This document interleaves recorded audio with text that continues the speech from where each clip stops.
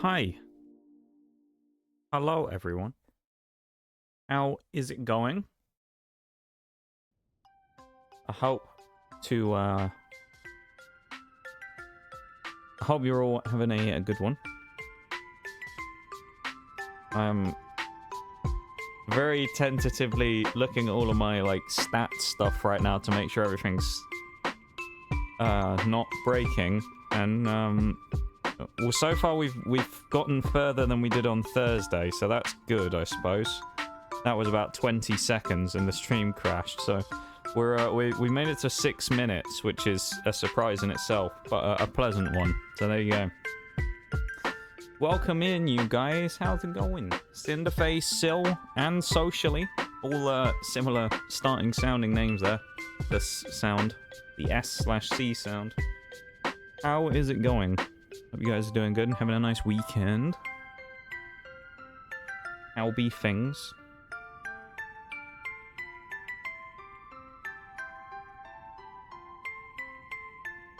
If anyone's wondering as well, if you were here on Thursday, my ISP never responded to me on Twitter. They just ignored me. They ghosted me. I got ghosted by my ISP's Twitter account. They didn't DM me back like they were supposed to. Unbelievable, that is. They left me hanging. Been pretty chill. That's good. I'm glad you guys are having a nice chill. Oh my god, that didn't take long, did it? Oh my god, we've already got a bot. Whaley too much. Best viewers. Well, that was a lie, of course. Typical. Yeah, right. They were not having any of it. Friends to switch providers, then they'll respond. They don't care, actually. That's happened before. Where I've done that, and they don't care. They're basically just kind of like, that sucks. They're actually they're a horrible company, like in terms of the way that they run and whatnot. They're an awful company. So if anyone ever just so happens to randomly decide they want to move over here, not that you'd want to, because let's be honest, the UK in general these days, but England specifically, is just a clusterfuck of a country at this point. So I don't know why you'd want to come over here and live here, you know, for the long run. But if you did, don't get Virgin Media Internet, because they're fucking awful. Okay? So yeah, if that's my top tip of the day. If anyone is coming over here and is looking to get an internet package for a house, for example, avoid them like the plague, because they are awful. Okay? Just keep that in mind. Just remember that, alright? You'll be fine. Why did that not work? I already had that pre-set up. Why did the Noxcat not go off? What the? I had that all like set up earlier. I opened it all up before stream to make sure that that would work properly. That's odd. I bruised. Even the Noxcat. Best viewers here. I like to think that, you know. I'm sure someone would disagree. Someone would, you know. I'm sure everybody's got everywhere where they think the best viewers are, you know, and that's okay. Everybody's gonna have that. Everybody's gonna have their streams where they think the best viewers are. You know, that's how it is. But are they actually the best viewers? That's the real question. Who knows? Are you guys? Do you think you guys are the best viewers? Do you think you are? You think you're the best viewers? You nominate yourself for best viewers? Open the game in the background as well. There we go. Welcome in the Bruise. Thank you for the Nox Cat and Sil for the cat ears. Let's go. Writing notes, don't use... Yeah, avoid Virgin like the plague.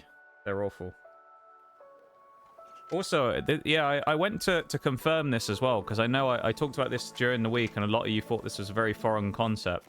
But it is official a thing over here, where if you get into a contract with someone, for example, them for their internet, because I wanted to double check this, because after I said it and everyone said, I've never heard of that, I wanted to make sure I wasn't, you know, spewing bullshit out. As it turns out, I was correct in what I said. In the event that I'm in the deal with them right now, I'm in a contract until June, so another, what, 9 months with them. If I wanted to break the contract and change providers, I would have to pay off the rest of the contract. So I would have to pay the equivalent of 9 months worth of bills at once to buy out the contract so I could leave and change provider. Because I know everyone was kind of surprised when I said that that's a common practice over here with things like that, with those types of contracts, but that's the thing over here. I had to have to buy out 9 months worth of my contract from Virgin Media so that I could switch providers. They would make me pay 9 months worth. Which, for reference, just in case anyone's wondering, how much would that cost? That cost me about £1,000. Somewhere close to about £1,000. So I'm not going to pay £1,000. I'm not doing that. I'm not giving them any money. Hi, Fan, as well. How are you? Hello.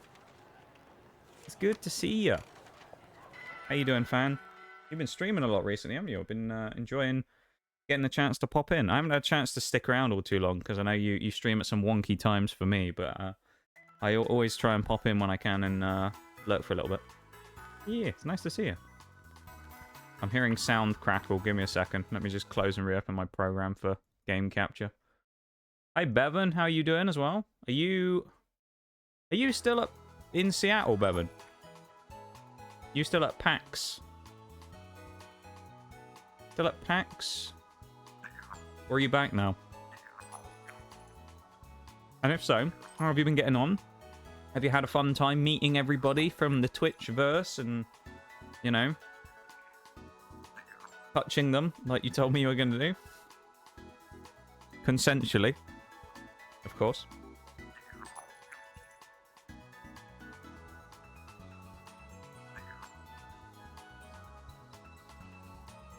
Getting stuck in a contract is a curse. Yeah, Bruised knows my pain. There you go, a fellow UK resident.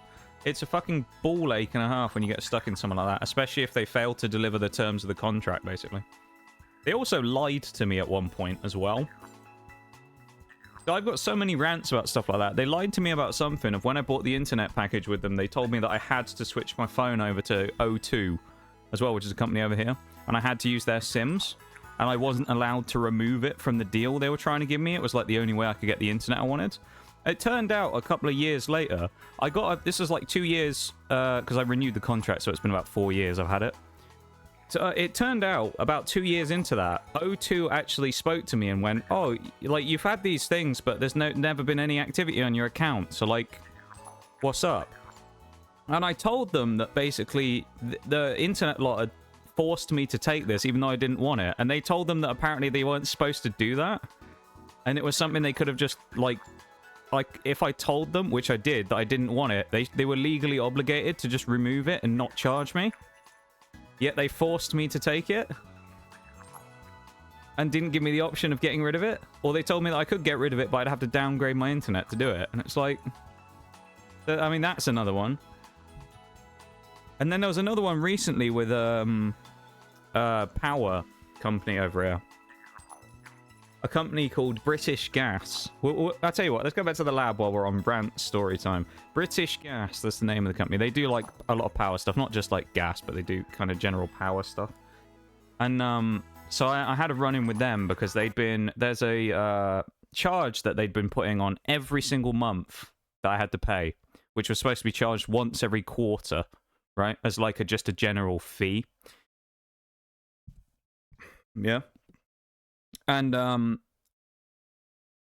they wanted to change my thing because I paid for every quarter because it just worked out better, you know, rather than doing it every month. So I paid for it quarterly. And so once a quarter I was supposed to get this thing. But what they'd done, without saying anything, is attempted to change it over to charge me monthly, and had then fucked up their automated system that does it for them, and had charged me every single time, like every month, instead of once a quarter. So I'd been charged effectively 3 times the price of this thing, and I thought, oh, it's, you know, I noticed it eventually by looking at my transactions and figuring out that I'd been charged more than I should have. And I went and looked, and they backtracked it, and they'd been doing this for years, and they hadn't realized. Right? And you think, oh, okay, where's this going? So they say, okay, well, we owe you some money, so we'll go figure out what we need to do. This took a place over months of them trying to actually admit they'd made a mistake, keep in mind. They eventually admitted they made a mistake and went, okay, well, we'll basically credit you some of the money back, and we'll, like, take it off of your next bills, okay? And they went, it's something like 3,000 that they'd overcharged. And I thought, great, 3,000. That'll set me up for the next, you know, little while of paying my... I won't have to pay any, like, bills on it. And then, less than a week later, right? They come back and they go, awfully sorry, we made a bit of a mistake. You actually owe us 2 grand. Huh? You overcharged me 3,000 and I somehow owe you 2 grand? The fuck's wrong with you? I was like, huh? Are you serious? So out of that 3,000, I actually only got about 1,000 back, because apparently even though they'd overcharged me, I still apparently owed the money from somewhere they fucking made up. And it's like, what? How did you figure that one out then? It took you months to figure out that I apparently was owed money by you, but it took you less than a week to be like, oh, hello. You owe us money now. Fuck you. Where did they magic that money up from, I wonder? That I apparently owed them? Because it's not like I haven't paid or anything. I'd love to know where they actually came up with where that apparently was from, because I've paid every single thing that they've ever wanted me to pay for them. So I don't know where the 2 grand outstanding money is that I apparently haven't paid, but fuck them, dude. I fucking hate, like, every company in this country, I swear. They're awful. Anyway, I'll catch up on chat now. Terrible? Uh-oh. That's not good. I'll, get into this in a minute, I'm sure. I can't believe that someone in the UK brought something up that made me feel grateful to live in America. Yeah, from what I hear about the US, though, from, like, some of my friends that I talk to, it ain't much better there either, though, is it? It's pretty bad to have something that I say that makes people be grateful to live over there. Then again, it's the opposite way around as well, where I've sometimes people will say things that make me feel grateful to know that I live over here, but it's fucked either way. Both of them are terrible. I want to play the Monster Hunter demo, so I came early and the line got capped after... Really? So it was so popular that they capped the line after 4 minutes of being open. So you basically wanted to get in there early so you could go play Monster Hunter, and they told you no because they capped the line. Because I know that's the main reason that you wanted to go as well, at least games-wise. That's fucked, dude. That's so unlucky, dude. Well, I'm sorry to hear that, though, Bubba. That's really annoying. Hopefully they'll reopen it again and give you another chance to get in. How many more days are you there for, or is it just a day? Is it just a weekend? Yes, I touched everyone. Of course you did. With my schedule, it's kind of hard to be free earlier, sadly. That's okay, though, you know? Hey, you got to stream around your schedule at the end of the day, you know? I'm just glad that I get to pop in and sometimes say hi, you know? And, get the serotonin boost from saying, I can't stay long, but I need to go off. And then you saying that I, wishing me a good peepo sleepo. That's enough for me, fan. Don't you worry. You telling me to have a good peepo sleepo, that makes up for it. Went up to Wags and cuddled him. Aww. Consensually, of course. All right. We're not throwing accusations at Bevan here, all right? When I say touched people, I'm not talking about in a weird way. Well, it's Bevan, so it probably was in a weird way, but it was consensual, okay? I know that for sure. Grandmother had the same type of contract with the TV company. She cancelled it and just never paid. Yeah, this is the problem, though. Over here, they would fucking chase you forever. They wouldn't give up if you owed them money. That's fraud. Oh, the O2 thing. They never, nothing ever happened because of it. They probably just denied they ever did it or something. Hi, Nitty, as well. Welcome in, man. How you doing? Absolute bullshit. How did they say pay those extra months you owe us? How about you give us a stand? Yeah, I know, right? How about you give me working internet and then charge me?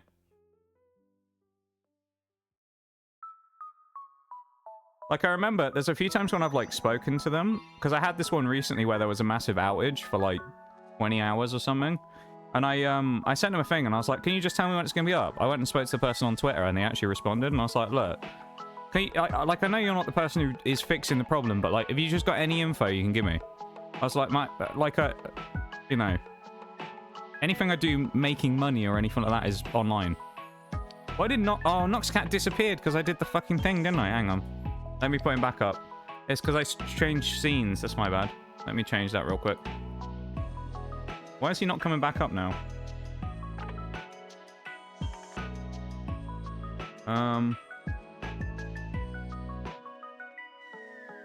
Oh, wait. Oh, hang on. Is it? Where's that gone?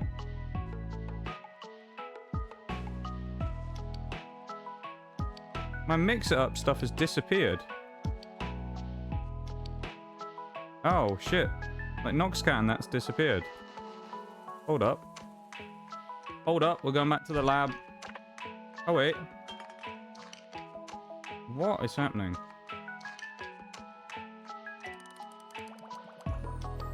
It's reappeared behind me. What is happening? I can't refresh it either.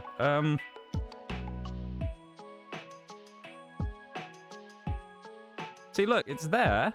You can see it. Just for some reason, it's now appeared behind me and it's disappeared in my OBS. I'm gonna close the program and reopen it. British ass. Yeah. Right. I'm not sure what's breaking. At least it's not the internet, I suppose. That's one good thing. I shouldn't say that, really, but... At least it's, like, something else that's broken today, at least, you know? That's good, at least. 30-minute demo. I want my damn pin. Tomorrow I go home around 1:45. Oh, okay, I see. Really how these companies are. Absolute, tight-lipped. Yeah, and then they're overcharging you until you notice something. Yeah, when you owe them money, they're immediately on it. But if they owe you money, never happened. Never happened. If I'm lucky, I can get in. The line opens for 5 seconds. That's so dumb. 5 seconds, man. What is that?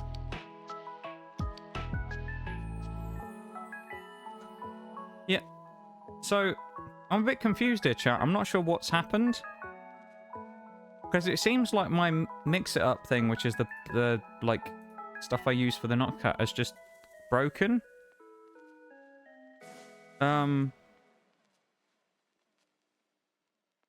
It seems to have, completely disappeared from my OBS. I'm not entirely sure why. Like, I'm tempted to kind of like... Oh, if I go and add existing, is it going to appear again? Oh, nice. It will. Okay, well, we're back, I guess. I don't know. I didn't delete it or anything. I wonder what happened. It just randomly disappeared. Well, we got it back. That's good. That was a quick fix. Thank God for that. Right, should we play the game now? Let's get into the game, because I've been sat here for ages chatting, and I need to actually get in and play, because we didn't do anything in this game a few days ago, and now we need to get in and actually do it, don't we? Because we've got some grinding to do. This is Hall of Fame, number 1. Who have we got on the team right now? People who need to be level ground up to level 60, that's who we have. We also have Dratini and Holucha, who we caught at the end of last stream. Alright, let's get everyone up to level 60. Let's get grinding, shall we? And then we can start speed running the rest of the game, which I think should be quite fast today, so... We're going to speed run the rest of the game in a bit. We haven't beaten Ortega yet and his pink hair, so we need to go and beat him later. We're going to kick his ass with Toxicroak in a bit. Alright. Yeah, that's weird though, Bevan, that the line did that. That seems really badly organised. Especially if they knew that it was going to be popular. Because obviously Monster Hunter was going to be popular. It's a really popular franchise. Weird they haven't, like, thought ahead on that. And they've been, you know, not making, like, multiple ways of, you know, calming the traffic, if you will. Just fake your death. Yeah. It reminds me of this meme that I've seen a few times, where I see it. It's from a meme account that I follow on Twitter, and I think the meme, if I remember rightly, word for word, is like, if you think no one in life cares about you, just miss a few monthly payments for a company and they'll come after you. You know? It's true though, isn't it? If you think no one cares, just miss a payment, like 2 or 3 payments on a monthly bill. They'll be chasing your ass for years. Yeah. Yeah, fake my own death. That'd be a good idea. Go and live in a cave somewhere. It's a solid plan, actually. Right, let's go beat up some Blissies. We need to get to level 60. That's what we're aiming for on everyone. We have 18 Pokemon to grind.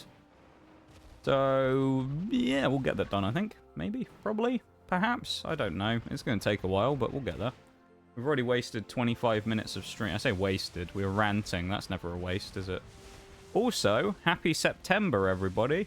Welcome to the new month. It's the 9th month of the year. It's the 1st of September. Brand new month. Brand new fresh start. Gonna see what happens today. Obviously, August was... well, we don't talk about August. But, yeah. Hopefully September will be the turning of the tide. You never know. How's the stability been? Welcome in, Sadiola. As of right now, I don't want to talk about it too much, just because I don't want to, I don't want to incite the wrath of the internet gods and curse myself. But so far, so good. That's all I'll say. Okay. I don't want to be too specific because I'm very good just in general at saying things and being cursed, you know. But it's looking okay so far. So it's going all right. And welcome into stream. Welcome back, Nauseous TGS. Do people sometimes pronounce it as nauseous? Strangeness is strange. Yeah, right. Some strangeness, Nitty. Strangeness indeed. 23 days more and something terrible happens to me, or rather 22. Oh? What is happening in 22 days, Nitty? That's terrible. If you want to talk about it. Welcome in, Ghost. How are you? Thank you for the silent lurk. I appreciate it. I hope you have an enjoyable time here lurking today. Come on the stream. Oh, I aged by a year. I was like, that's a bit random. I hope everyone's alright with Nitty. It's your birthday. In 22 days, eh? Hang on. The 23rd it will be. Oh, it's a Monday. It's not a stream day. Damn. I was gonna say, I can't do anything for you other than wish you a happy birthday, but I would do it on stream. So I'll have to remember the day, but you'll have to remind me the day before, and I'll give you a happy birthday on stream, live on stream. That'll be worth it, right? I don't want to be old. You're not old, Nitty. There's actually a video I saw about this the other day. Anyone familiar with Pirate Software? You've probably seen him in YouTube shorts and stuff like that. Pirate Software. Pretty cool guy. He used to work at Blizzard. Like a game dev. I saw a thing the other day where he was talking about... I think someone... It was like a short where someone called him old or something. And he just said, do you want me to show you, like... To prove scientifically when you're considered old? And he went on to one of those... You know when it shows, like, advertiser bands? And it says about, like, you know... You know, the age bracket you fall into. He was like, you can officially be called old when you fall outside any of the brackets that an advertiser deems as useful. He was like, when you hit, like, 60 plus, you're irrelevant then. Completely irrelevant. Until that point, the companies still have use for you. After that, you're just worthless to them. They hate you. So, yeah. I don't feel so bad about being 25 now.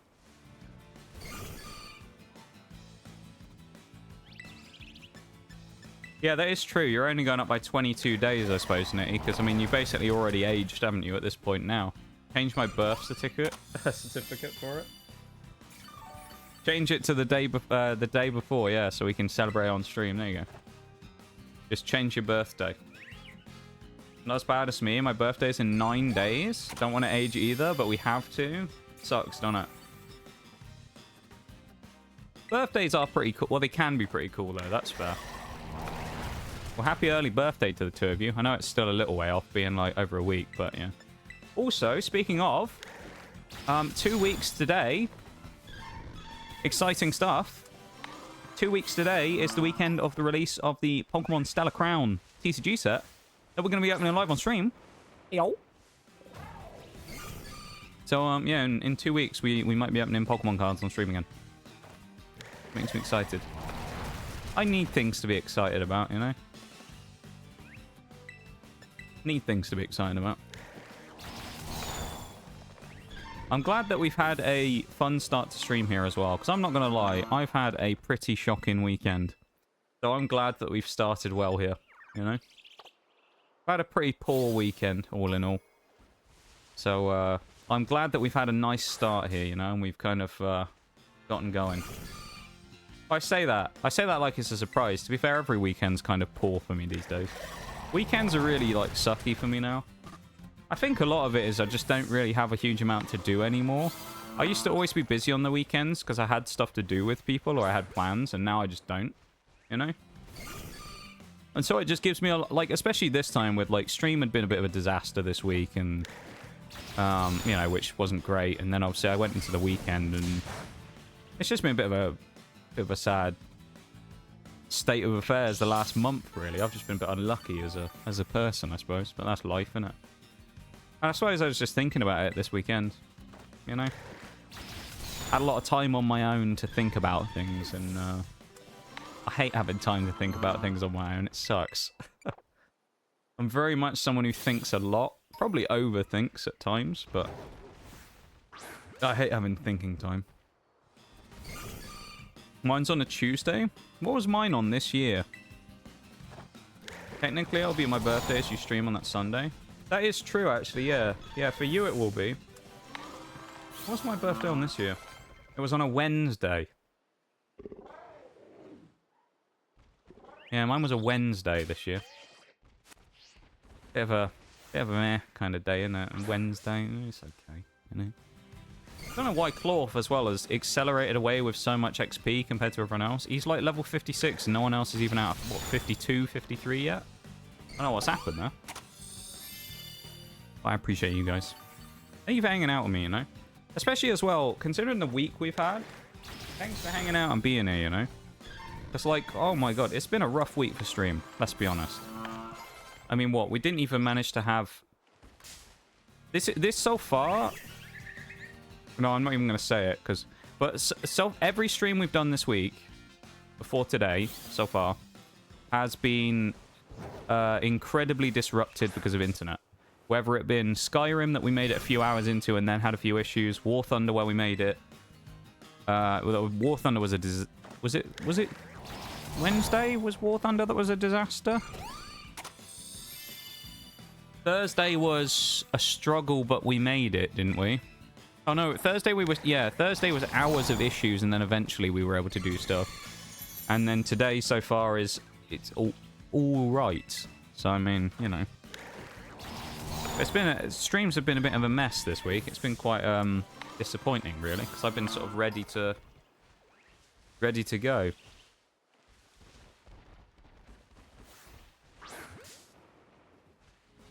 I suppose it's kind of strange in a way. Streams like changed roles a little bit for me in my mind, I suppose, recently. Because, like, before, I used to enjoy streaming. It was just, like, my fun thing that I did, you know, every now and then and whatnot. But also I got a lot of interaction outside of, like, stream and stuff. So it kind of was one of those things that I did it because I enjoyed it and it was nice to come and chat with you guys and whatnot. But now I'm kind of like, it kind of feels like a nice social void to some degree as well. That sounds a bit sad, doesn't it, to say, I suppose. It feels a bit of a social void that's now there. From before where, you know... I used to, like, do a lot more stuff. So, it fills a nice spot. And I'm very glad of it. So thank you all for being here and being part of that. And as whatever that bot was earlier who was trying to sell stuff, best viewers right here in this chat. Which is 90% of my social interaction. Probably mine as well, which is kind of depressing when you think about it, because I don't really talk on Twitch anymore. I'm in my own stream. It's kind of rare to find me these days. I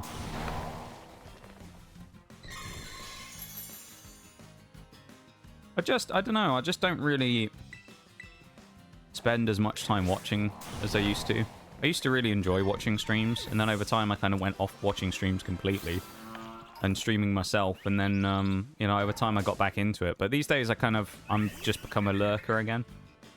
I think that's more just because of me, you know, my general mood over the years has changed quite a lot, probably. And like right now it's in another weird spot again, so like, I don't know, figure out things for what I was doing. Thanks for always having me too. Yeah, no worries, Ghost, I appreciate it. Thanks for coming by and hanging out. You take it easy, have fun, whatever it is you're up to, and we will see you when we see you, yeah? But no, like, I kind of... During the week with all the internet issues, I had a lot of time to think about things, right? Because not only was there stream time where I wasn't, you know, where I was kind of crashing constantly, so there was time that I'd normally be streaming that I wasn't online or whatever, so I had a lot of time to think about things.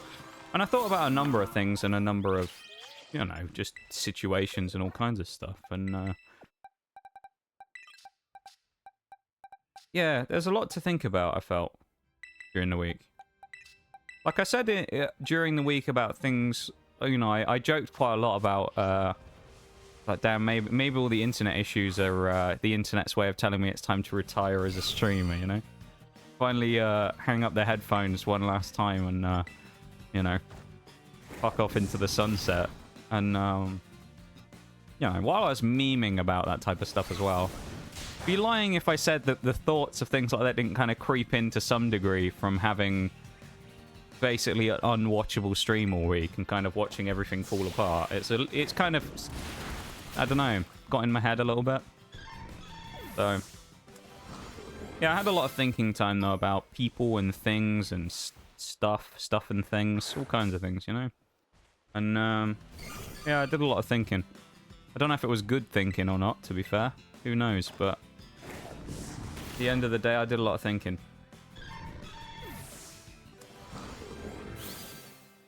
And I concluded from that thinking that I'm probably not going anywhere for a little while.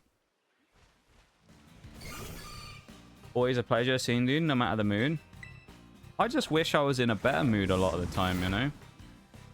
To be honest. But, like, it's just...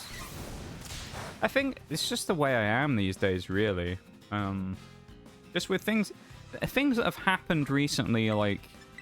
Let's say with like the streams last month, like I always have a rough time in the summer. I always talk about this. I always have a rough time in the summer. There was some meme that Shag showed me the other day. It was some like a Greek word that was like, what was it called? Failure at summer or something was like the rough translation. Bad at summer. And we were kind of joking about it and saying, yeah, I have like this. I'm this. You know, that's me. Bad at the summer. I'm off meta when it comes to the summer. I don't know what I'm doing. But, like, yeah, summer's always a dodgy time for me. There's a lot of stuff that happens in the summer that's kind of, like, from previous years, right, that kind of comes up again, one way or another. And, you know, other things have happened, obviously. Personal stuff in my life has happened in the last, you know, month or so as well, which has probably not helped keeping me on the straight and narrow, but, you know, it's life and it is what it is, and not a lot I can do about it, but... Yeah, it's like the summer's always a harder time anyway, so it's harder to kind of like keep the spirits up in the first place. I guess I described it the other day of, you know how people get like seasonal depression at Christmas? You know?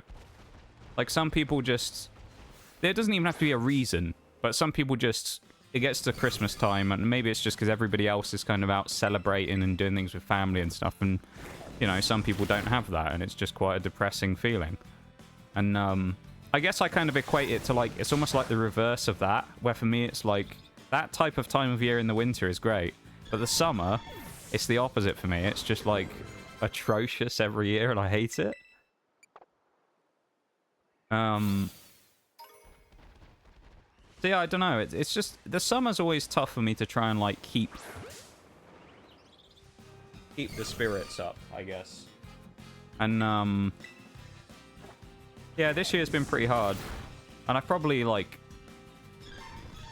pulled away a little, maybe, from where I was. I was actually in quite a good place not that long ago, I would say.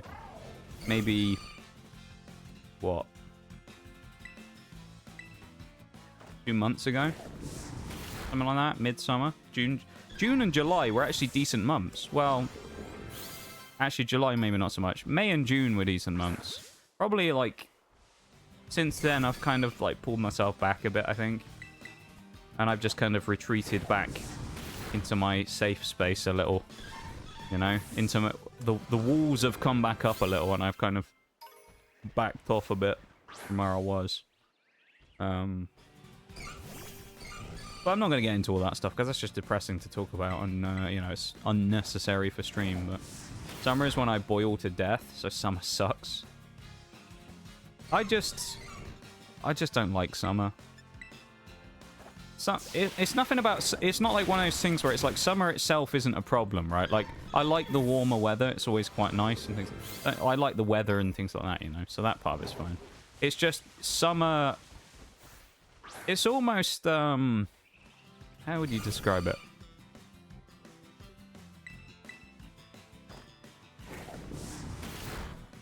Summer is almost like, as a time period, is kind of tainted for me. And will never be untainted just because of stuff that's happened in the past. Right? Does that make sense? So it's like not the summer's fault, but it's that period of time is when stuff in years and years ago is kind of... you know, I say years and years ago, some more recent stuff. But like stuff has happened during the summer period in the past, which kind of permanently puts me off summer. And means that we always get here every year and I go, oh god, here we go again. And I, you know, prepare for the worst and... it's just kind of hard, you know. And it also creates like a double kind of edged sword because IRL usually in summer is kind of a tough time. And then you have the situation where it bleeds into stream as well, and this was one of the big problems I had last year. You'll hear me talk a lot if I ever kind of mention it about how last year was a bit of a clusterfuck for stream, right? If I ever go on about that stuff. Last year was a bit of a mess when it came to stream, and the summer was really bad. A lot of that just came down to the fact that IRL was not in a great place. Like, I was, you know, struggling a lot. And it meant the stream was just awful. You know? It was really bad. And, like, I was just... I talked about it at the point where I was like, you know, I mentioned it again. I've mentioned it a million times. But I was talking to Bevan about it at one point, and I was like, maybe it's time to quit, dude. Like, things don't, like, feel like they get better. And it's like, what's the point of even streaming anymore? Because I'm just here every night, like, playing games, but it doesn't bring me any enjoyment. This was at the time. And it was just kind of... it just felt like I was tarnishing what was there. And that over the years we'd had a good run, kind of by keeping going, it just felt like I was tarnishing the entire thing. So it changed my, like, perspective on it and what I wanted to do. And then eventually we had like a big resurgence kind of towards Christmas time. We had some great streams and great times, and it made me think that, yeah, it was probably worth it to keep kicking on. But, yeah, August has kind of been a little bit like that again in terms of that time period where it's been like reevaluation time a little, you know, of like... you get knocked back and it makes you think about like how much, how many more times you can keep coming back from things like that, you know? Partner doesn't like August to October because of past restraint. Yeah. Like, it's, as I say, it's not stuff I'm going to talk about on stream. It's also, I don't think, like, the place for it on stream. Just because it's... yeah, it's just... it's, you know... it's just not the type of thing that I think I should talk about on stream. To be honest, it's the kind of thing I've not really ever... I've only talked about with, like, 2 people ever, really. As you can imagine, you know, I know it'll come as a big surprise to you because I'm fairly introverted as a person. I don't really talk to people about stuff like that all that often. You know, I'm not really one for talking about my feelings very much with people, which probably is a bad thing in the long run because I'm sure it means that I become some, you know, pent up ball of shitty emotions that have been there for years and years, and eventually I'll just end up having some blowout on one day because of something, and, you know, it feels like everything's falling apart, but I don't know. Yeah, like there's a lot of stuff for me around the kind of middle of the year that's just kind of bad blood between me and the summer, and it's always tainted it really for me. And it is what it is, really. You know, it's just life, really. You know, I can't avoid this. I can't hibernate and avoid the summer every year, unfortunately. However much I would love to, it's very sad I can't. But yeah, unfortunately, I can't not do the summer. I have to go through it every year, so that sucks, doesn't it? Very sad that we have to do summer. But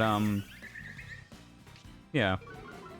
From the stream's perspective, though, last month was awful with the like some of the there was a lot of like tech issues and things last month.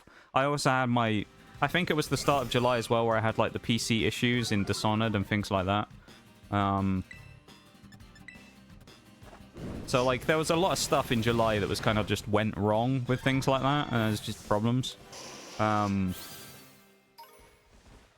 was also one point, I think it was in July. It's kind of one of those things that you probably wouldn't have known unless, or you wouldn't have noticed unless you knew. But there was actually one point where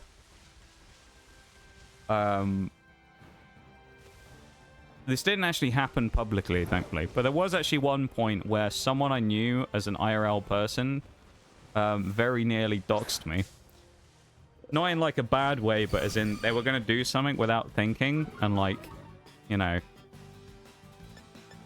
effectively like do something that would have like tagged me on my like stream accounts and things, and would have, it was very specific to the place where I'm from.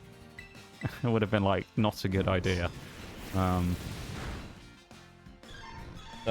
yeah, there's a lot of stuff in last month that was kind of a bit of a clusterfuck, or the last couple of months, and but hey, the fact that stream is still here now, and the fact that some of you guys are here right now, you never gave up in the face of the stream disconnect screen. That's pretty cool, and I appreciate that. I thank you for still being here. Hibernatius ZZZ. I like that. Maybe spend summer somewhere where the weather is more like winter. I mean, that's great in theory, but also the only problem with that is it requires money, doesn't it? That's the only issue. I would love to do that if I could, but yeah, money doesn't allow for that.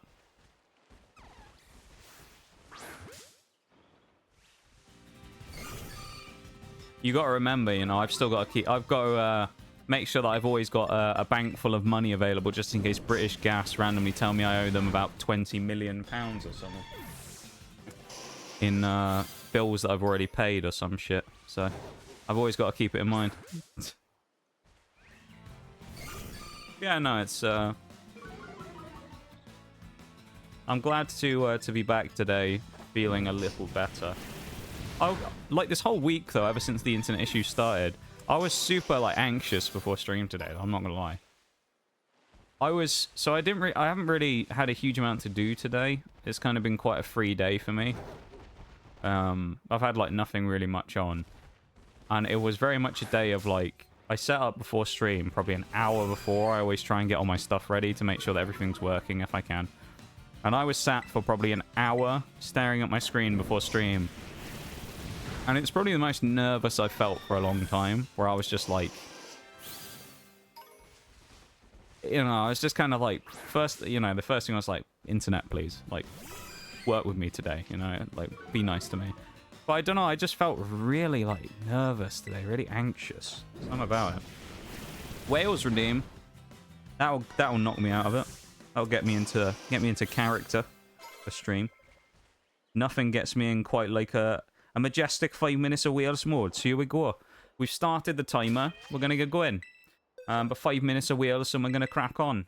We got 3 Pokemon level up. We got to remember to try and attempt anyway to get ourselves an evolution on Sliggoo to get Goodra, which is going to be a problem. But, you know, I don't know how we're going to do that, to be honest with you. Goodra's a fucking pain. But yeah. Thank you for the Wales redeem. I appreciate it. Hopefully it lives up to standard. I'm going to hope it does. I can't guarantee if it will, but I hope it does. That was awful, that Gyro Ball. Really, that was crap. I'm going to have to use Rollout instead. We'll get rid of rollout in a minute, because I don't really want it on Fortress, to be honest with you. If I get Iron Head, I think that'd be a lot better. Or something, really. Body Press would be amazing as well. Send the deck collectors in to bust your knees up. Give you 3... Yeah, the 3 pence that I accidentally ordered, mate. Let's send them in. They're going to burn down my house or something.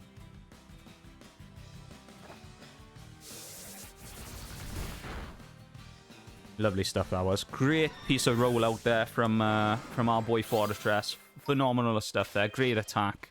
Thankfully, I can switch him out now. Not because I want to get rid of him, but just because he's not exactly the best attacker in the world.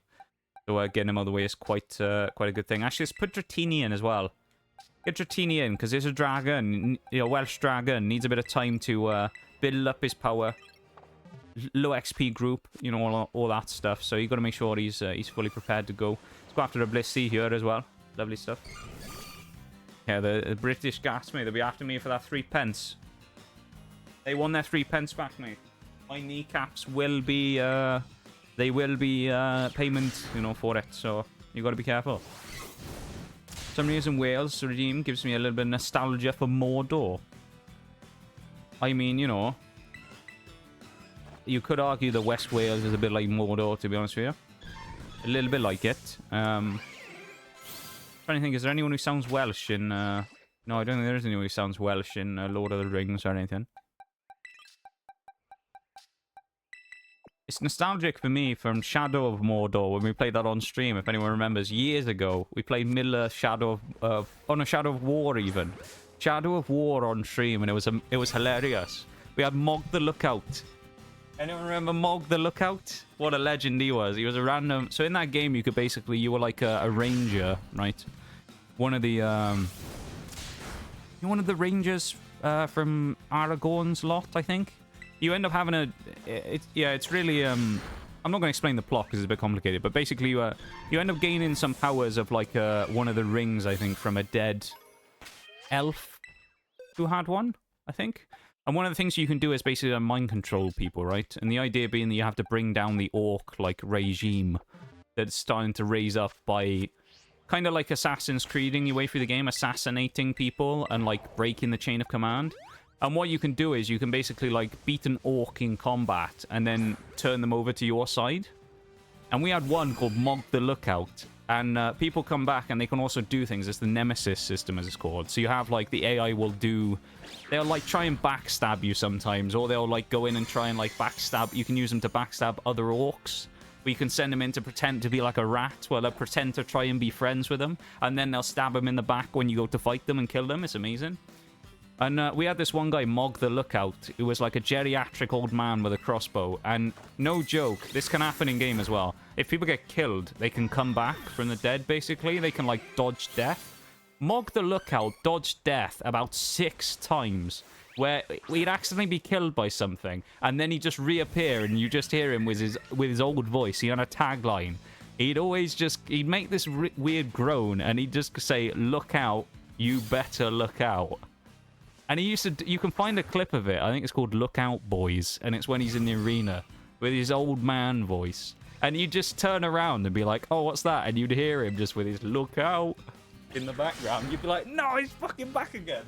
This fucking Mog has dodged death for about 5 times now. And each time he'd have new parts of metal attached to him where he'd been cut in half or something. And he'd been sewn back together and treated with metal. Welcome in, Cassidy, as well. How's it going? I was on a bit of a tangent there, talking about Middle-earth Shadow of War from back in the day. How's it going? Welcome to stream. Honestly, Oh, I'm supposed to be in Wales, aren't I? I forgot about that. Ignore me. Hang on a moment. Don't worry about it. We're properly Wales in again. I'll do it for some extra time. Honestly, it reminds me of that time when... That's the end of the timer, actually. I'll just keep going for a few minutes. When... As a college student, I cancelled my SIM card and then they called a lawyer on me because they charged me for the month I wasn't even using their SIM for at all. What? That sounds so stupid. That's their mistake. That's their problem, mate. I don't know why they're getting so angry at you for. That's ridiculous, that is. I think that's a joke. Absolute joke, that is. Disgraceful. How's it going, Mirage, mate? How you doing? Welcome in. Nice to see you. Have you recovered from War Thunder last night? I know it was an interesting time with some of those games we played. Brutal at times, but fun in others as well, you know. I unlocked the M10 Wolverine yesterday. That was a good time. I played... What else did I get? I unlocked the 1942 T-34, I think it was. I unlocked... What else did I get? I fully maxed out the YAG-10 a while ago now. That was fun. The YAG-10's great. Oh, KV-2 I unlocked off stream the other day. I've been memeing with that thing. I've been loving the KV-2. Oh my god, it's been hilarious. Absolutely hilarious. Driving around and sniping people. I do have a clip as well that I'm going to put up on the YouTube Shorts this week. In the YAG-10. Mirage knows which one I'm talking about as well. Clip in the YAG-10. I was playing a game with him the other day. I got 11 kills or 12 kills or something. I think it was the best kills I've ever done in a game. And I was like, right, we started off. It was on a map, very open. I don't know the map's name, but it's very open. Sniping heavy map. And I basically, it was like the single cap game mode. Like, I can't remember what it's called. But it was the one where there's like the one cap in the middle and everyone tries to fight for it. You know? You know what I mean? Kind of like a King of the Hill type thing. And everyone was kind of going to battle for it. And it was very exposed on the way out of the spawn. And I was sat there in the YAG. And I was like, well, I'm going to move up here. And I think it was a T-34 on the other side of the map who was driving out of his spawn. And he just so happens to drive up a hill. And I'm like, you know, I'm doing one of those things where you kind of like half aim up a shot across the map. And you're like, well, you know, maybe I'll fire at him. I don't know. It's probably a waste. And I went, ah, fuck it. I pulled the trigger. I fired a shot from about, I don't know, it must have been close to 1,000 meters. And I sniped the guy straight through the front of his hull and one-shotted him. And I was just like, mate, if I was that guy, I'd be fuming. You're just driven out of your spawn about a minute into the match, and you get sniped by some prick in a YAG-10 driving down a fucking hill on the other side of the map. I was like full speed on the move, going over a ridge, dropping down a hill, and just lobbed this shot off at him and just sniped the shit out of the guy across the map. There's one clip from stream where I've done that before in a Tiger 1. I think it's a featured clip. Where it was the best part is, in that map with the Tiger 1, it's the same map. It's a different spot, but it's the same map. And I remember in that one, in the Tiger 1, I'm driving across, I drive over the edge of a hill, and I think it's either a Challenger or an Avenger. It's the British tank destroyer, one of the two. On the Comet hull, I think it is. Comet hull? I want to say it's on the Comet's hull. The Challenger or the Avenger. But it sat over there on a hill, and I'm like, oh, fuck it, I'll fire at it. And I just sniped the guy full speed through his front corner, through his, like, wheel into the hull and one-shotted him. You can find it on the featured clips if you look below the stream. But it was a absolutely gorgeous shot. And it was the same with that one the other day when I fired it with a YAG-10. I just, oh, mate. You know what?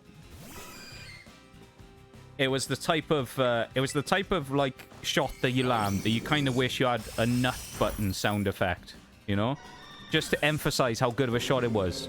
Where you just press the button just because you know it was that good, you know, just for added effect. Just press the button just so everybody knows how good of a shot that was. If you didn't appreciate it, then there's something wrong because it was such a phenomenal shot. I just loved it.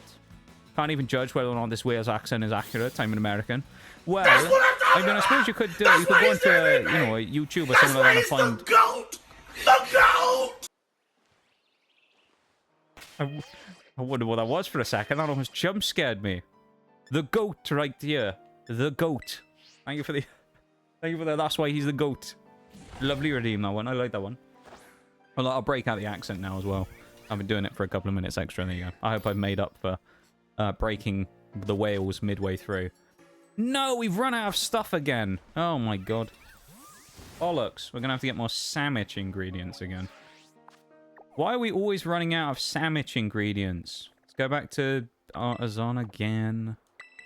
Bloody hell. But yeah, if you want to judge if it's a good accent or not, I would say you can probably find Welsh accents on YouTube. But I've heard from a number of Welsh people that have come into stream that they do enjoy the accent. They think it's, you know, they don't view it as like one of those where they go, well, that's just offensive. They actually think it's pretty good. That's what I've had. I think my best compliment was not bad. So I'll take that, you know? I'll take a not bad. I'm also really far behind on chat, so let me catch up again real quick. Mum came with me to the showroom that was near us, where I got the sim. Blasted them all for intimidating a broke college student to pay up. I saw a side of my mum I would never wish to my worst enemies. That's what I kind of love as well, because I bet those people were like, fuck, we're not going to do that again. Hopefully you taught that company a lesson that day. Fuck those people, man. Sleazy, that is. Yag's goated, to be fair. Dude, the Yag 10 is insane. I love it. Bruised probably knows it. It's busted as fuck as well as the resident War Thunder expert of the stream. But the bloody Yag 10... It's only got, I think, a 76mm gun at 3.7, which you think, that doesn't sound that impressive. Oh my god. It's just packed full of... It's like the opposite of the Archer and all that, where you have no explosive. It's packed... It's rammed full of explosives. And it's like, if you pen anyone, they're just dead. Like, it's very rare that people survive. And I found someone yesterday we played against. There was this guy who got 16 kills in one game and he lost. I think they lost. And I looked up his profile afterwards out of interest because he looked like he was like a, you know, higher end player. The guy had played almost 4,000 games in the Yag 10 and he had like 8,000 kills. And I was kind of like, I'm not surprised, but like, you know, chill out a little bit. Almost 4K games in it, you know, that's a bit much. But I just thought it was quite funny though. That it was like, yeah, I can understand why he's got 8,000 kills. That thing's disgusting. Yag 10 is nasty. It's basically just a van with an anti-aircraft gun strapped to the back of it. But because it's an anti-aircraft gun, it's huge. And it's designed to, like... Or actually, I guess it might be technically an anti-aircraft / anti-armor gun. So it's designed to kill tanks. So it's basically just a giant gun that you'd normally see, like, you know, mounted to the ground. Strapped to the back of a van.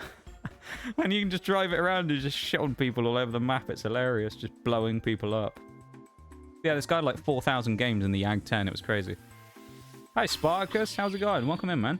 And definitely, how are you? Why did I join you making a sandwich? Because this is one of the mechanics in Pokemon. We need it to get our XP gains up. We're level grinding right now as part of our run. So we're making sandwich because we need to fuel our crippling XP addiction. Fuck. I didn't even run into them, but still that counted.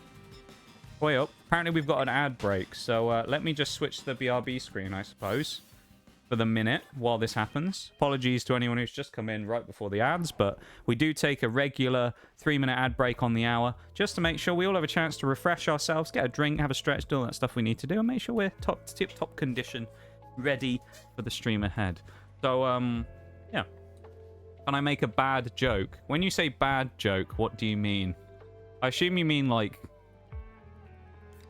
sus joke rather than, like, dark humor joke.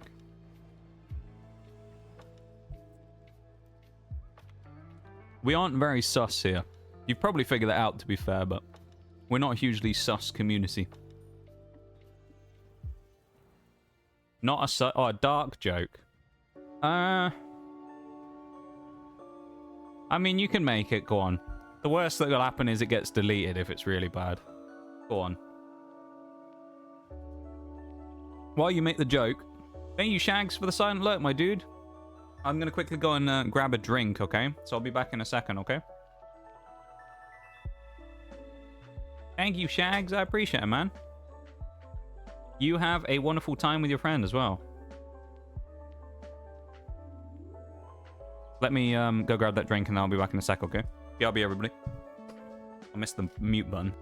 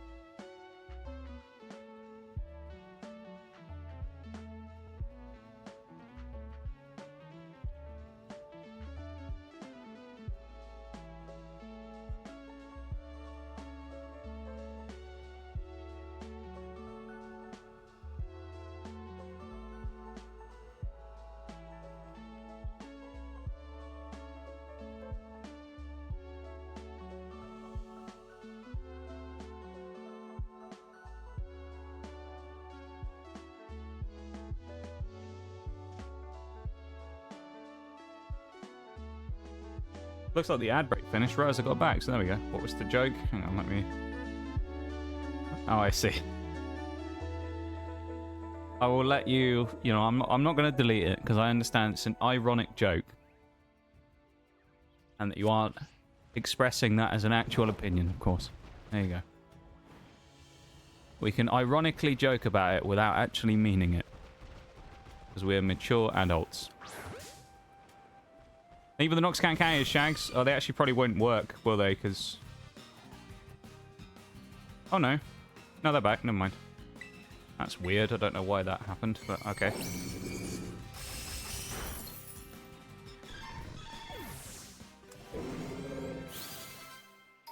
Financiers. What are financiers? I've never heard of this, Shags. Brought the dessert? What dessert did you bring? French almond cake shaped like little gold bars?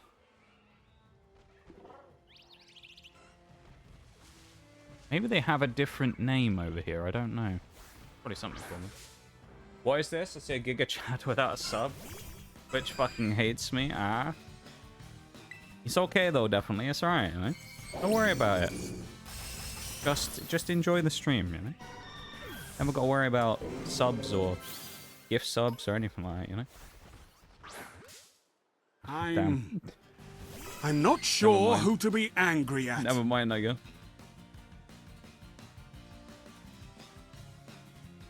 Never mind. Thank you for the gift sub. I appreciate it, man. And you've earned a little box next to your name as well. Look at that. You now have a little cyan teal coloured box next to your name. Oh, it's sub... Oh, no, actually... Oh, never mind. No, I was going to... Oh, hang on. I was going to say, oh, it's September, so you probably got a... No, you don't get a discount this year, do you? They got rid of that promotion. I forgot. Thank you for the gift sub, though. Definitely, I appreciate it. Yeah, if anyone's holding out this year, hoping that by the end of the month they're going to add the discounted gift subs for this year, for September, no, they aren't doing that. I think there's a tab underneath the stream, that like a big banner that you can't get rid of, where Twitch is saying what they're doing this year, but yeah. Yeah, the discounted gift subs is not a thing this year. They aren't running that promotion. They are doing the bits one later on though in the month. I don't think it's started yet, but the cool one that everyone liked last year, where basically if you did like 100 bits, Twitch would throw in like an extra 10% on top from the official Twitch account. So I remember there was a bit of a thing going on for a while in stream, because I think I was playing Monster Hunter at the time, where we had it where we were trying to make it so that we could get Twitch, the official Twitch account, in the top 3 bits gifters for the month. So we had, like, it was like, you know, the top people, whoever it was, I can't remember who it was at the time, Maximum, probably, and someone else. And then Twitch was 3rd out of the bits, like, gifted for the month. It was hilarious. To have official Twitch account. Great. Really puts the suck in September, the joke here being that they suck. Yeah, they gutted it a little. I mean, the thing is, I think...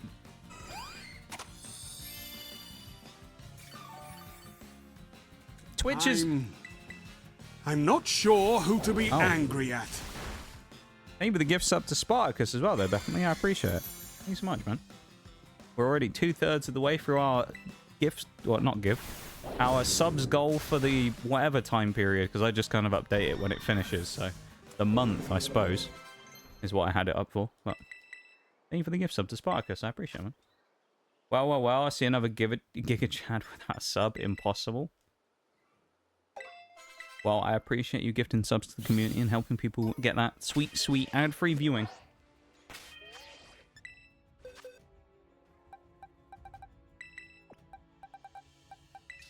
Very kind.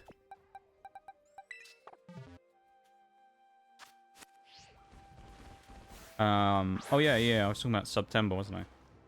Yeah, Twitch are very confusing in what they're doing right now. If you look at it, so Twitch has made 2 very weird contradictory moves that seem very strange. So they,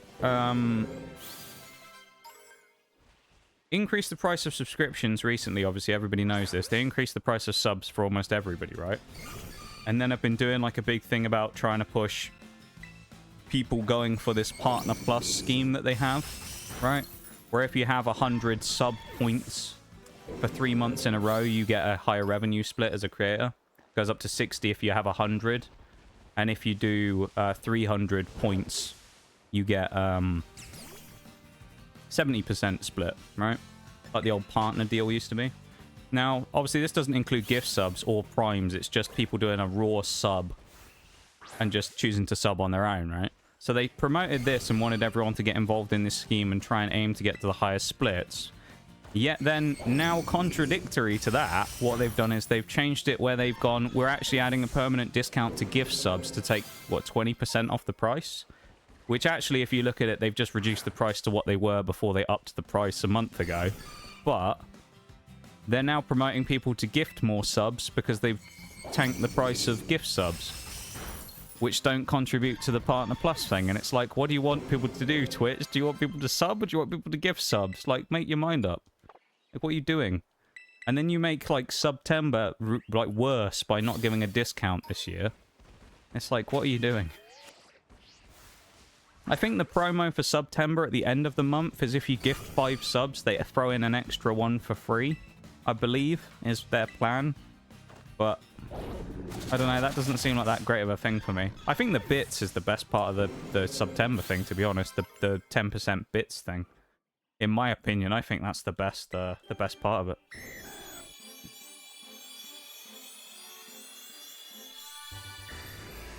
I am the lie they feed you. If you didn't notice, I'm in a good mood since I just came back from the gym.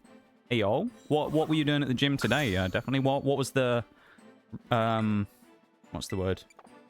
What was the plan for the day? Was it an upper body day, a lower body day?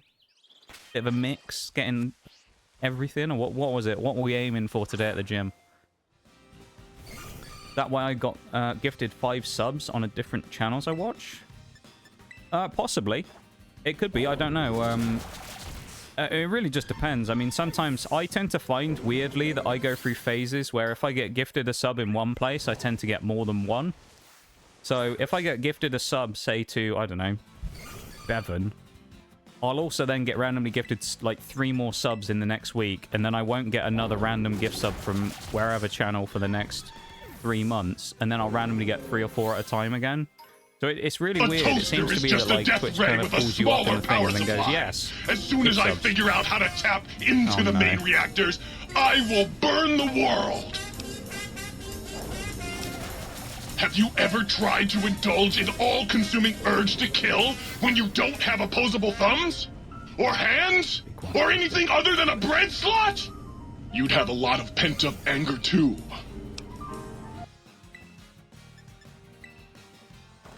You would. You'd have a lot of pent-up anger if you wanted to take over the world, but all you had was a bread slot, you know? From Fallout New Vegas, that voice line, if anyone's wondering. From the Old World Blues DLC, it's one of the sentient robots you can upgrade. The Death Toaster. Who, he's very angry because it's the personality of someone who wants to take over and destroy the world, but put inside of a toaster.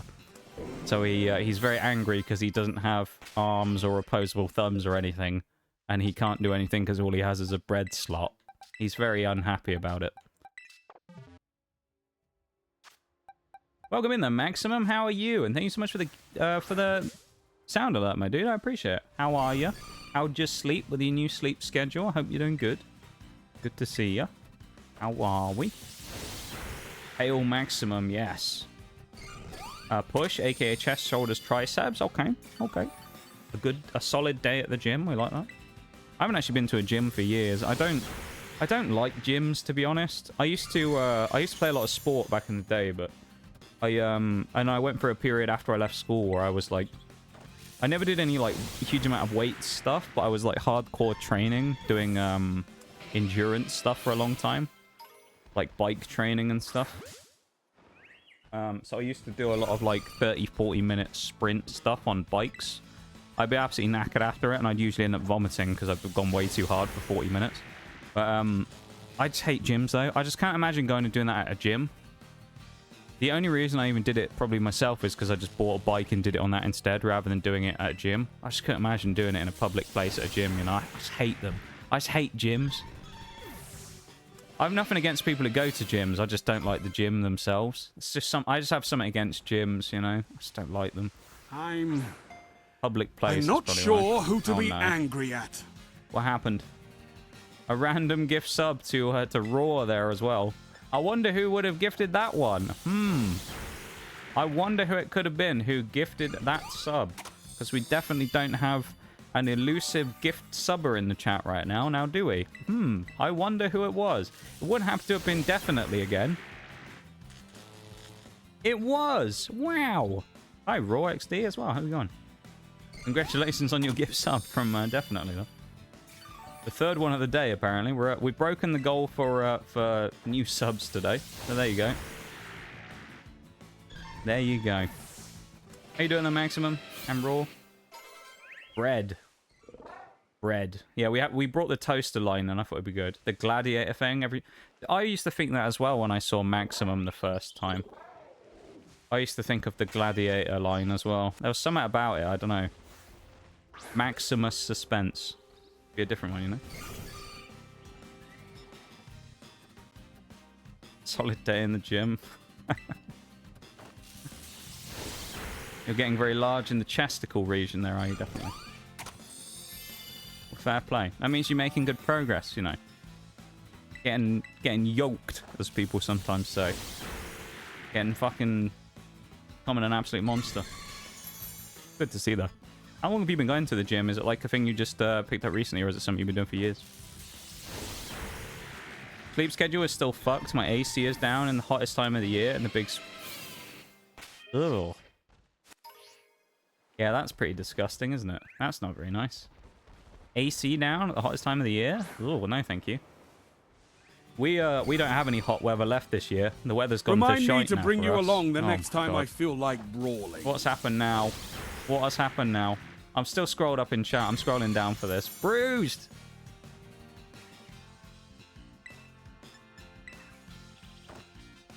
Why? Oh, was that to complete the bits goal? Is that what it was? You guys are in a never-ending cycle though if it's to complete the bits goals, because I just refresh it every stream. So you'll never actually achieve the goal because it'll always just refresh every day. Save yourself some money. Stop giving bits. Stop doing it. It'll just come back again next stream. I'm a Jim. You're the best, Jimny. Not really known any gyms that were stand-up. There's something about gyms. People called Jim. Don't mind people called Jim. I bet there are some gyms, people called Jim, who are reliable. But a physical gym, a gymnasium, don't like them. Jim is the reason why I'm here. What, someone called Jim is the reason that you're at the gym? That's actually quite good, though, if it is. Sadly, not so much. I have way more strength than you would say by looking at me. I'm running out of weight on... running out of weight on single chest press? So your natural build is, like, doesn't make you look like you have a huge amount of power, but so you're deceptively powerful, basically. Your natural build makes you not pack on the muscle, but you actually have the power, and that's pretty cool, though. That's kind of good, though. It means you're underrated, effectively, you know? People would look at you and be like, nah, he's never going to lift that weight, and then you just go in there and lift, like, some crazy amount of weight in front of them. They're going to be well impressed. Be great, though. Well, to some degree, anyway. Bruce, thank you for the bits, man. Well, thank you to everybody. You started a hype train. How did we start? Why are we starting hype trains? All right, come on, chat. It's the first day of the month, all right?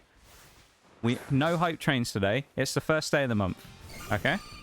First day of the month. No hype trains. Hype trains are banned for the first, at least, week of the month, all right? That's not an actual rule that I can enforce, but, you know. Have to replace the entire AC. Oh, fuck. That's horrible. You have to replace the entire system. They're coming tomorrow, which is fantastic, but tomorrow is Labor Day over here. Oh, yeah, of course. Yeah, it's one of those holidays that, of course, is kind of a bit of a... one that, you know, isn't really super well, like, isn't talked about a huge amount as, like, a holiday. I always kind of forget it exists. Yeah, that makes sense. They tried to nail the coffin shut, Hello. But you lot I'm scrolling just down in won't chat. stay down. Artemis This the is Wicked yours Kitten. Welcome now. in. How's it going? I had to scroll down in chat for that one. Then I was up a bit trying to catch up on chat. Let me give you a cheeky little shout out. Get raided. Yes. I feel like I should have come up with a better response for that, really, shouldn't I? That's a bit of a letdown. Fuck, I did /raid again. What am I doing? /shout out is what I want. I'm getting trolled every time. not sure who to be angry at. Ah, stop doing things. Let me do the shout out first. We go shout out there real quick. Welcome in. How's it going? How was your stream? What were you up to? And congratulations on the gift sub, I guess. Welcome in. Thank you so much for the raid. I really appreciate it. How are you? How be things? Nice to meet you. Welcome to stream. With a double shout out there. I think Valorant. Hang on. If you were playing Valorant, I'd hazard a guess. Was I recommended as a raid by anyone out of interest? Valorant's a very curveball game to go to Pokemon from, so I wonder whether Resident Raid Guider has decided to send someone over here. 2, I would say. Now, I've been following you for a bit. Have you changed names? Almost 2 years. Jesus, you have. Oh, you changed names. Okay, that might be why. What was your previous name? Hang on. Let me see if I can check by going back and looking. Oh, no, it doesn't... okay. No, I thought I'd be clever there. It doesn't show old names in the chat log if I look back. That's disappointing. Again, the Evil Prodigy? That name does ring a bell. Welcome in. How are you doing? How was Valorant? I hope it was good. Hope you had some good dubs. Some good games. You playing ranked? Or, I don't really play Valorant, so I assume just, like, quick play is the other mode, is it? I'm not entirely sure. I'm not a Valorant player. I'm an R6 Siege player, which says more about me, I feel like, than Valorant. As we can. Well, that's why you guys doing the thing as well. Let me just catch up on the bit I missed real quick. We did hit the goal. Thank you for helping us hit the goal, everybody, and the hype train. You guys are far too nice to me. You're spoiling me too much, and we haven't even really started the month yet. What are you doing? Wait, 84 kg in. I'm already on 50 kg dump. Holy shit. Is it 55 or 52.5 though? Is there any way you're able to get them? Like, able to, like, buy any yourself or anything and do that? Or...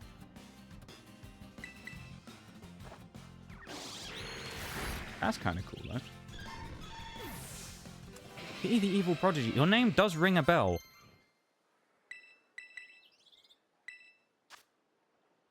I can't put a time or place to it. Sometimes with people, if I remember them, I'm able to put a time or place to where I remember meeting them. I can't put a time or place on it, but the name does ring a bell. I'm not just saying that either. Because there's loads of people who will come in and do the whole, like, you know... They'll be like, oh, do you remember me? And I'll just straight up just say, no. So, like, yeah, the name does ring a bell. It seems strangely familiar.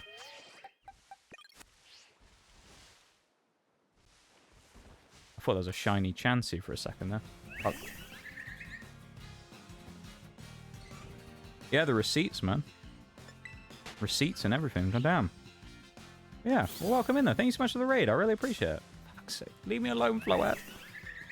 We're currently grinding in Pokemon Scarlet and Violet. We're doing the Hall of Fame run, as we call it. There is a command for it that helps to explain what we're doing. But basically, it's a collection of Pokemon from previous runs that we've used that are together into a super team. And we're basically just leveling them up right now to get them ready to play the end of the game. So we're just leveling the super team ready to finish the end of the game. There you go. That's our first exclamation mark Hoff in chat, because I don't think anyone's used it yet, because everybody knows how the run works, but there you go. We basically did 18 monotype runs, one for every type, took the 6 best Pokemon from each run and scrambled them into teams. And then from that, the Hall of Fame teams were born using the 6 best Pokemon from each type. 1 on each team. And this is the first one. So we have a number of Pokemon from all of our previous runs that we did, basically. And a lot of our MVP GOAT type Pokemon are later on. So also played this game, completed the regular decks, almost finished the DLC decks. Let's go. Done more than me then. I did all of the regular decks. I living decks the game, and then when the DLC came out, I just kind of stopped playing so much. I play it on stream, but I think it's because I play so much on stream that I don't have a want to play it off stream so much myself now, you know?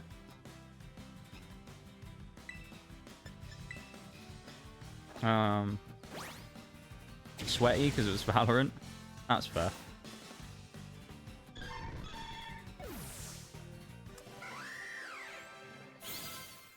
MVP, though. We'll take an MVP. I wish I'd been MVP in my Siege games recently. I was really bad on Friday night when I played with Mirage. I had a stinker of a night. I think I had a stinker of a night except for one game where it started... I think it was the first game we played. It went really well, but we got absolutely crushed. Mainly because we had 2 annoying people on our team. We had one person on our team who every time they died would basically just get on the mic, stick the mic in their mouth, and then just make noises for the entirety of the rest of the round. And then at the end of the game, when it was a 2v4 or something that me and Mirage lost on the final round, and then they basically came in and started shit-talking the 2 of us because we were the reason we lost, supposedly. Keep in mind, I went 8-3. I was top of the leaderboard. Mirage also went positive. We were the only 2 positive players on the team. And the other 3 people we had not only were throwing, but they were also children. And to add insult to injury, within about the first 2 minutes of the game, one of them that sounded like the squeakiest 12-year-old I've ever seen put a hard R N-word in the chat. So, I mean, that says all I need to know about those types of players in the Siege community, really. Because most of them, quite frankly, are just pieces of shit. Even if they are kids.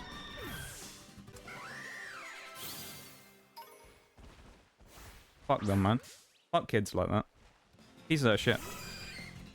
Kid's literally not even legally old enough to be able to play the game, and he wants to come in and talk shit and say racist stuff in the chat. You know? What a world we live in. Those people were throwing hard in that game, though, as well. Like, they kept going out. They were basically spawn peeking. So in Siege, you get people who, like, try and spawn peek, right? Or they'll try and kill people out in spawn. But they usually suck with it. And they'll always do it with someone who's really high risk, because if they die, they lose a huge amount of utility from their character, right? So it'll be someone who has, like, a useful gadget, but takes time to build up. And then they'll just try and spawn peek with, like, Echo or someone and die in the first minute of the game, and it's like, what are you doing, kid? And then he dies, and he'll be like, oh my god, you're so fucking shit. What are you doing? Why you let me die? And it's like, because you're dumb and you peeked the window that everyone was looking at, you know? What's wrong with you? I think Viper, I do have to admit, I have no idea about any of the characters in Valorant. Scarlet, I think I played Violet. Or I played Violet, even. There you go. A lot of people... Violet tends to be the more popular of the 2, I think, from what I've seen. Scarlet's the least... the lesser of the popularity for the 2 Pokemon games I've seen. Needs to pacify himself since... this as usual tool wasn't at hand. He needed to use his mic. Yeah, maybe. It's really hard to try and win a round, though, when you have someone who basically just dies and then goes... like that for the next, like, 20 seconds. And then calls you, restarted as, you know... as people try and use to get around using the word, or acoustic. That's the other one I love. People use the terms restarted and acoustic to get around. You can probably figure out what the actual meanings of what those words are supposed to be when people say them. But, you know, you'll get, like, some kid who gets on the mic with his little voice that sounds like, you know... some little squeaky child who sounds like his balls are well and truly still inside of his stomach. You know, because he hasn't hit puberty yet. And he'll just get on the mic and be like, you know, tell everyone how shit they are. And it's like, mate, you went 1-7.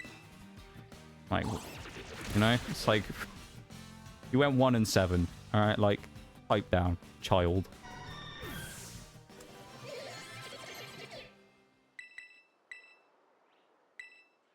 Have a good lurk, though, Artemis. I appreciate the raid so much, and I hope you have a wonderful rest of the day if we don't see you again. You make sure you do some post-stream self-care stuff, take care of yourself, and we will see you when we see you, okay? Thank you so much for the raid. You take it easy. First raid of the month as well. There you go, getting in early.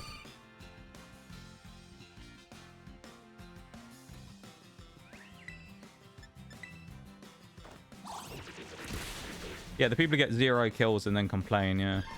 Siege community shit? No. Yeah, I know, right? Siege community is a dream. What a dream the Siege community is. Extreme elements. That's where I post the stream schedule. I post the stream schedule in Discord and on Twitter, so if anyone's ever looking for it, then it's in those 2 spots. That's the easiest way to find the stream schedules.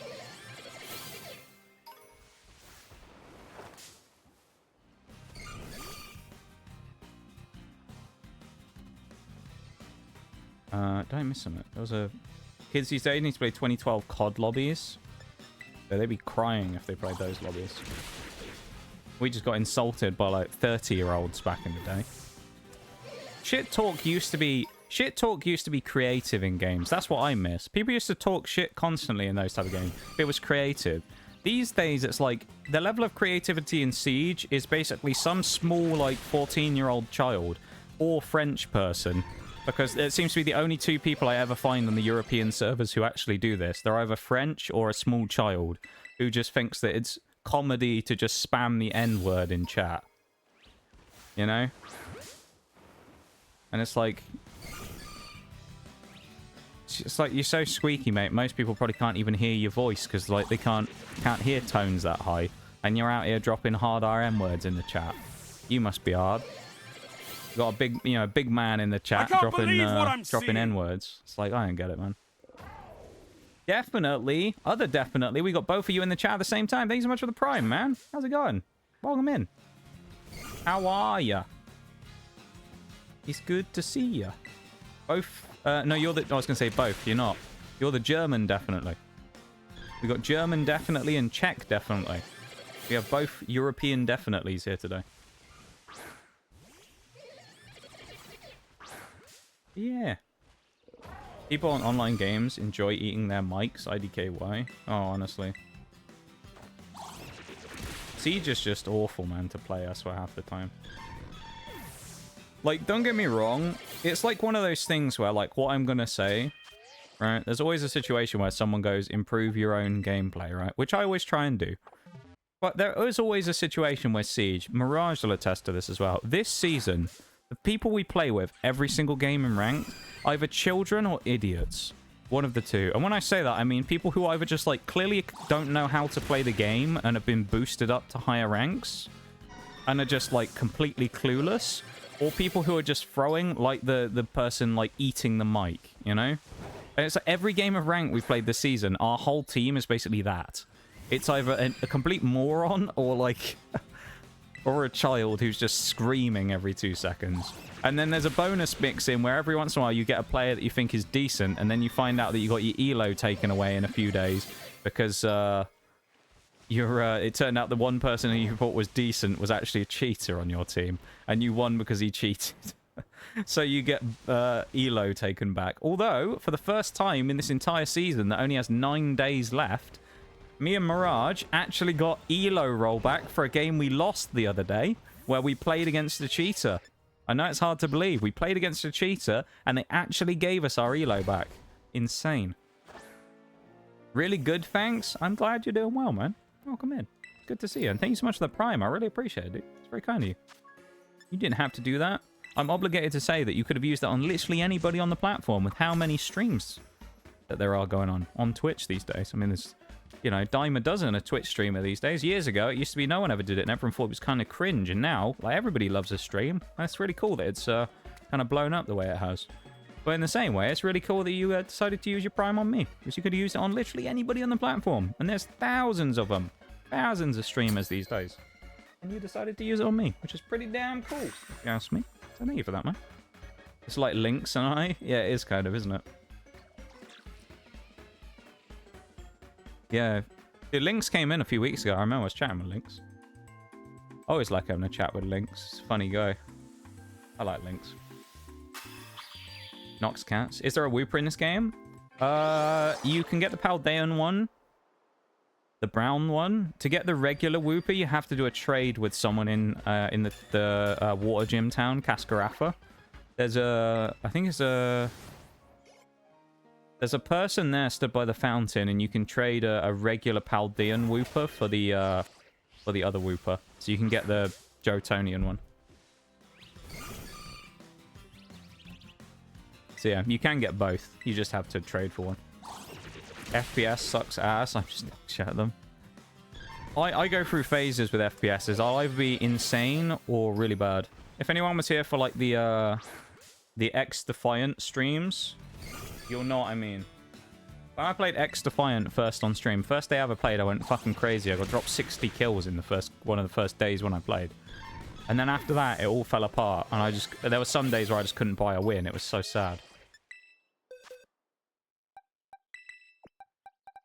It was just disappointing, man. We're going to make sure as well Sliggoo only gets to 59. Because we do want to go and find somewhere where it's raining and then evolve it using that rare candy to get it to 60. We'll go and do that. Don't think mics are that tasty. The mic I'm currently borrowing smells like cigarettes and not enough sleep. Still appreciative for lending it to me though. Yeah, mine's like plastic and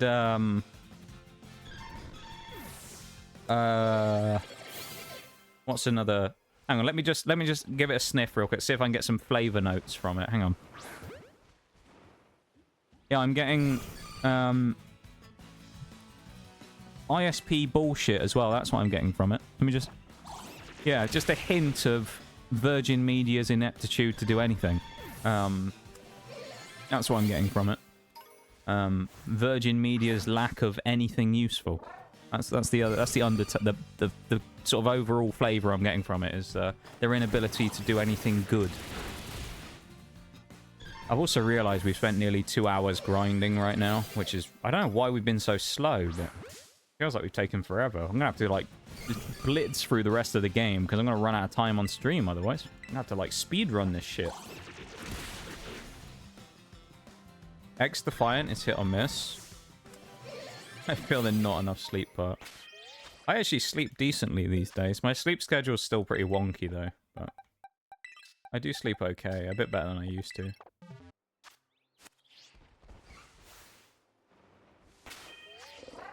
I don't think Sliggoo's going to make it to level 60 before we get to the rain. That's going to be annoying. Or level 59. Don't know why we didn't just hit that Blissey there, but okay. We named at it, but... Yeah, X-Defiant was super hit or miss when I played it. Like, I either went incredible or really bad. I mean, when we first played it, I played a game on stream on the first few days where I dropped like 60 plus kills. I did it a couple of times. I was kind of insane. And then, I would either have a day where I was playing against, like, mega sweats with snipers, and it was really hard to get into the game.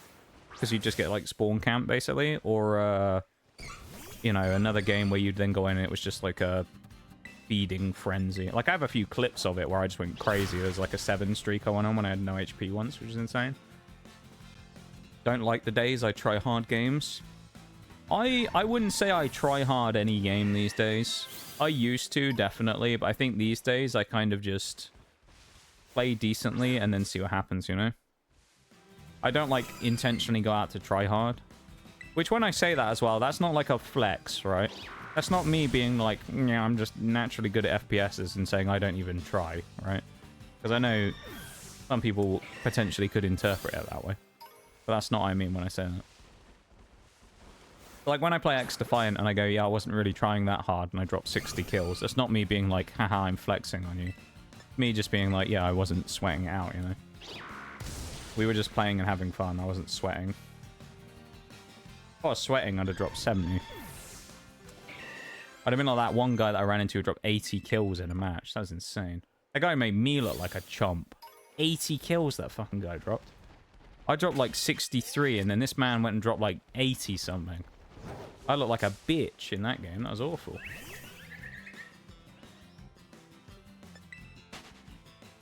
Used to as well, and when I did, oh boy, was I a toxic ass kid. So there's a few games that I've like probably tryharded in over the years. There was definitely a few that I used to just like stat hunt in, right? Because I used to just be really good at them, so I used to stat hunt. But the problem I found about being like if I was ever good at a game, it made it more frustrating, because if it was multiplayer and I lost, it became more annoying to lose because I knew that no matter how good I was, I still couldn't win. Now, keep in mind, in that particular game, I had like a 65% win rate across nearly 10,000 games or something, right? So I was winning by far the majority of my games. And I had like a 2.5 KD plus or something like that. I was like going crazy, right? But no matter how good you are at like any kind of multiplayer game, it's still super annoying if you lose, because you'll die after getting like a ton of work done. And then you'll get that guy, like I was talking about earlier, the one who's eating his mic on Siege, who just does like the stupidest thing you've ever seen. And he's going like, you know, 1-15. And you're like, this is the guy I've got to rely on now that I'm dead to win the game for me. You know? You're like, I've done everything I could. I dropped like 30 kills or something. And this guy's going 1-15 and I've got to rely on him to win it. And no matter what happens, unless he wins it, it's the most annoying feeling in the world. Because you know that you've done it in, like, you've done the work of about 5 people on the team, but it still wasn't enough. Because the rest of the team still couldn't find... This is a phrase, an expression I quite like. I found from someone on YouTube years ago. The rest of the team couldn't find their own arse in the dark without the aid of a map, a flashlight, and a set of written instructions. That's how lost they were. Yeah.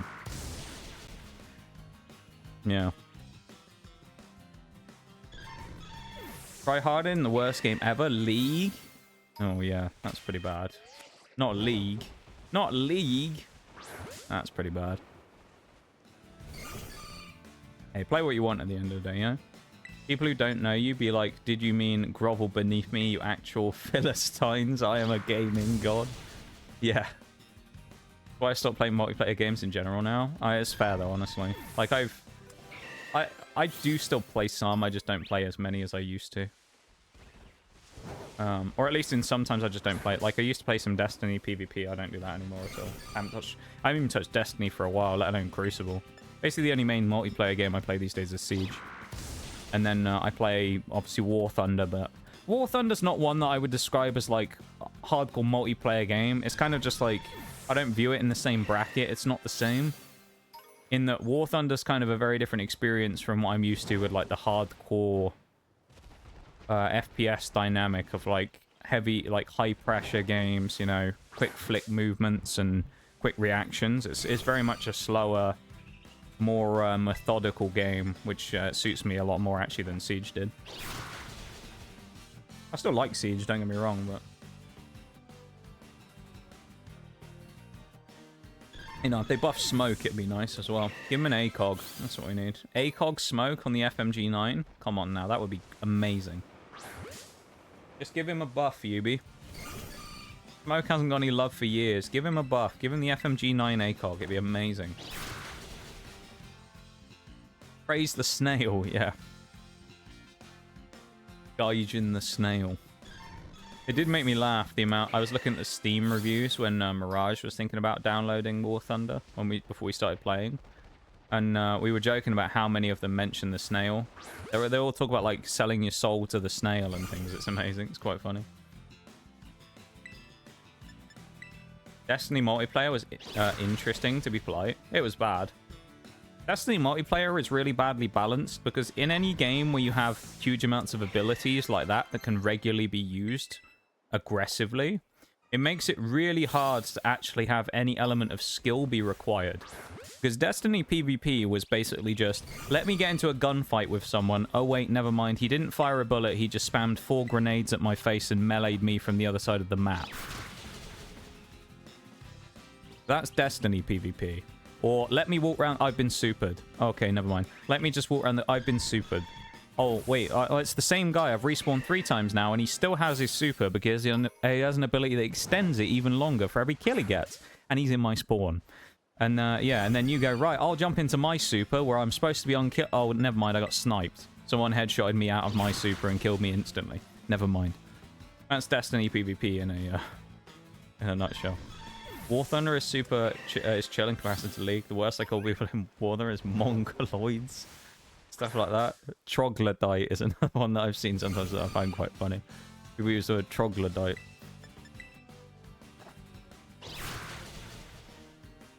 I don't know if that actually has any secondary meaning or anything, but the word itself is quite funny.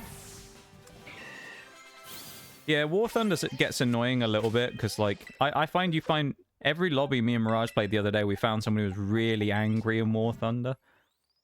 And you'd see them and they'd be getting really mad and they'd, like, you know, they'd do their first spawn in and then they'd go and die really early.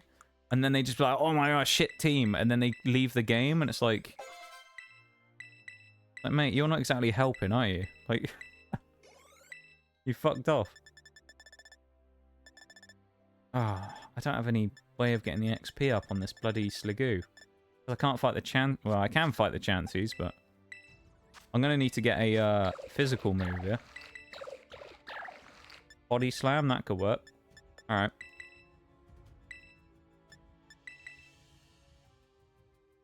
The biggest meme are the War Thunder things.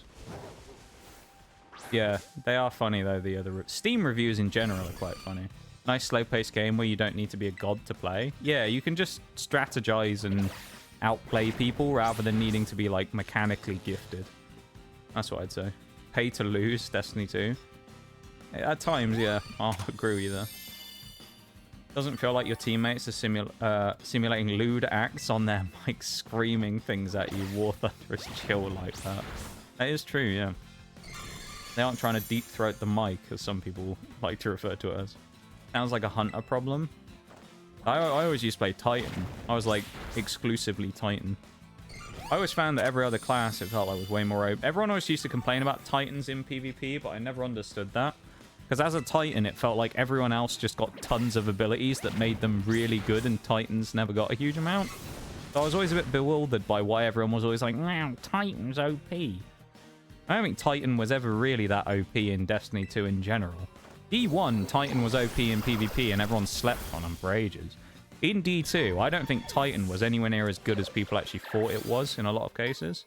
People just moaned because they want to complain that all the other classes are way better. Except Titan has just been inferior for ages. Grenades bit sounds like what happens when you decide to hide behind cover for 2 seconds before seeing the whole lobby throw frags at your location. Yep. Pretty much. That, or you'd start getting people that would have those nades that would pull you out from, like, drag you out from cover. Where you go and stand in cover and then you get dragged out and you'd be like, right, I'm around the corner, I'm safe. Never mind, I've been pulled in front of 5 people. And I'm dead. I love how League solved the toxic problem in the game where you can mute someone, aka making your game basically fascist. Where you can't type or get banned. I mean, I just think, like, with it... It's just like... All you gotta do, really, if you really want to, like, tackle the problem of that, is just ban the people being toxic. Because, like, they'll have the chat logs and stuff. So if people are being that bad, just ban them. Like, I don't know.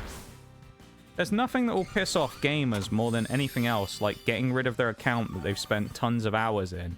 They'll, like, it'll piss them off, and they'll check, you know, they won't do it again. Because if they think they're going to get their precious League of Legends skins taken away because they, you know, called someone a, you know, whatever, they'll stop, probably. Or if they don't, then they lose their skins. Their fault, really, isn't it?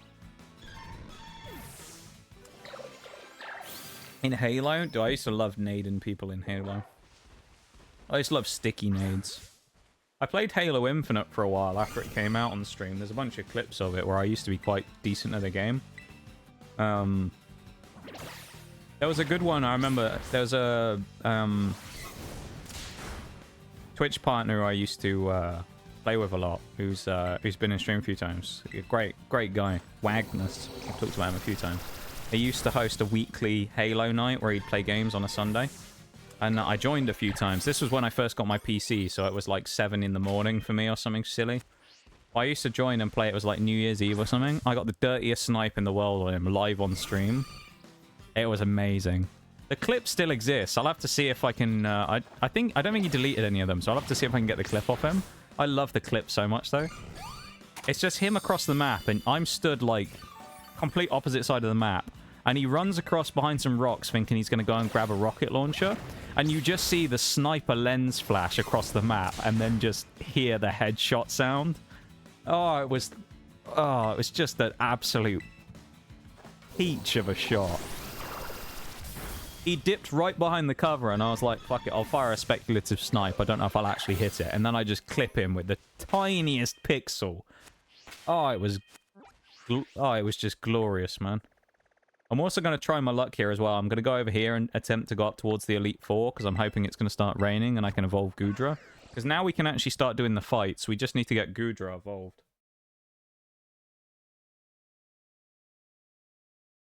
Anyway. Keep going. Been pulled in front of 5 people and I'm dead. Introverts in public speaking. Dude, that's me. See, I joke about stuff like that. If I didn't have if I was a cam streamer, and no, I would never be a cam streamer. I'd die if I was a cam streamer, dude. I would hate being a cam streamer. I just couldn't do it. It would feel like I was talking in front of people. Like, I can only stream by being a faceless picture. You know? Relate to this on a spiritual level. Me too, dude. I feel that. Never got into Halo. Grew up around it, but never cared for it. I love a bit of Halo, to be fair. Not raining! No! Ah, dear. I think it's it's saying it's sunny here. We need to find an area where it's raining. That's annoying. We're gonna have to fast travel around the map to try and find somewhere playing. Raining. Why did I say playing? Thinking about games still, I think. Yeah, so Sliggoo is really annoying. It only evolves in the rain. So we're going to have to go find an area of the map where it's raining currently, and then go evolve it there by giving it a rare candy. So we're going to have to TP around and then pray, basically. The rain change, or the weather changes something like every 15 minutes.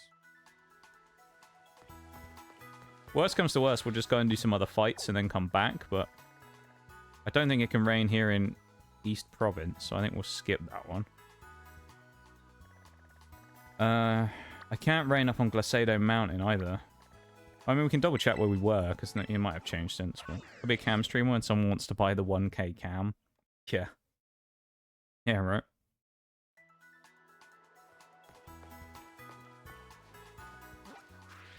It's amazing how much some type of stuff like that, when it comes to streaming equipment, actually costs. Some stuff is really expensive. We'll do a cam stream on the premise that I can wear either a full mask or face paint. We did, I remember we've talked about this before on stream. I know, we talked about it with Oreo, where we said about how it would be cool if I ever went to, like, one of those type of stream convention type things, right? Like a TwitchCon or something like that. We were like, I should find someone to make the Nox mask. That'd be cool, wouldn't it? Get someone to make an actual Nox mask, and then bring that with me. Wear the mask for the whole thing. It'd be cool, wouldn't it? Get some green contacts. I've never worn contacts before. That'd probably be a terrible idea. And a black hoodie. I'll be sorted, mate. Be well sorted. Be well ventilated, you know? With the hood and all that. It'd be great. I don't know if it'd actually be a good idea or not. But I was like, yeah, that'd be a cool idea, wouldn't it? You imagine that. I'd just turn up in my actual gear. Thing is, when League had toxic problem, it was actually hard to get banned. I had to type some really nasty and borderline illegal stuff to get banned, but the thing is, it used to be that the good players were toxic, but on high level, no one gave a shit. They just muted you. Kiddos were like, if I'll be toxic like him, I'll be better. Oh, I see. Yeah. Yeah. And then it just became like a snowball effect. Actually, shouldn't be that expensive to make, but the time would be an issue if I had to guess. Yeah, I expect someone could probably do it fairly easily. I think it'd be a cool thing, though. Do that and be like, yeah, bring the Nox mask with me to, the Nox mask to stream. They're like hand cam streams, but we have the mask as well. Speaking of that, again, shameless plug, 2 weeks time, today, hand cam stream, Pokemon Scarlet and Violet, Stellar Crown, new TCG set. We're going to be opening live on stream, ECB in a booster box.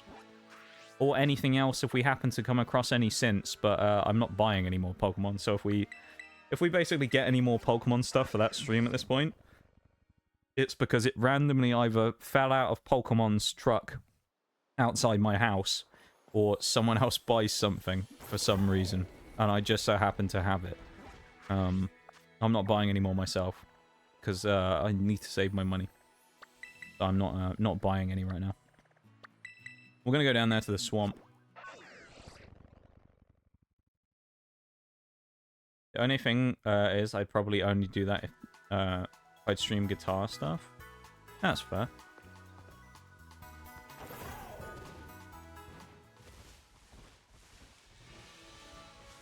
Okay, we're gonna try and go up here in the corner.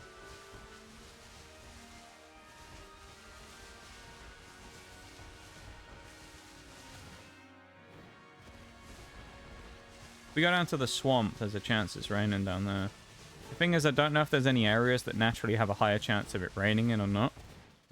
The only other place we can go is Casa Royal Lake, which I can try, because I know it's notorious for raining there, just because it lags the shit out of the game. So we'll try down there in a minute, but I don't know if it actually will or not. Dreamish. I didn't run into you, Lachonk, but okay. Nox the hand cam model? Yeah, with my broken ass bent fingers. If you've never seen that, you'll see the hand cam when we do it in a few weeks. But actually, both my index fingers are bent. They're both curved. Neither of them are straight.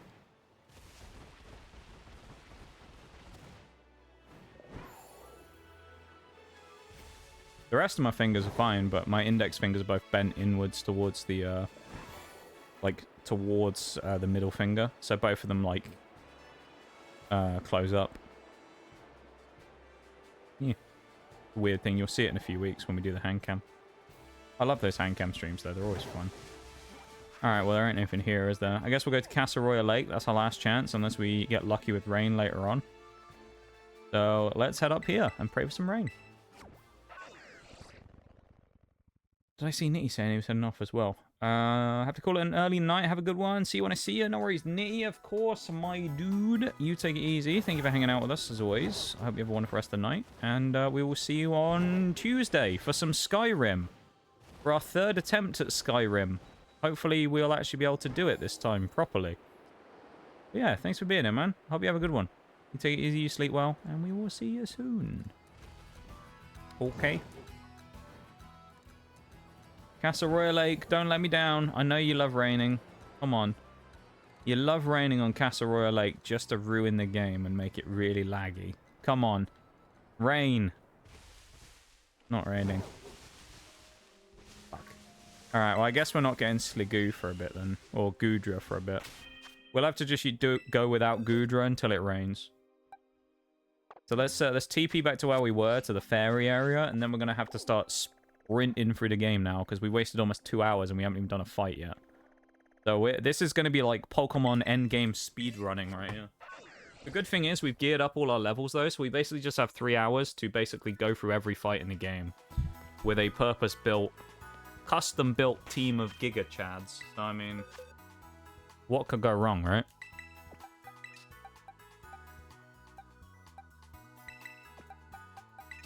Sligoo's definitely coming out for this one. Fortress is going to be a joke to fight in this one. Dirge is good here. Then bring Quagsire. We love Quagsire. He's great. And then let's bring Clorf, because we like Clorf. Why not? Although I think I'm just going to go Quividence Volcarona and just try and sweep the whole fight, to be fair.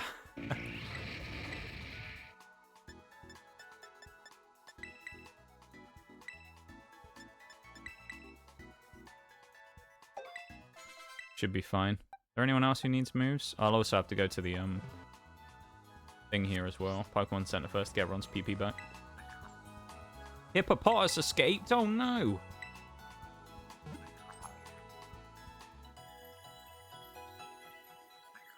Alright. Make your predictions, everybody. I'm going to give you a chance now. Are we going to cruise through the entire end game today without losing a single fight? Or are we going to run into some resistance? What do we think? Anyone feeling like we're going to go cruising through? God, look at that lag.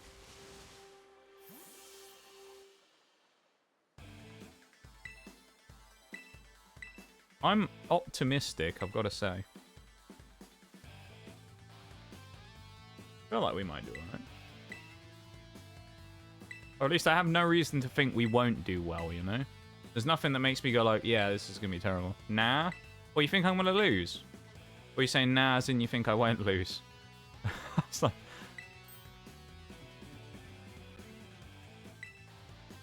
I'm a bit offended by that. No, you won't win. You're gonna lose. You're gonna lose every fight you do.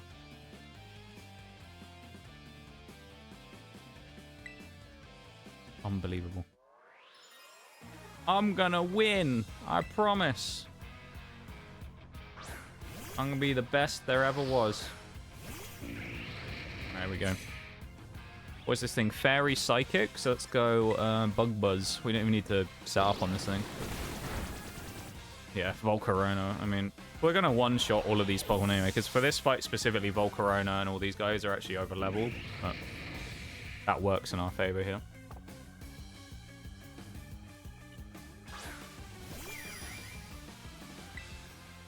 Bug Buzz works again here. Perfect timing on the break so we can get that out of the way before we get into the speed running section of the day, basically. So now that that fight's done, we will spam through the text here real quick.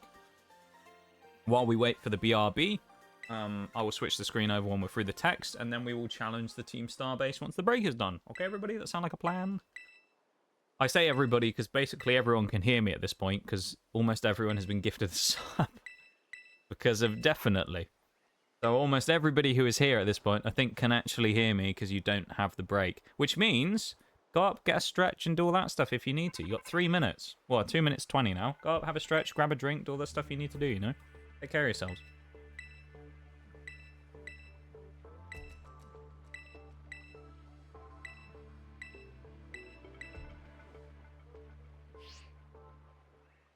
Alright, I'm switching screens. BRB, everybody.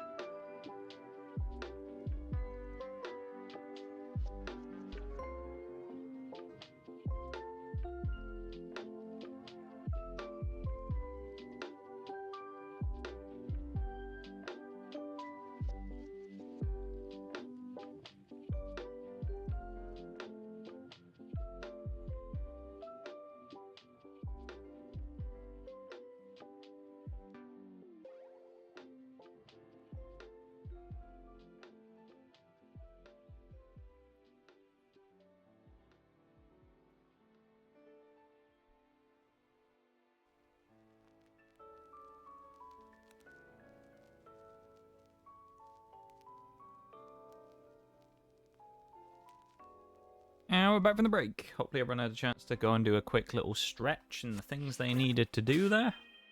Welcome back from the break, everybody. Fun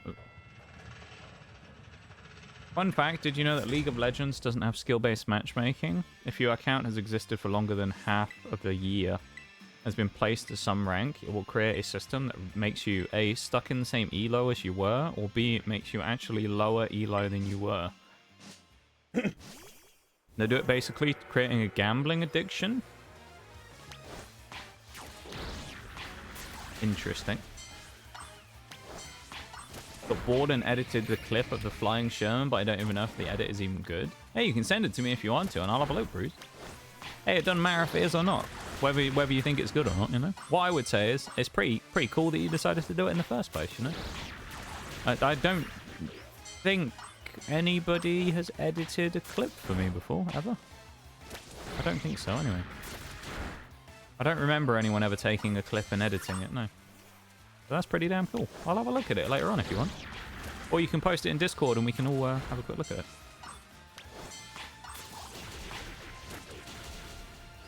That'll be a fun time.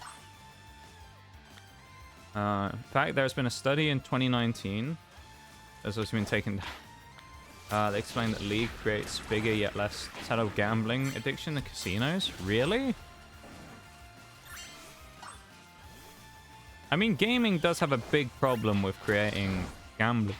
Or did. I guess it's slightly better now. But like the loot box gacha culture that became a thing a few years ago really did create like a big gambling addiction problem. And pay to win problem where then it just encouraged people to pay money so that they wouldn't be left out and get FOMO'd. That's wild though.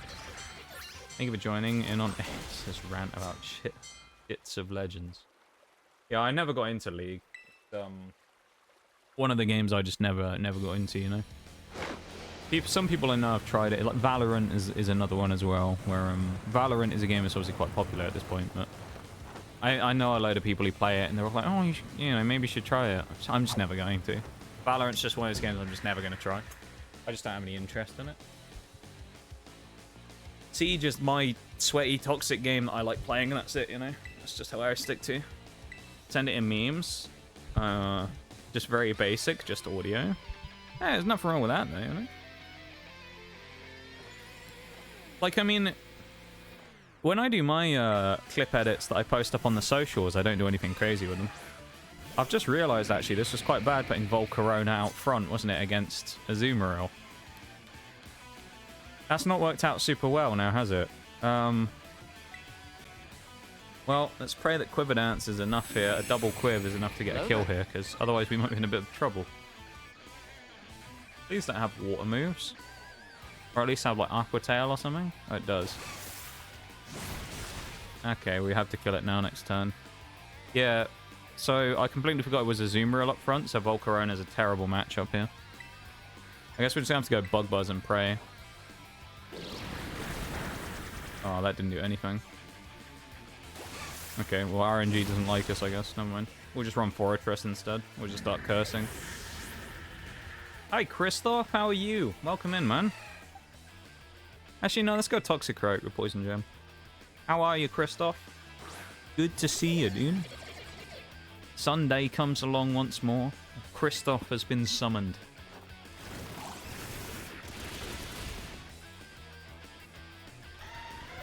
Or to put it in Pokemon terms, a wild Kristoff has appeared, I guess.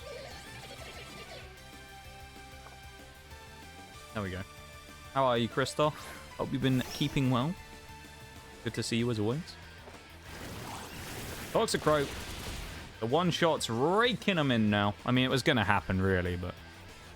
Not too bad. Just came out of the pool on a lovely day. Couldn't be more different here, to be honest. It's been raining all day. It's been awful. Been yeah, chucking it down with rain most of the day. It's been a pretty awful weather day for me. Yeah. This week's kind of been a bit crap for weather, to be fair. It's been a bit of a dodgy week. It's a bit sad. You know, it is what it is. I suppose at the end of the day, you get good and bad weather here and there. But we've had a really crap week for weather over here. At least down in you know, this neck of the woods where I am. So it's been pretty crap. So I'm glad you're having a nice time though. I haven't been swimming for so long as well either. You just saying about pools is just making me think like, man, I love a swim. I haven't been for a swim for so long. I want to go for a swim someday again. That'd be good. A cheeky swim. I mean, I may as well go Poison Jab. Why not?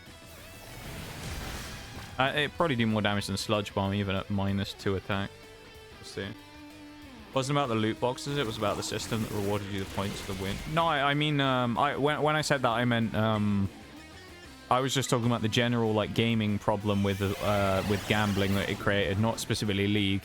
I just meant, like, the general meta that was created around like 2015, 16, where everything was like packs, loot boxes, you know, RNG chances to get everything rather than pay for something and get it guaranteed is what I meant. If you didn't play for some time on your account, you will get a win. Then the dopamine you get from that victory will make you want to play more, and even then you lose the next one. Me and Mirage, actually, earlier this season, we had, like, the, we had, like, the worst thing, because when we were playing Siege, we ended up going on a horrible, we went on, like, an 8-game loss streak in Ranked. We got to the point where we were losing more every single game than we were gaining by almost double or triple. So we were gaining, I think the lowest we got to was Mirage at one point was gaining 6 elo. It's 100 per rank up. He was gaining 6 elo a game. Normally we'd be getting about 20, 25, something like that. He was getting 6 elo a game. And I was getting, I think, 9. And we were losing 25 to 30 a game. Oh, it was awful. And then we slowly started winning some more games and coming back. But we just had like the horrible run of crap games and just bad defeats. And the maps this season, even though the map pool of Ranked hasn't changed, I don't know what it is, but like every season it feels like there's a complete flip. Like there's a gear shift of the maps that work well for us. And start of the season, like last season, Oregon was such a good map for us. We couldn't lose on it. This season, we've got like a 20% win rate on Oregon. I don't know what happened. We just can't win a game on Oregon now. We lose almost every Oregon we play. And then Clubhouse, which we used to play on a lot, completely shifted the other way, where Club was kind of always a fairly solid map. We didn't play it much. And we lost the few that we did. And then Club this season has been, like, invaluable for bringing things back. We just can't lose on Clubhouse. Or Cafe is another one. We just win on Cafe every time. 82 degrees Fahrenheit or 28 degrees C. That sounds quite nice right now, actually. As long as it wasn't humid, though. If it's humid, that's where it gets me. Last few weeks were 35 to 43. Oh. That's too much for me right there. That's too much for me. My old bones wouldn't be able to handle that. Yeah, that's a bit too warm for me. Bit warm for me, that is.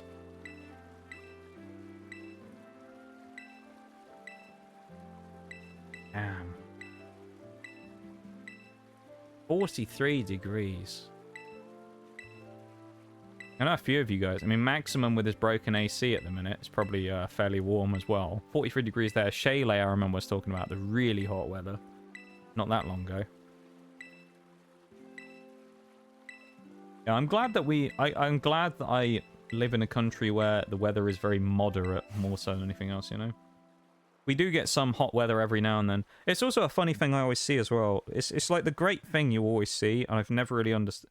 People like don't really ever think when this debate comes up. You know, you get the whole thing where people from over here in the UK complain about the heat, and you'll get people who live in countries where it's really hot all the time, and they'll go, "Wow, wow, they're complaining about it, and it's 25 degrees. It's not even hot." It always makes me wonder because I think those people don't seem to like think when they come. Rain! Get out of the cutscene, quick! Bam A faster! Get us out of the cutscene, it's raining! Hurry, why? Get me out of the fucking text! Quickly! Hurry up! Hurry up, game! Don't make me keep talking! Give me the fucking... Get me out of the text! Come on! Get me out of the menu! We gotta talk to Penny first as well. Politely fuck off, I need to, like, evolve my Pokemon. Hurry up! No! It always makes me laugh when people do the whole, like, oh, people in the UK complain about the weather, and it's like, people never seem to, like, think about the fact that when it's over here, buildings are all built to trap heat in, which is why people complain about the weather so much. Because it's a humid country, but buildings are made out of materials designed to insulate and trap heat in, not to ventilate well, like in other warmer countries, like Australia and the US and things. So people are always like, oh, everyone complains about the weather over there. It's not even that hot. And it's like, yeah, we also aren't exactly designed in this country to have weather that's really hot. Nor is any of the infrastructure designed for it. So it always is, it's a bit of a stupid argument when I see people complain about it and go, oh, those people in England moaning about the weather. It's like, yeah, rightly so. You'd be complaining if you were stuck inside a building that was like 40 degrees.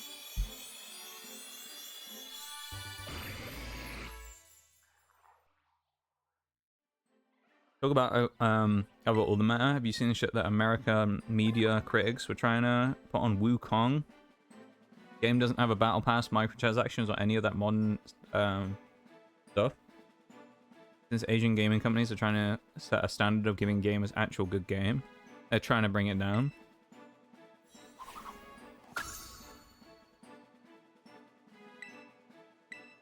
I haven't really seen much about Wukong, to be honest.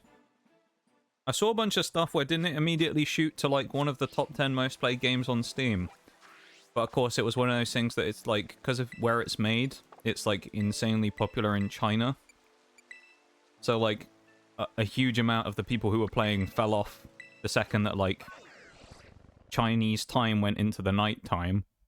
Because a lot of the players ended up stopping playing, obviously, and then the Western market was then, you know, playing the game. And it obviously isn't as popular over here, I guess, as it is in Asia. But no, I didn't know that people were complaining about it, though, because it doesn't run any microtransactions, which seems really silly. A bit, but when it's months of working in it, you get used to it. Just make the cold coming a dread. I like the cold. I do enjoy the cold. Not in, like, a way where I'm kind of, like... Like, I don't mind the cold, pretty much, you know? I don't love it, but it's not bad, you know? I don't really mind being in the cold. I'd rather be in the cold than the hot weather. Over here, we have a good variety in temps. -3 in the winters and, like, mid-40 in the summers. Have no AC. Yeah, that's fair. People as well, another thing with the rant as well, what people say about people complaining about the heat. All those people also have AC. And they all seem very perplexed when we say, yes, people over here don't have AC as standard in houses. And if you wanted to get it put in, it would cost a ridiculous amount of money. Because as per usual with things in the UK, someone realised that they can charge people an incredibly high premium to do things like that. It's trolling me by raining here now as well. But, like, if you actually wanted to get AC put in over here, it would be really expensive.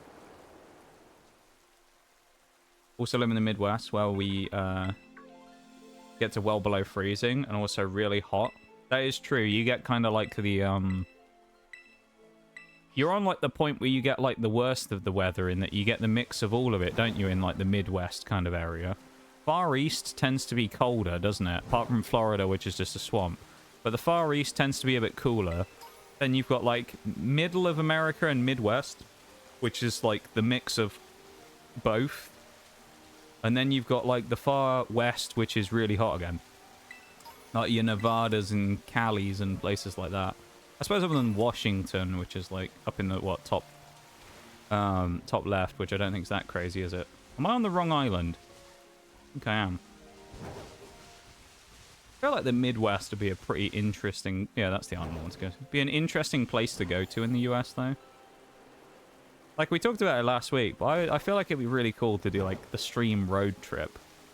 The chances of it ever properly happening are really slim, but a stream road trip where we go and, like, travel across the US, and if we ever end up having to go into town where someone whose stream is from, you know, and we meet up, we have to go and get a pint. That'd be great. Tell me that wouldn't be a good idea. You know, you travel across, like, wherever, and anytime you meet someone who you know from Twitch, have a pint with them. If they drink, anyway, of course, or a non-alcoholic beverage, if that's what they choose. We're going to have a beer. It'd be amazing, wouldn't it? Love a brisk spring. I do like it when it gets slightly warmer in spring. The sun starts peeking through, and it's just nice. I also made a mistake here, because I wanted to put Wigglytuff up front for this fight, but I should have gone with Luxray first, because I forgot we have to fight Dondozo before we fight Tatsugiri. Kind of annoying. Oh, well. Ooh, that's some damage. We'll have to heal in a minute, then, probably.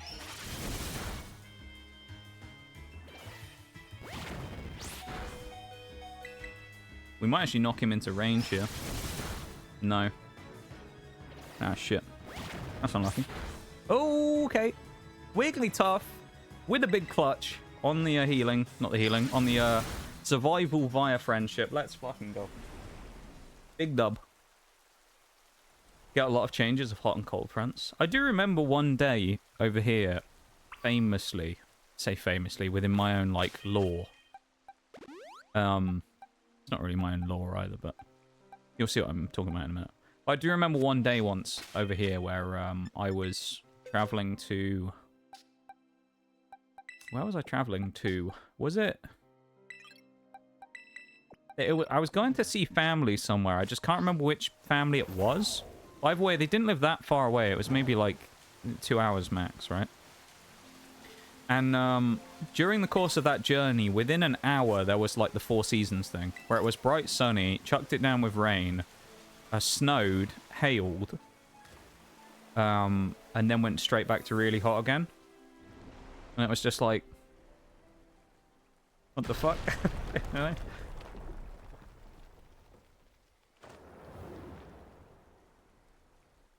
Just had a comment with another streamer who plans on doing a US road trip. Have some great barbecue and beer that's made here. Cheating on me with other streamers, Christoph. How could you do that? Obviously, you guys will watch other people as well. But no, yeah, it's a cool idea, though.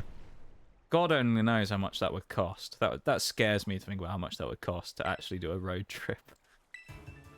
Actually, actually, it wouldn't even be that bad, would it? The sad part would be it would cost more probably flying over there than most of the road trip would cost. Because the flights would be ridiculously priced and everything else wouldn't be terrible. But prices of flights over here are really expensive for some reason. They're also a bit confusing. I don't really understand this sometimes. I was talking about this the other day with someone. Where I was talking about flying. It was like, I was just doing like a chat with someone about like flying over there, and they were talking about how much it would have cost to fly over here, and then I did the comparison where I did the opposite, and I was like, how much would it cost to fly over there? And to fly over to the US, it was cheaper to fly to Amsterdam, change over planes, and then fly across from Amsterdam to the US than it was to fly directly from London. Explain that one then.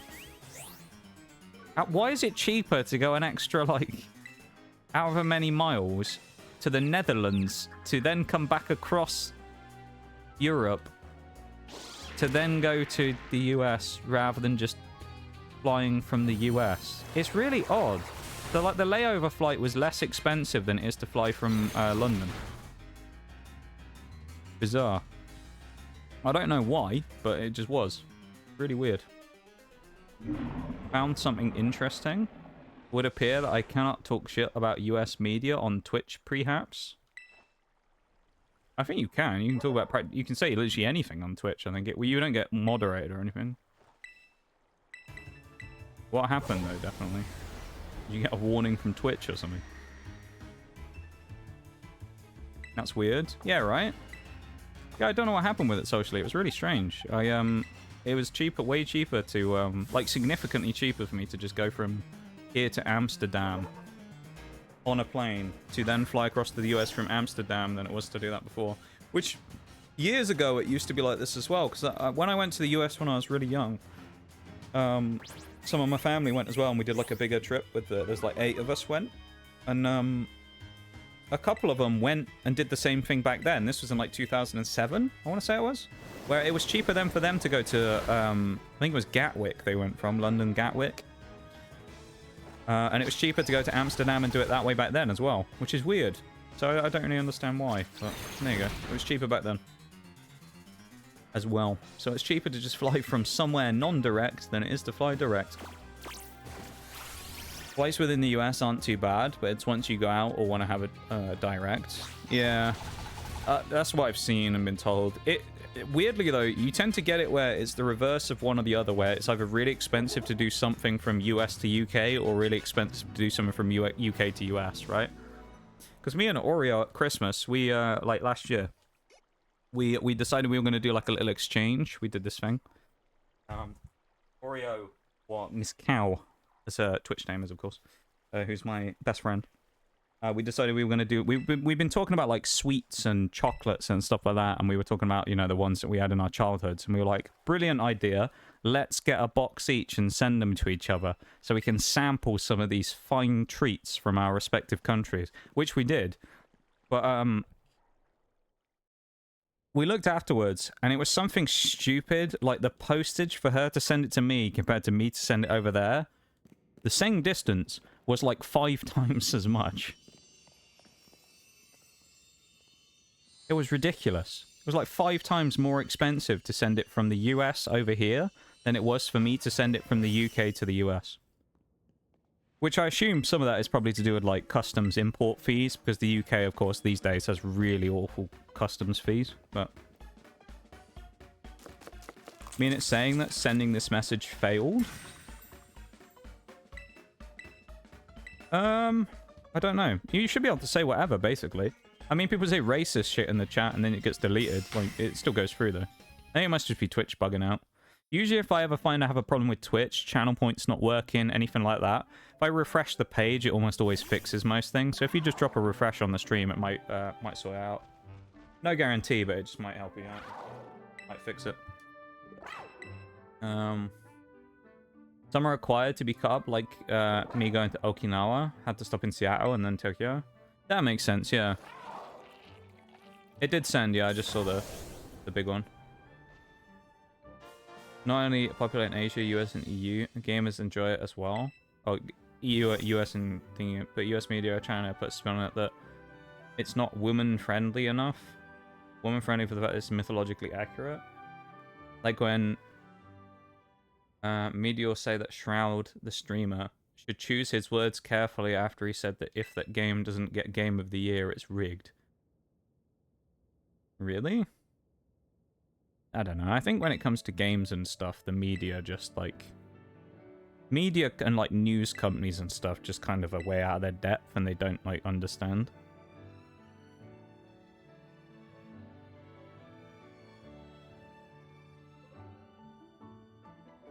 It's just like that general thing of like older generations who don't kind of understand. You know, it's like what's the best way of talking about it is like, you remember literally everyone at this point has probably like, or most people, every streamer in existence has probably had this conversation with someone, because I know I have, where you'll talk about the fact that someone will ask you like what you've been up to and you'll be like, oh, I started streaming or something, and then people will be like, what, why do they watch you play when they could just play themselves?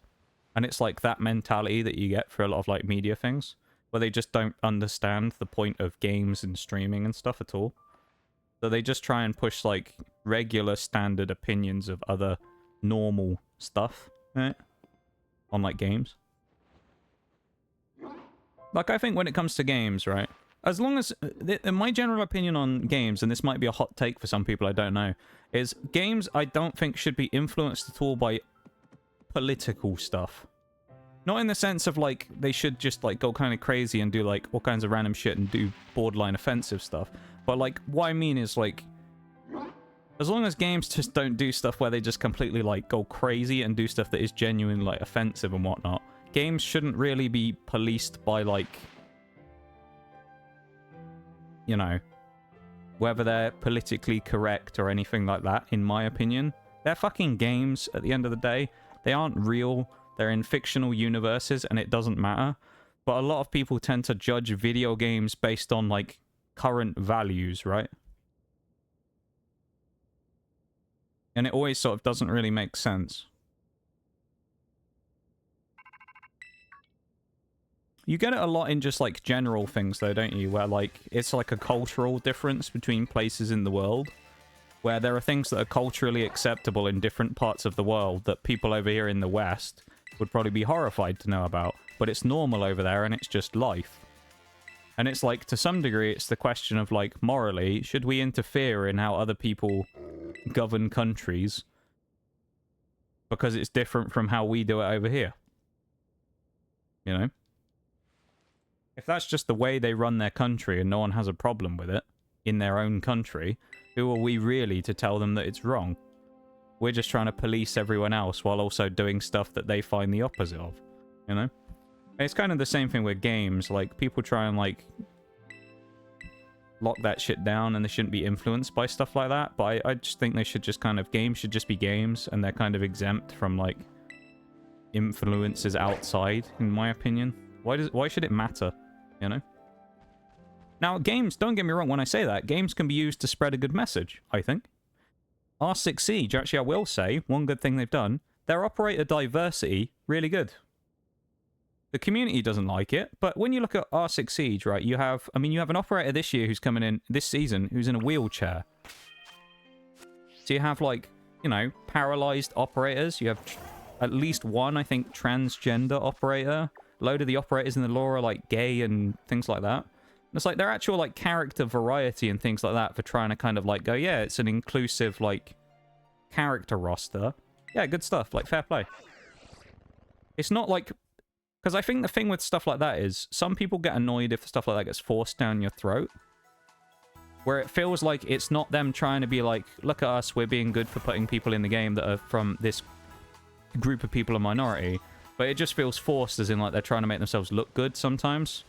With that, Ubisoft, I think, have done a good job of like influencing it, putting it into the game to the point where it doesn't feel like they're just doing it to like, you know, make themselves look good by going, look at us, guys, we're like a great company who supports this cause or whatever. They just did it and it fits as general character lore and no one, like most people don't have a problem with it.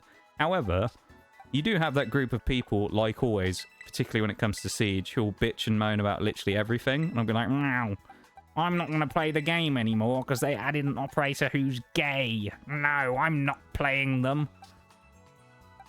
Or, like, you'll see it all the time. You know, I was talking about, like, the annoying racist people earlier. If I had a pound for the amount of times that someone at the start of the lobby thinks they're funny by going, let's ban Capital because he's black. And it's like, really? You know, it's like, have we really got, like, nothing better to do than say stupid shit like that? Really? You know? And they'll just be like, oh, I only ban, like, Asian operators because I'm racist. And it's like, good for you, buddy. You're just fucking stupid. You know? Well, I remember there was a thing with the Siege operator when they added Osa, the trans one, in, where everyone was like, oh, I'm gonna ban her just so, just to prove a point to Ubi. It's like, it's fucking pixels on the screen, dude. Why do you give a shit? Why do you care? It's fucking polygons, man. No one gives a shit. A fucking character in a video game. Who cares, like, who or what they are? Effectively. Like, they could be a fucking alien for all I care. I don't care. It's a character in a video game. Like, why am I ever gonna have a problem with it? You know? But people lost their shit when they added, like, the trans operator and stuff like that in. People be like, I'm gonna boycott the game because Ubisoft are pandering. It's like, grow up, man. Who fucking cares, honestly? Or if you do care that much about pixels on a screen being added for a character that you don't like for whatever reason, stop playing the game. Don't support the company if you feel that strongly about it. But I'm sure they still bought their battle passes and fed Ubisoft money and lined their pockets. So they want to sit there and bitch about one thing, but also then support the same company who they want to bitch about. That don't really make sense, does it?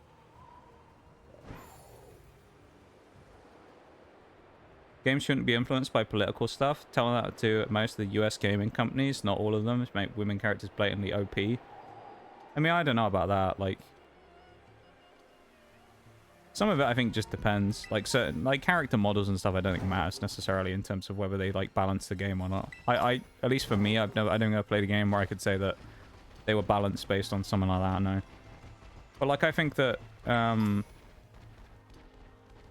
some people try and, like, force things in for a point of, like, you know, winning brownie points with people, and some people add things into a game and don't even mention it, which is natural, and it feels better when they do things like that.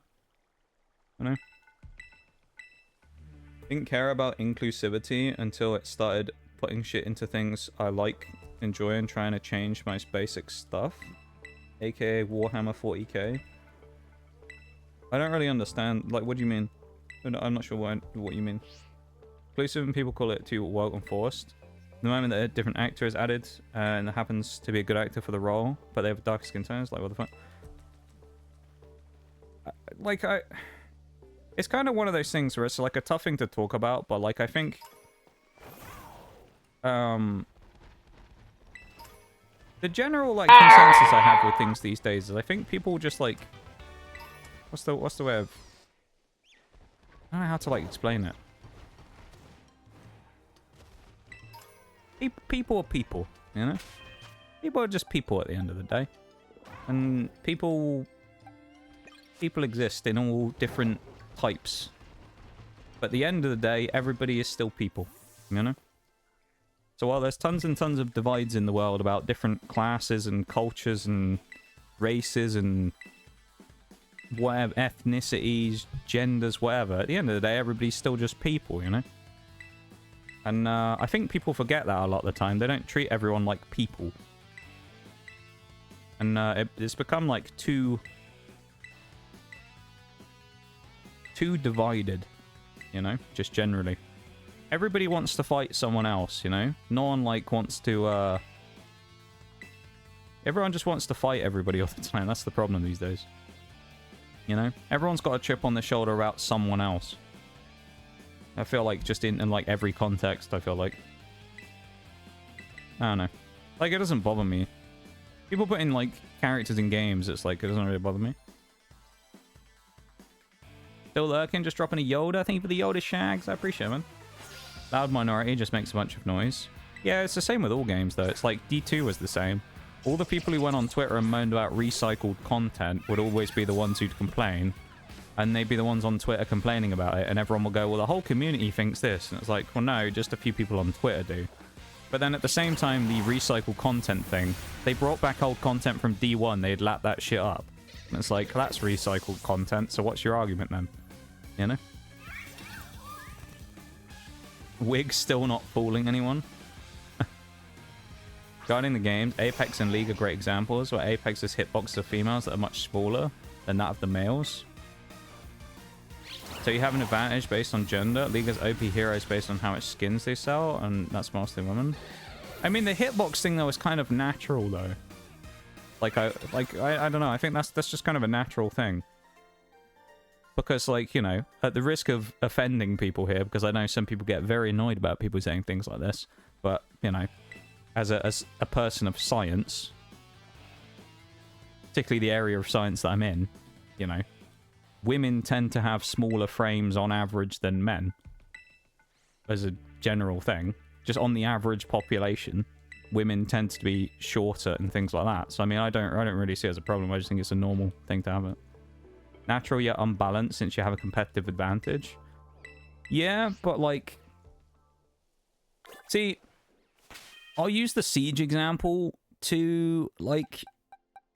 not counter it, but to put my point across, right, with this. Because I'm not, like, disagreeing necessarily in that. I think it's, like, to some degree, yeah, if you just had a universal hitbox, it would be fine. But then also you could have a really big character that had the same hitbox as someone way smaller than them. And you could have half of the character's model actually not be part of the hitbox if you did that. So it kind of has its own, like, both ways. It kind of goes both ways on it. But, like, it's... how do I describe it? I feel like the best way you could describe it when it comes to games with, like, hitbox changes, it's not noticeable enough, probably in most cases, for it to actually be a problem. So it's like, in the least meme way, I think about it in Siege terms. If I was sat in Siege and I was complaining that Ash's hitbox is smaller than everyone else, and that's why I don't get any kills on her, most likely what everyone would say to me is skill issue. And I'd probably agree with them, because at the end of the day, a headshot in Siege is a kill, no matter how big your head hitbox is. So just kind of aim better forehead in that case. So it's kind of just like, I don't think the hitboxes and things like that matter, really. If you know that it's a different hitbox, it shouldn't really change the way that you approach it, because you already know the information going in, you know? Kind of like in War Thunder, it's like, it would be like saying, well, I have more weak spots than someone else, and it's like, well, yeah, but like... it kind of depends on the way the fight goes. You can still beat someone if you have more weak spots or a bigger hitbox. You just have to be smarter and better about the way you play it. In my opinion. That's just the way I see it, you know? Like, it may be a competitive advantage, but it doesn't mean it's impossible to win against, you know?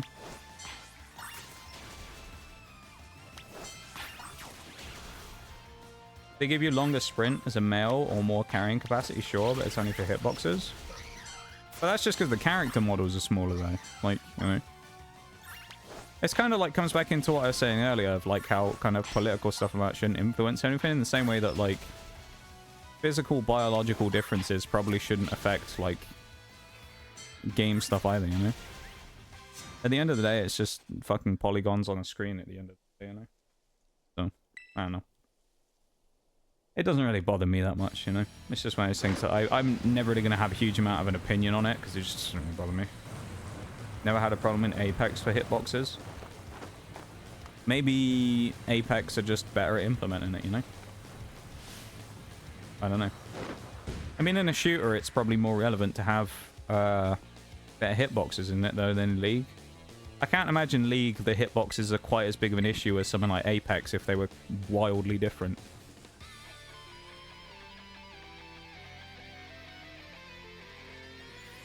Siege used to have a problem with shields back in the day, because you used to have a situation where Blitz was the big one, where he has a shield with a flashbang on the front, so you can run up and flash people in the face. But the problem he used to have with Blitz is he used to have earmuffs that were part of his hitbox that you could shoot outside of his shield, so they removed it, but they didn't remove it on everybody. So just Blitz was the one who had it taken off of him. But like, I wouldn't look at that and complain as someone who plays Jaeger and, you know, moan about the hitboxes changing for him. Because I would understand in that case that with Blitz it made sense to remove them, because getting shot around the outside of your shield on your earmuff's a bit OP. You know? League, it's more about the damage. Just have good aim and boom, there's your kill. That's like, as I say, that's just kind of like my take on it, but like, you know, people are going to have different opinions on it. That's just like my general take on it with things like that. Lucario coming in. I'm going to make a switch to Dirge here, I think. Yeah, I don't know. It's like, it's kind of one of those things that like, for me, like, it doesn't really, I know, it doesn't change the game or bother me or anything, so like, different size hitboxes are just like, for me, is always just going to be like a question of, I'll just always try and improve my own game to make it non-issue rather than anything else, you know?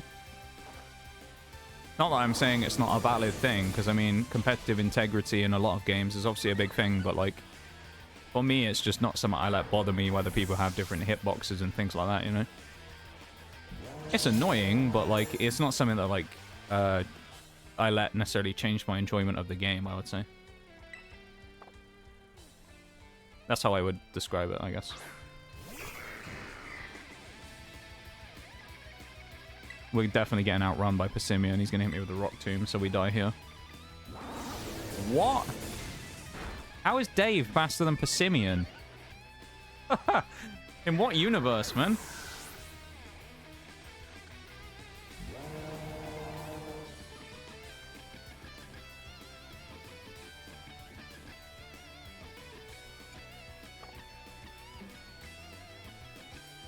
How did Dave outspeed Annihilate? Not Annihilate. We definitely die here. There's no way we outspeed Annihilate, though. 40k, a universe where you have mankind versus aliens and want to enslave, kill, abuse all of humanity. Yeah, I knew we were going to die there. Humanity is extremely militaristic and religious. If you don't believe in human... Oh, Emperor, I'm guessing that's going to be. You're a heretic and they kill you. No matter what and who you are in this universe, there exists an elite women unit that is extremely loved, respected, and viewed as badass characters, people by the mostly male community.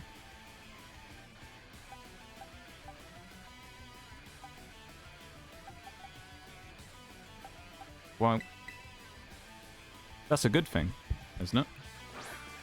So, like, I'm just, like, confused why you said it. Because that's kind of what we want, isn't it? Where it's just, like, part of the lore. It's like what I was saying earlier, you know? Part of the lore, so it just kind of works, you know?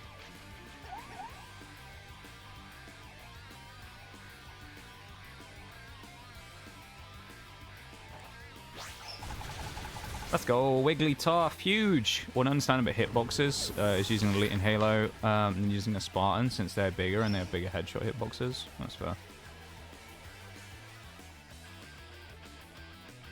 Way to go, Dave. I know. Well, Dave knew the mission there, though. You know, Dave knew he was probably going to die. He just did what he needed to before he fell away. Okay. That's kind of a given now. They decided that Hasari is only inclusive people and more, so they didn't change a small part, like add a new female elite unit. I will also say, just for, you know, sake of pushing things on in stream as well, after the Warhammer bit as well, we'll probably move on from this conversation as well.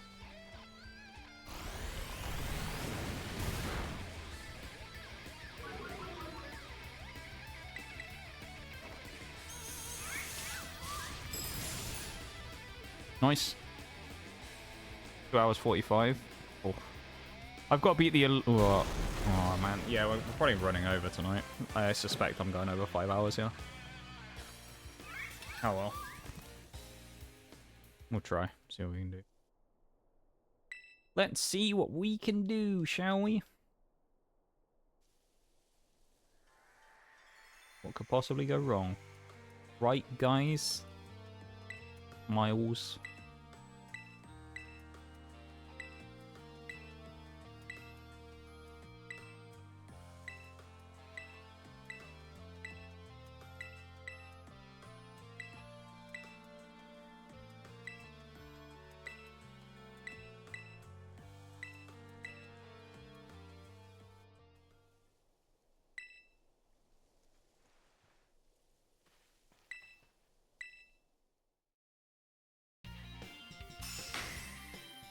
That was a very easy fight. Eri is usually a lot more challenging, but then again, we've also got, like, the elite Giga Chad team, so... I don't know. Oh, we also beat Tatsugiri, didn't we? So we've done Tatsugiri, Eri, and Ortega. We're deep in stream, though, for beating 3 people. Elite 4 should be quick, at least. That's one good thing. Elite 4 should be a bit of a sweep, and then we got to beat the final 4, and then do the Sada stuff, so... Okay, this is going to be an interesting one. We also know potentially that we can beat the Professor single-handedly with Volcarona, so... That's a good thing to know as well. I can basically just single-handedly solo the final fight with Volcarona. And I can custom build a team that's going to be goated, which is going to be good. And then that'll be the end of HOF 1. Hall of Fame 1. Then I'll have to prep for HOF 2 on Thursday. Technically, I guess it means that the finale of the next one will be delayed by another stream as well because of the Pokemon opening. Because we'll probably end up just playing War Thunder on that day after the Pokemon opening stream when I do the hand cam. Kind of wish I got up in the last BRB as well and actually properly stretched around because I'm getting a bit of cramp in my leg. But I'm like 10 minutes away from the next break, so I'm like... You know, I'm like, what, it's like 13 minutes or something? I'm like, man, I might as well just wait and think I'll do it in a minute. I think just focus on something else for a minute. Thank you for being here, though, everybody. I appreciate you guys hanging out and vibing with me. Been a pleasure to have you here today, whether you've been lurking, chatting, whatever you've been up to. Thanks for hanging out. And helping to start off the new month in a good way. I appreciate it. Been a fun time. And I hope you guys have enjoyed your time here as well.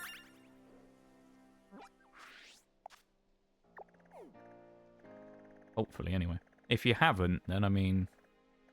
Well, I suppose realistically, if you haven't enjoyed your time, you're probably not here anymore. Anyway, you probably left, so... It doesn't really matter, does it, if I talk to those people?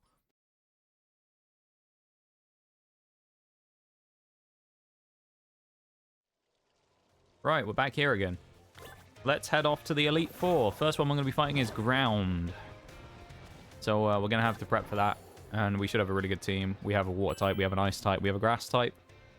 And yeah, we should have a solid team for this, really. Second one is Steel. We have at least 3 Fire types in this run. No, we have 4 Fire types, so that should be a breeze. Number 3 is... who's number 3? Flying. We have Rock. We have Ground. We have Electric. You know, we have a good team for that. Dragon. We have Ice and Dragon, so, like, we're kind of covered there.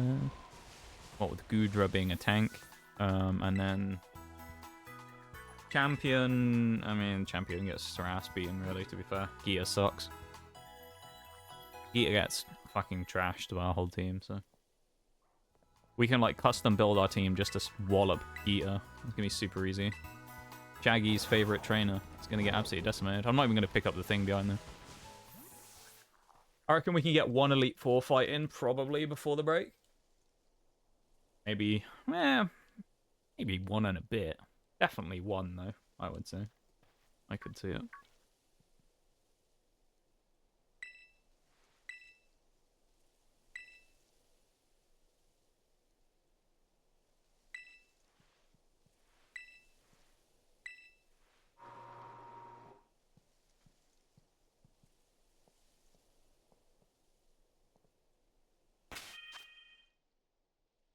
Yeah, I can prep my team after I get in there, I think.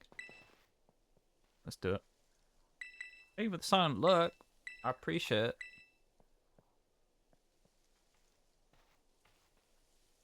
Change almost core principle of the books and the game. There are 4 to 8 quadrillion humans. In this amount, there's 1 million space marines. Genetically modified man has been taken from birth, given 3 lungs, 2 hearts, around 3 meters, 1 ton heavy.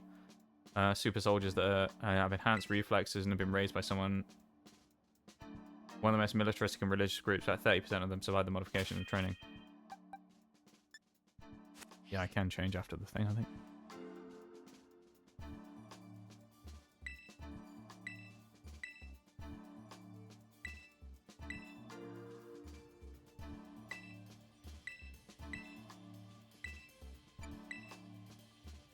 Make sure I focus for this, because you can actually fuck this up if you end up doing the wrong things.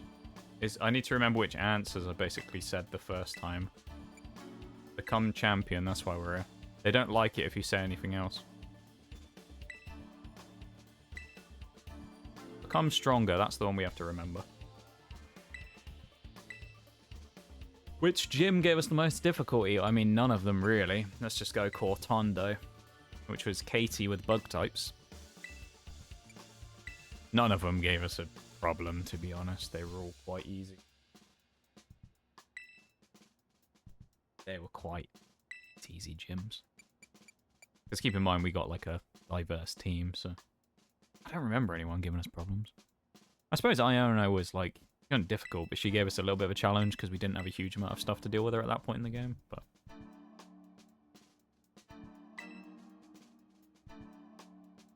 Croc.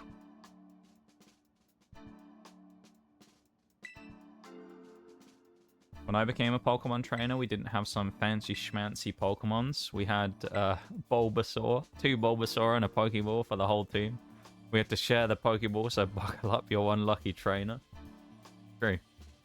This is true, we do. I do have a very diverse team right now.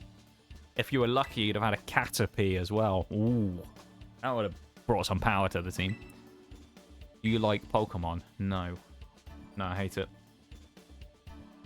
Terrible. Yeah, I kind of like the way that they varied up the formula a little bit with like the gym challenge things and the entrance exam in this one. Although I wished it kind of was randomized a little. It's kind of funny that you can fail. Noxcat didn't work. Why is Noxcat not working again? Now that's weird. It's been like finicky today. Really odd. I don't know why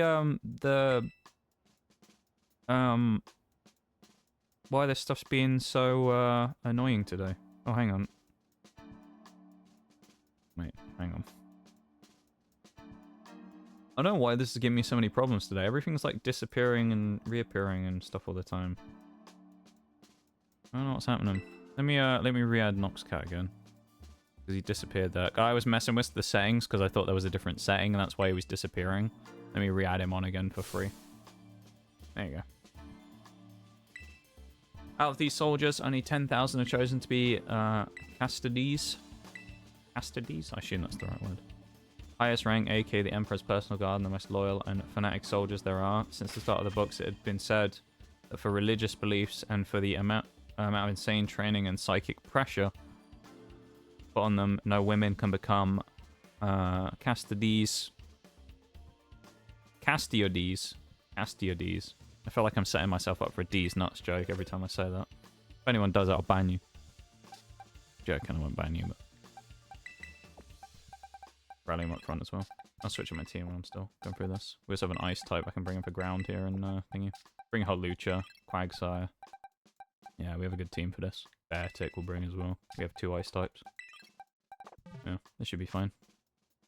Actually, we should switch up items as well.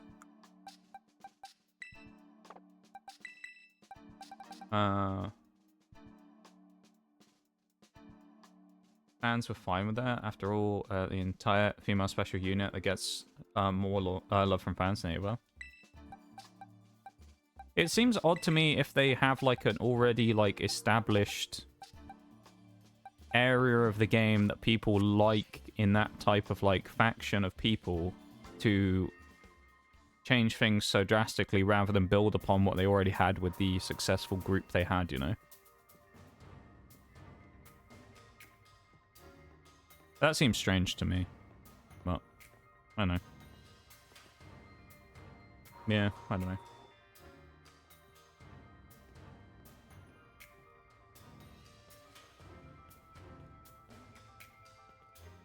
I feel like it would have made more sense for them to build upon the lore of the people they already had to make them even cooler, rather than change things to, you know, make the lore different. Because if they already had something that worked and people liked, then I don't really understand why they went back to completely change things.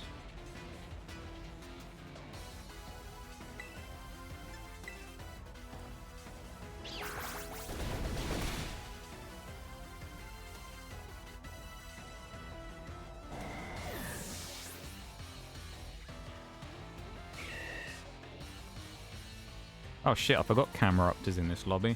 Lobby? Line up. I'm gonna switch to Quagsire now. Switching Quag. And then we'll knock it out with a EQ probably, or a Surf if I have one. Or Muddy Water, whichever one. I'll do something.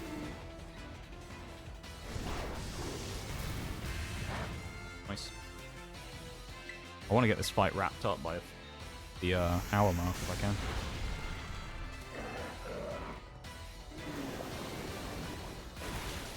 Legend, the Quagsire.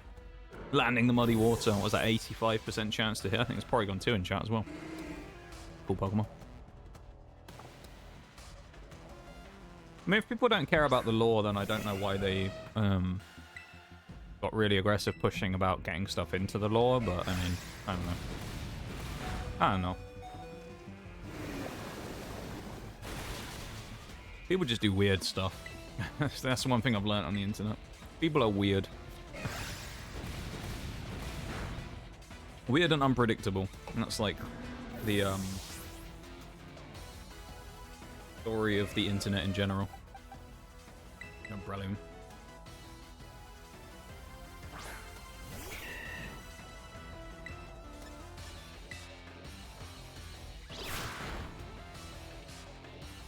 Yeah, I don't know. I don't have anything else to add to it, so I'm just gonna kind of move on from it. I don't have anything else to say, I think.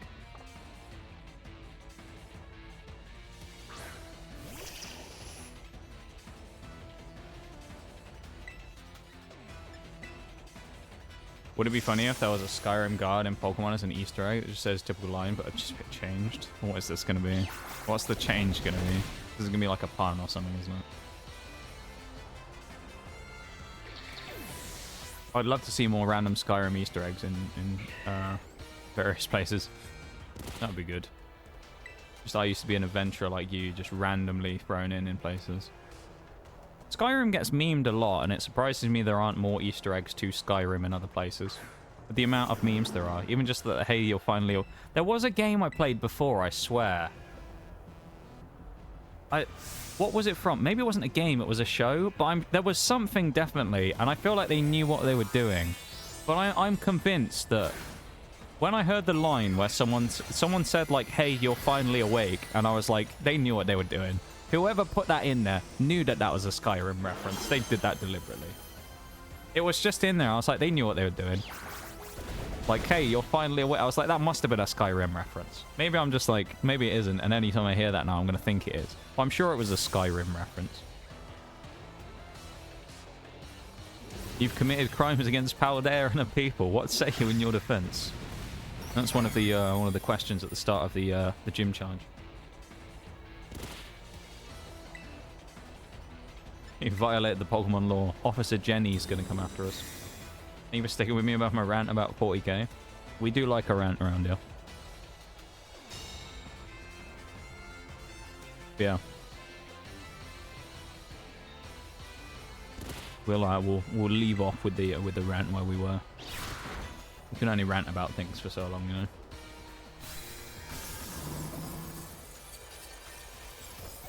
Get back to you if I can think of something clever, or like a pun for like a Pokemon pun that like fits perfectly.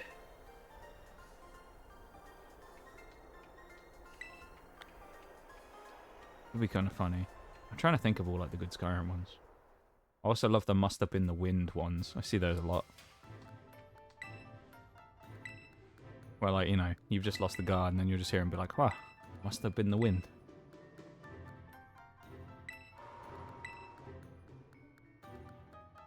Something about the Dawn Guard maybe as well. No audio, but I hope stream is going well. Oh, I don't know why I read that out, really. There's no audio.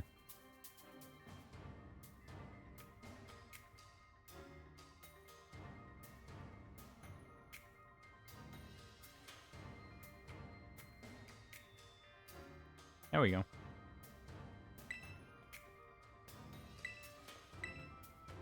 The one and only Oreo in stream right there as well.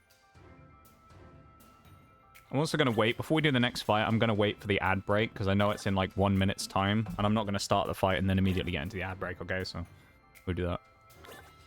Sadly, don't know about Pokemon, so I can't create any puns. See, it's an educational stream. It's a learning experience being here in stream. You're going to learn about Pokemon from watching me play a little bit of it. There you go. Skyrim Guard takes an arrow to the head. Must have been the wind. Yeah, right. Must have been the wind. Heard they're reforming the Dawn Guard. Every time I hear the Dawn Guard, I think of Dawn Gate. I was waiting for when we did our Skyrim playthrough on Tuesday. We didn't fight. We found him. He just didn't do the line because the guard said it when we were in Whiterun. I was waiting for that word Durak to appear, the orc who like joins up at the same time as you. He almost always appear and like randomly, and he'll just go, "Ah, heard they're reforming the Dawn Guard, vampire hunters or something, down in the old fort in Riften. I've been thinking about joining up myself," and it's just like every time it just used to be a thing. I used to find him everywhere. And we found him the other day in Whiterun, but the guard beat him to the line, and then he just said, like, "Oh, I've been looking for you. I wanted you to join up with the Dawn Guard or something." It was weird.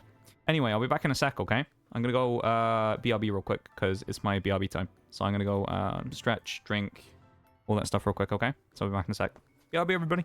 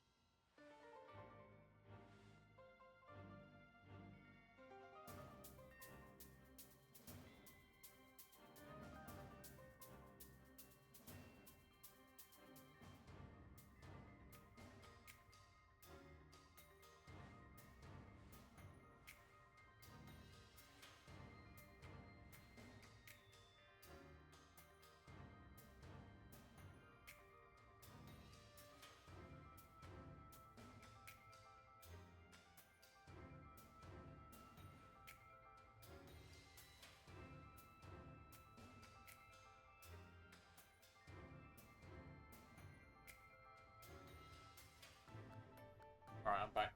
There's 30 seconds left of the break, so we'll chill here for a second before the break's over, but just for anyone who's, Oh, I didn't turn the music on! Oh no! There's no point putting it on for the last 10 seconds, is there? For the lo-fi, but... Anyone here want to know why Skyrim guards always talk about taking an arrow to the knee? Is there actually a reason? It's a saying that they got married? Oh really? I didn't know that. That's kind of interesting. I've never heard of that before. That's kind of cool. So I used to be an adventurer like you, and then I think an arrow to the knee is a reference to them getting married. Huh. That's an interesting... Yeah, I've never heard that before. That's kind of cool. I mean, it kind of makes sense as like a saying as well, doesn't it, you know? Used to be an adventurer like us, and then they, you know, settled down and got married, and now they can't go out doing craziness anymore. They just have to be a ill-equipped guard trying to fight dragons when they fly over the town. Probably more dangerous than being an adventurer, to be honest. Arguably.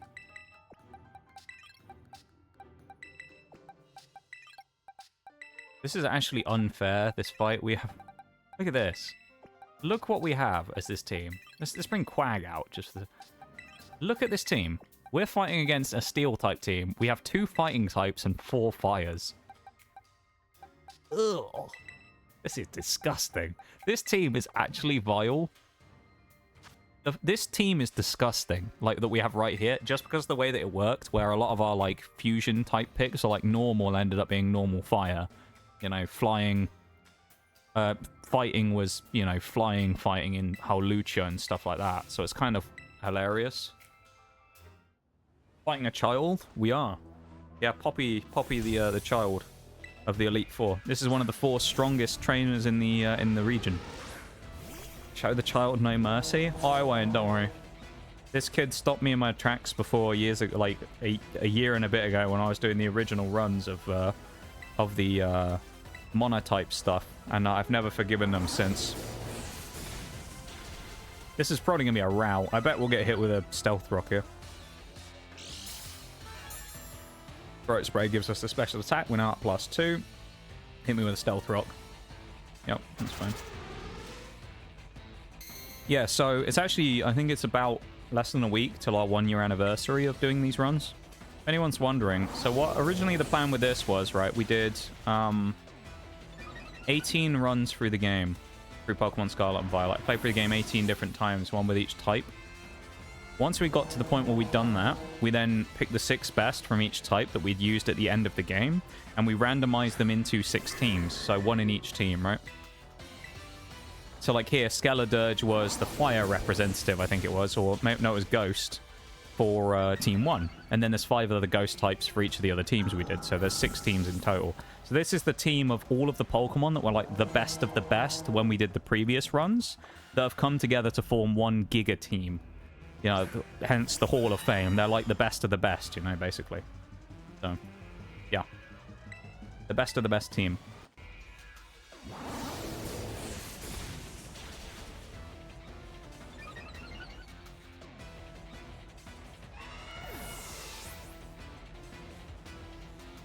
Kick her ass, Dave. Dude, Dave's sweeping a whole team. Magnezone's gonna live a hit because he has Sturdy, but... Hate mosquitoes. I think everyone hates mosquitoes, don't they? I despise them, I've got to say. I really despise mosquitoes.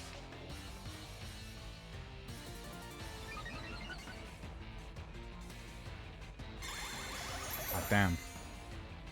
I just, I saw a Discord notification. It said that someone was, There you go, Noxcat's back. Said that someone had just gone live.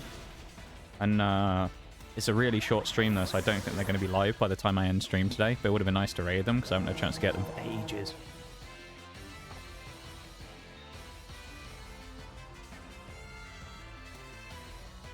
December vacations are the long ones here in the Southern Hemisphere. Am I missing context on this? This is something you were talking about in your conversation a minute ago. I'm confused. So you don't have like a... You mean like school and things like that when they take a break? So the longer one is at Christmas. Oh no, that makes sense, yeah, because Southern Hemisphere, obviously you have it reversed, don't you? Yeah, that makes sense. So your winter break, yeah. So your hotter weather is then when you're off for effectively the summer.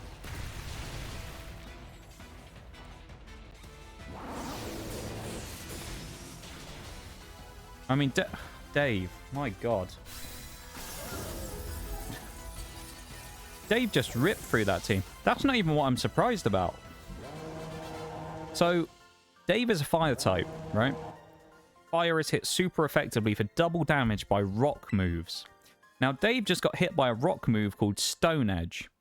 Stone Edge is a 120 power rock type move. I think it's, if I remember rightly, I think it's the strongest rock type move, other than maybe one which seems to have disappeared off the face of the earth. That, as far as I'm aware, only Rhyperia had, called Rock Wrecker, which is like 150 base or something. So Stone Edge just hit us for like 60... How did it only hit us for 60 damage or something? Yeah, Dave just tanked the shit out of that. Unreal.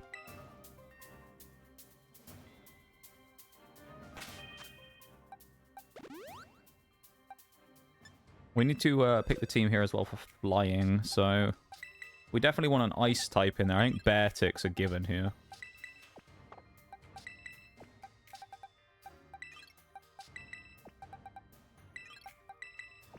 For flying, I also think Fortress is a solid bet. And then we want to run probably... Well, Dave's not terrible here, you know?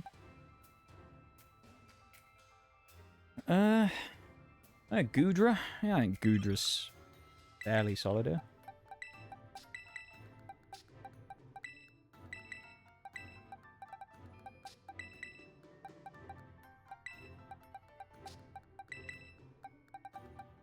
I actually should probably look at Goodra's moveset here as well. Real quick.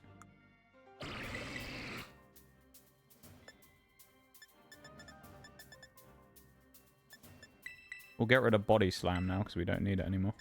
Bring Protect in. Look at that defense. 203 defense, rather.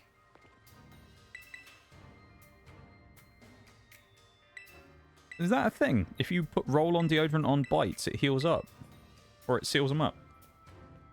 I've never heard that before. That's interesting. That's a life hack right there. I've never heard that before. Huh. You can save yourself from mosquito bites by using roll-on deodorant. Who knew? Well, you guys did. I didn't. That's kind of cool. I didn't know that at all. Yeah. Useful little tip, I suppose. Oh, thank you for the tip, I suppose. Oh, yeah. Pretty cool. I did not know this.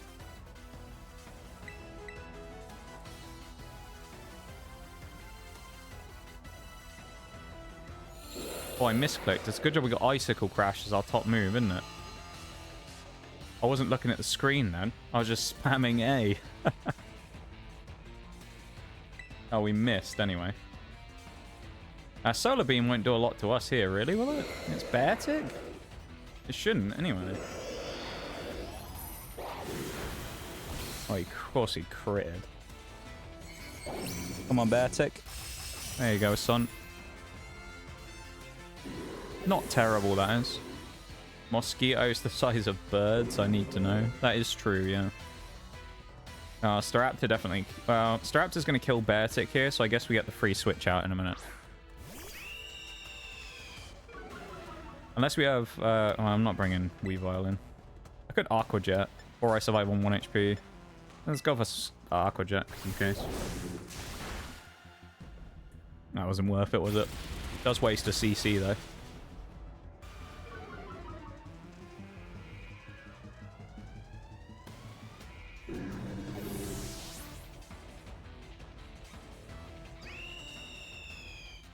Let's bring in Luxray.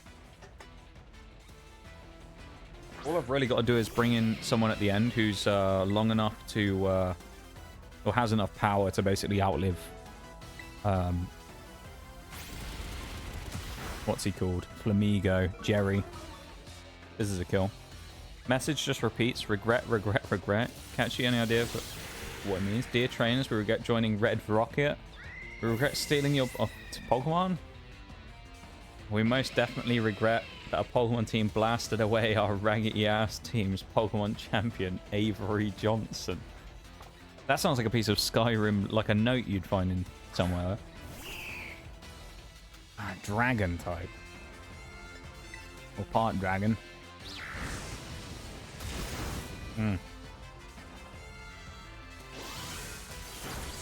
Free Volt Switch, though. I could bring Weavile in. Oh, that's Flying Dragon. I think Weavile can kill this thing with an Ice Shard. Go on. I believe in Weavile here. Not many people would, because it's Weavile. I believe in Weavile. I think we one-shot this thing here. We kill it with Ice Shard. Here we go. Come on, Weavile. Please. Nice. I believed in Weavile. You should believe in Weavile too. This is like the first time Weavile's even been used in the run, I think. For Oricorio, we get the outspeed. It's going to Revelation Dance or probably Air Slash me. Can't really do a huge amount of damage to us. We can definitely get the Ice Shard off on it though. A 2-shot kill would be nice. A 2-tap. That's a 2-tap if I've ever seen one. We are getting confused in the Teeter Dance, but we will be faster still. We can guarantee ourselves a chance to hit. Whether or not we will is the story, but we can guarantee ourselves a chance to hit via the speed from Ice Shard. Let's go, Weavile! Oh, huge. Weavile is going to get actually one-shot in a minute, though, so... Against Flamigo in a minute, he's going to come out. He is probably going to get one-shot. Yeah, okay. Don't worry about it. Team Rocket.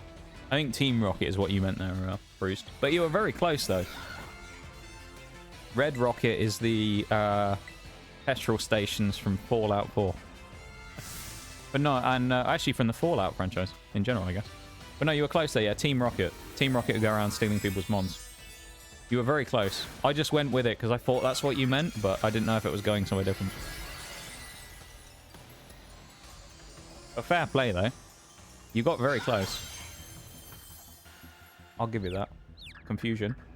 Will we hit? Weavile, come on. Okay, Weavile's dead. Never mind. Weavile's just dead. That's good, though, because it means the close combat's already come out now. So it means that Flamigo's now dropped its defense and special defense, making it weaker for someone else to come in and clean it up. So I'll probably end up bringing someone else in again to let it do it. Probably with Luxray, first of all. And then I'll bring Clawf in next so it can drop its stats a third time, because it's going to go for close combat. We'll go for the Spark here. We definitely don't outspeed. Yep, it's going to use close combat, drop its defense again. That's -2 defense and -2 special defense. We're basically leaving this up for a one-shot kill with someone. Probably going to be Goodra at the end, I think. Oh, actually, no. Fortress. Oh, Fortress Explosion. Yeah. Yeah, we'll bring in Clawf. We'll let Clawf probably get tanked. Clawf will probably die here, but the Rocky Helmet damage will go off, and then we'll use Fortress to use Explosion. That's the plan. We'll go for Rock Slide in case we get a chance to hit anyway, but this will probably kill us. Ooh, Clawf! Minus defense. If this hits, we win.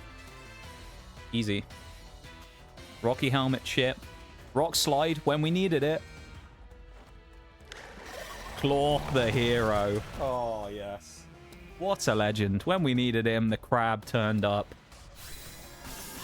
Beautiful play from the crab. Let's go, Claw. Claw, Claw, Claw, Claw.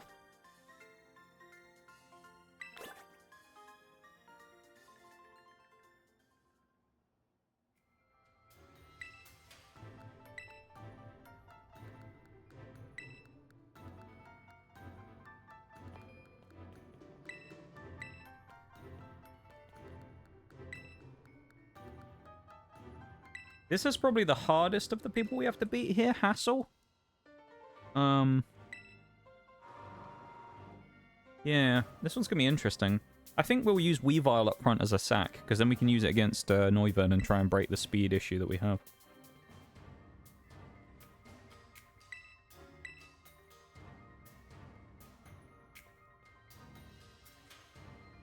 Never touched a Fallout game, but after getting into the TV show, I might. They are fun. I think that'll be a fun playthrough.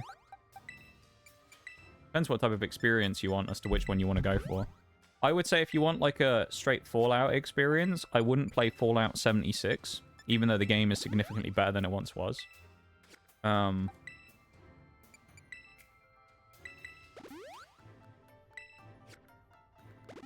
Just because I don't think Fallout 76 is a bad game by any means. It's just it doesn't feel the same in terms of its like the way it plays or anything. It feels very different from the other Fallout games. Not a bad game though. I do actually quite enjoy it. I'll be honest. I think Fortress is a better choice here than a Spathra. Yeah, Fortress is probably better for dealing with Baxcalibur at the end if we use Explosion. Well, let's check moves. I want to get rid of Rollout for something. I could go Toxic Spikes or something, I guess.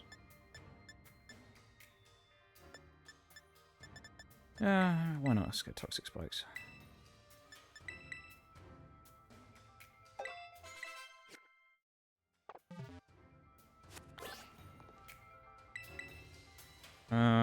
Only thing I remember about Pokemon is when James teamed up with... that must be a typo. James teamed up with James versus the girls, and James said, let's send this woman back to the Dark Ages they belong to. I don't remember that at all, no.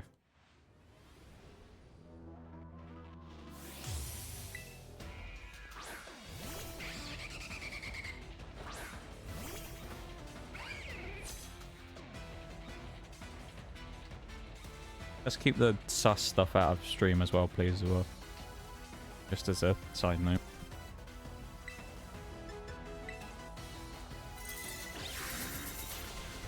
Oh, fuck. No, that's good. We win. We get the win early on here. That's good. Guy looks like a principal. Gonna be a pain. He's not too bad. Old Hassel. Someone said this before. I think it was Nitty. He said his hair looks like a peeled banana. It's like a banana skin. Ever since he said that, I can't get out. It's like one of those things that once you see it, you won't unsee it. Wait until they show a shot from like the back in a bit. His hair looks like a peeled banana.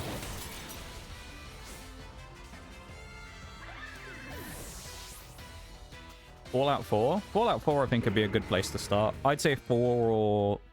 Well... I guess it kind of depends. It's like personal preference, really. New Vegas is also pretty good, and Fallout 3 I quite like. 4's probably the most... As a non-Fallout player, though, I'd say 4 is probably the most easy to get into. What am I doing? That was a terrible move for me to bring in there. After the Iron Head. What am I doing? Not used to having players when I play Fallout? That's true as well. I heard Fallout 76 is bad, but better. I wouldn't say it's bad. It's a fairly fun experience. It's just different. You know? That's what I would say. It's not bad, it's just different. I've actually nearly 100%ed it. I'm trying to 100% all the Fallout games, or at least most of them. And currently I've been working on 76. It's a fun game, it's just... It's not quite the same as the others. So you do have to, like... As a Fallout player, you have to go in expecting a different experience from it, which it definitely delivers, you know? James teamed up with Ash. My bad. Oh, yeah, Ash. Yeah, that makes sense. Yeah, it's like... It's not like a... Like, I'm not, like, you know, mad about the, like, sus stuff or anything. It's just... We just tend to keep the chat fairly, like, safe for work, just because... I don't know, it's just kind of a bit uncomfortable sometimes seeing, like... It mostly comes down to, like, stuff that people have said before that's really put me off of, like, sus stuff in chat. It's just a few things that people have said over the years, and it's just kind of, like, put me off of it, you know? So, I just kind of, like, have a bit of a thing where I just don't really, like, care for that type of stuff, you know? Being in chat. If you have a go on there, definitely. I appreciate you hanging out with us. You have a good rest of the night. And thank you so much earlier for the gift subs. I appreciate it as always. And I hope you have a wonderful start to the week, okay? We'll see you when we see you, man. Take it easy. Why the bat make me think of Mr. Krabs laugh? What? I have no idea. Personally, he looks more like a mop on his head. Yeah, kind of. I could see it. Thank God it's raining outside. Let's go. You can have some of my rain, Maximum. It's been raining all day. All day it's been bloody raining, mate. Too much rain. Fallout 76 is not the same experience. No, it's very different. Having other players around, you don't tend to notice a huge amount, honestly, I find. It's quite useful. The only thing with Fallout 76 that's kind of like the thing for me is you have like hunger and thirst as well, so you've got to constantly be thinking about picking up food. And with your carry weight, you've got to be a lot more like careful with it, because you also have scrap that you pick up that you use for a decent amount of stuff. So you'll end up needing to pick up scrap throughout the game, but also not being able to pick up too much of it because of carry weight issues. Ammo is also heavy in some cases.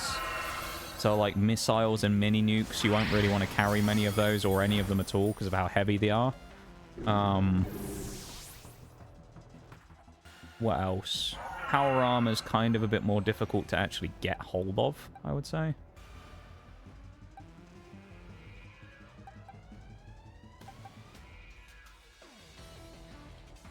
Let's bring Gudra out first, I think. Yeah, there's like a lot of stuff that's kind of different in it. It plays differently. Not in a bad way, though. Like, I don't, Oh, shit, yeah. There's Icicle Crash. Critted as well. I actually might have fucked up here, you know? I think I fucked up. I actually think I fucked up. It all depends on whether Dragonite or Baxcalibur is faster. And if we land Dragon Rush. Nice. I think we've actually just lost.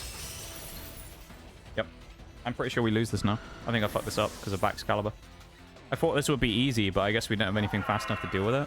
Because the problem now is, like, it'll start hitting me, but no matter what I can do, the only thing I can really do here is just spam a bunch of curses and then try and kill it with Gyro Ball. And pray he doesn't kill me faster, which he probably will. 50. It's all going to depend how much Gyro Ball does.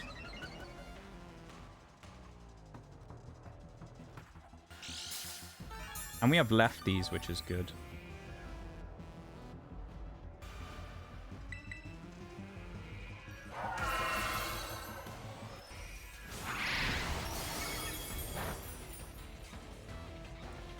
I think we're going to try and go for 4 curses. If we can get it. It's a risk, though. Maybe 3's better. Yeah, we'll go 3 curses, I think.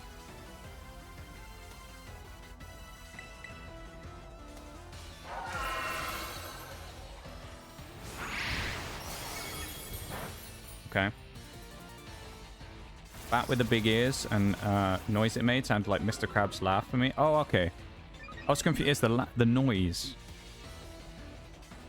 I was confused by it. When you said it made you think of Mr. Krabs laugh, I was like, how's a bat? It's the noise. This is kind of like a... I don't know if this is going to be a no guts, no glory here, really. I don't know if we're going to do enough here. Come on, Fortress. You are the hero. Come on. Yes! What a clutch from Fortress, dude. I thought we were done. Fortress, the ball of death, strikes again. Oh my god. Never have I been so glad to have a bulky as shit Pokemon on my team. Oh my god. Oh. That was way too close. I thought we were done there. When he started one-shotting everyone with Icicle Crash, I thought it was over. Fuck, that was close.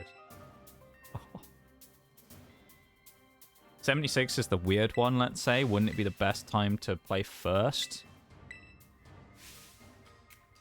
I was thinking that earlier, but, like... I don't know. Maybe, but then also it might be best to play it last so you get to experience the games first before going to 76. 76 isn't a hugely long game either. If you just pile through the quests, it's fairly quick. I do have some criticisms of 76. It's not a perfect game by any means. It's a lot better than it used to be. There's a lot of problems with it still.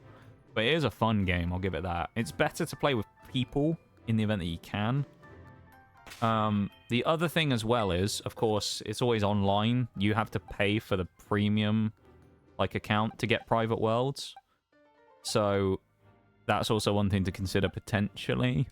You basically have to play online with other people in random worlds unless you pay. Which is a little inconvenient, of course. I think Volcarona is the best chance up front here in this one. Who else are we going to have in this fight? Kingambit, so we're going to want a fighting type. Probably Croak. Fairy, we don't need to check anything there. Glamora, we need a ground type, so I guess we're going to bring Manchester. Gudra is just a tank. Who was the last one we want to bring? Bring Dave. Come on, Dave's good. We like Dave. Give Dave a shout.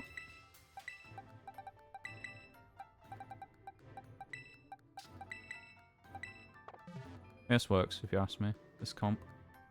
Run this. Yeah, I feel like this is definitely we're potentially going to run over 5 hours today, we'll see. Such like Leclerc's race today. I didn't watch it, but I was surprised that he won, to be honest. But then it's Monza, isn't it, with Ferrari? Spoiler alert if anyone's planning on watching it, but yeah. I'm surprised McLaren managed to lose that, really. They've been really fast. Yeah, 4 I think is a good place to start. Godzilla down, landmine wins. Dude, Fortress is insane though, like, using Curse on it makes it insanely strong. Because the thing is, right, the reason it works, synergy on its set, is Fortress in itself as an attacking Pokemon, it's very much like a defense-based thing. It's weak as shit, right? The thing with Fortress is it has the move we use, Gyro Ball, correct? Gyro Ball. Gyro Ball is based on speed, so the slower you are than your opponent, the more damage Gyro Ball does, which synergizes with our other move, Curse, because when we use Curse, we knock our own speed and down and sacrifice it to gain an increase in attack and defense. So we knock our own speed down, boost our own attack to make our attacks even stronger, whilst also boosting the power. We're slower, but we also basically end up boosting the power by doing that of our of the move, so we get even stronger. Alright, we can only afford to do one. Oh no, we have got the Quiver Dance. Oh no, I forgot about this. Okay, we got the Opportunist. Okay, so we're not gonna be able to go for a double boost then. We're just gonna have to go for a single boost and Bug Buzz to kill this thing. I pray it doesn't kill me on a second Lumina Crash, which it probably will. No? Okay, that's good. Even the Nox can't get there bruised. Can't mod 76. That is true. I do like, all that 76 is good. Hell no, I'm not touching online. The thing is, with 76, there's one thing that's useful is, so you aren't forced into playing with people, it's just people are in the world setting up their camps and stuff. And unless you enable it specifically, or by default, PvP is switched off. So people can't fight you unless you instigate combat with them by turning off pacifism mode. So it's not like people can just troll you or anything. Like, you're fine from that side of things as well. You purposefully have to go out looking to fight people. The only exception being if someone's committed a crime against Skyrim and her people and has, like, stolen from someone by trying to unlock something in their base, they'll be considered a wanted player, and they'll stay wanted, basically, until someone hunts them down and kills them. So, like, the PvP, like, aspect of it, like, the online part of it isn't really a problem, to be honest, I don't think. Like, it puts you online, but, like, you don't ever have to interact with other people. You can completely avoid it. It's just useful because people have vendors, so you can go and buy, like, fusion cores for your power armor and stuff. It's quite handy.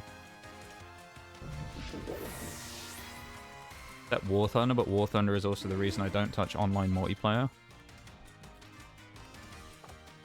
So why do you play War Thunder, though, if you don't like online multiplayer? And if it's the reason that you don't touch online multiplayer, why play War Thunder? What's the reasoning behind it? Out of interest. Dave the Gator. Yeah. Realize there's online team games are a quick way to get me angry, and I just don't need that in my life. I used to have the similar thing as well. I was talking about it earlier with, like, online comp games. Particularly ones I used to be pretty decent at. They used to be unenjoyable to play because no matter... What? How did Go-Go take that little damage? Really? Wow, I'm surprised. I thought we'd have done more there. Very surprised we did so little damage. Huh. Well, I hope this kills, because we don't really have much else otherwise for damage. Oh, fuck's sake. Dave's got massive special attack now, he just doesn't have a lot of damage. I have to hyper voice, I guess. That's annoying. Yeah, there used to be games that I used to be good at online used to get annoying just because no matter how much you did, it was never enough to win games. You would still lose because there would always be someone doing something idiotic or whatever that would basically throw the game, no matter how good you were. You know? Like, you could literally go out there and do, like, I don't know, say it was first to 100, you could go out and get 90 kills yourself, and the other 5 people on your team couldn't get 10 between them. And it wouldn't matter how good you were, you would still lose games like that, and it used to infuriate me. So I just stopped playing a lot of those types of games in the end. Siege and War Thunder are about the only 2 online games I play at this point. 76, I just, like, avoid most people. To be fair, actually, Fallout 76, the one nice thing is, almost everyone you run into is really nice. Like, the community has actually got a really good reputation. So one thing you'll find a lot of is you'll run into someone random out in this, or you'll go to buy something in someone's, like, vendor place, and they'll just give you free stuff. That happened to me so many times where I'll go and buy, like, you know, 500 caps worth of ammo from someone, and the guy will start teabagging. Like, this happened to me in Mirage. We were teabagging in front of the guy, just like, you know, after we went and bought some stuff. And then he went and he gave us each, like, 100 stim packs, and he gave us, like, 100 radaways or something each. We were just like, oh, okay, we'll take the free stim packs and stuff. He just gave them to us. And then we, you know, we felt bad for taking it, so we went and bought something else from his shop again as well. It was really cool. A lot of people would just give you loads of free stuff. Some guy gave us a legendary flamethrower each once as well. There's a lot of cool people about in 76. They're very generous, the community in 76. I'm sure there's some bad people out there as well. I've heard about trap bases that apparently people make, where they basically use it as a way to try and farm, like, scrap. Oh, Dave! Oh, Big Dave! A one-shot crit. Oh my god. Dude, Dave is the MVP of today right now. Dave is going crazy. Dave's going wild. I love it. Modding's a staple of the franchise. I suppose modding's a staple of Bethesda in general, isn't it? I suppose. Addictive, but also frustrating. I just can't do that to myself again. I don't even play War Thunder for the battles. I just fly the tutorials with the purchasable fighters in the test fly mode. And like a simulator. Isn't there better games for that though? Probably. Surely out there is like a flying simulator type, like a flight simulator game or something. Like that's the experience you want. Or is it just because War Thunder's like free to play as well, so it's like it's more accessible, which is fair. Casuals become competitive for some reason. Yeah, in most games, casual modes are very competitive these days. Again, I'm going to bring up Siege because it's the thing I have most experience with, but I'd be rich if I had £1 for every time someone's talked shit to people in an event game mode. Where it's like melee only, and people are like shit-talking everyone in the game, calling them bad, and it's like melee only, you know? Like, are we really at the point where we're playing the fun event mode that comes out once a season and we're trying to shit on other players and say they're trash because they're losing in the event mode? Really? Like, okay. We're trying to beat each other to death with a sledgehammer and you're like, nah, you're fucking trash, dude. Oh, okay, mate. Sometimes I play like 2 battles and then some BF-109 spawn camps and I just can't cope. I don't play much planes. I feel like I've just like doubled down on the tanks recently with a lot of the stuff I've been going for. So I just haven't really played much in the old planes as of late. I probably should because I got premium now, at least for 25 days or something. Hi Shaylay as well, how you doing? Been lurking? How are you, friend? Not too bad, you know. If you'd asked me at the start of the weekend, I would have said pretty bad.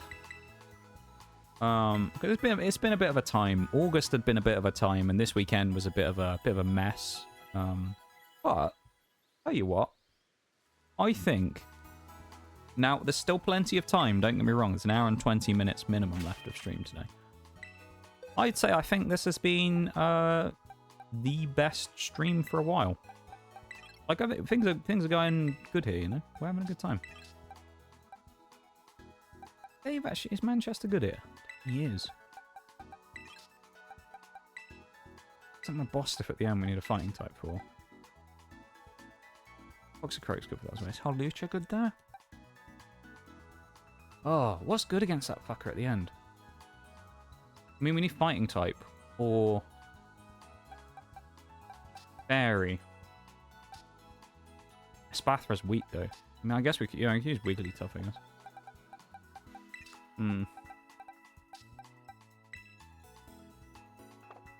This is kind of scary, this fight.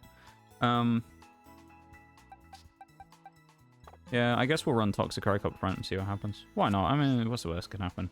Well, we lose. That's the worst that can happen. We don't want that, but still.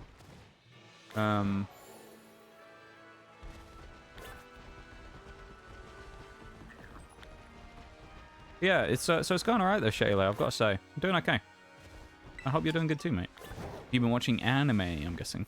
It's your anime Sunday, isn't it? I hope you've been having a fun time, whatever it is you've been up to. Yeah, no, I'm doing good. I'd say we're having a pretty damn fun stream, actually.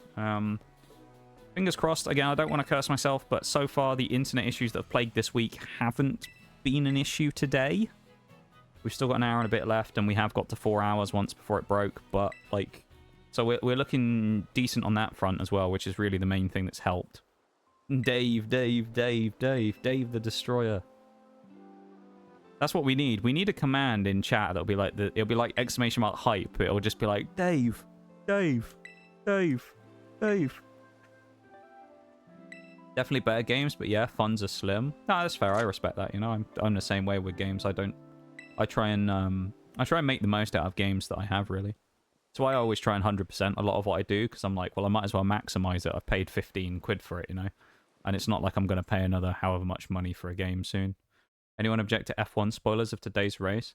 See, normally I was going to say we won't do that just in case, because if anyone hasn't watched it, but I also kind of spoiled the end a minute ago when I said who won and then went, oh yeah, spoiler by the way. So I guess it doesn't really matter if you say it now, does it? Because we've already said it. But if anyone is interested in the Formula 1 and hasn't seen the result of today's race, don't look at chat for a few minutes. Reminds me of a match where some guy was camping and I was taking him out, and then again when he was trying to get to air. I'll get air to do it again at the end of the... He sent me a very angry message. I had a game yesterday I played with Mirage. I'm not sure if he's still here, but he'd be able to corroborate this story. Yesterday we played a game on... What was the map? Oh, I don't remember what the name of it is. I know from the stream. It was the one you broke me on with bits last week. The big river in the middle, and then there's like the town either side. There's an A flag on the left, there's a B flag in the middle of the town, and a C flag on the right. And there's a big river in, like, runs up the middle of the map from like 45 degrees-ish from like north to south. Northwest to southeast, I'd say. I can't remember what the name of the fucking map is. But that map yesterday, we played a game, and people had pushed forward to the spawn. And I spawned in the Yag 10, and literally, no exaggeration, I spawned in the Yag 10 1 second after I spawned. I was getting rammed by a Stug 3 that had got into our spawn and shot at by a T-34-85. Or maybe one, no, I think it was T-34-85. T-34-57 or whatever. One of them. I was getting shot at by him, and I was getting rammed by a Stug in my spawn. 1 second I'd spawned, and I was already getting rammed by him. Someone kills the T-34, and then the Stug is parked in my side, so I can't shoot him anyway. And then, after kind of trying to dance around him for a bit, he eventually executes me, and I die literally without moving an inch from where I spawned myself. He just pushed me, and I couldn't do anything, because I couldn't drive fast enough to get off his front. So it was a pain in the arse. But, yeah, a fucking stupid game that was. Silly, silly game that one was.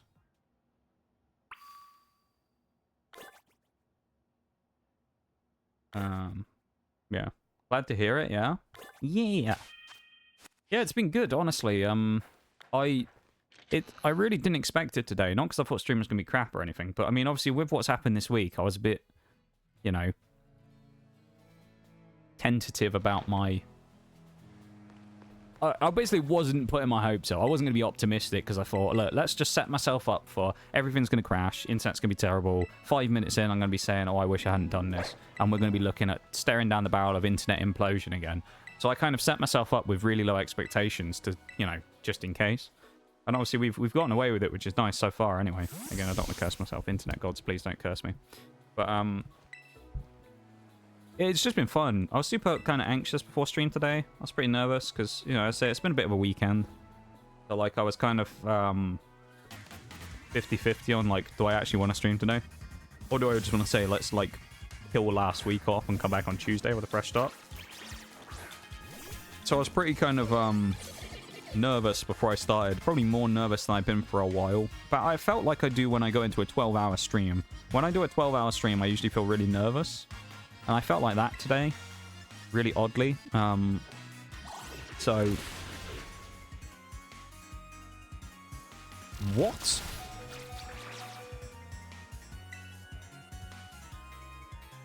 Why did that do so little?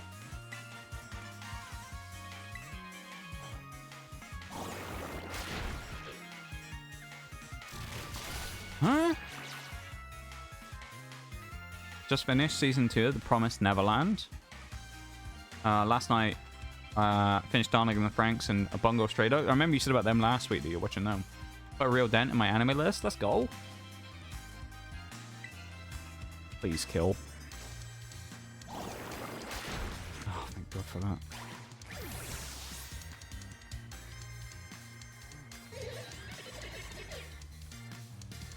I think we can kill this Sko villain with Poison Jam. Still going to depend if anyone has a random, like, priority move here.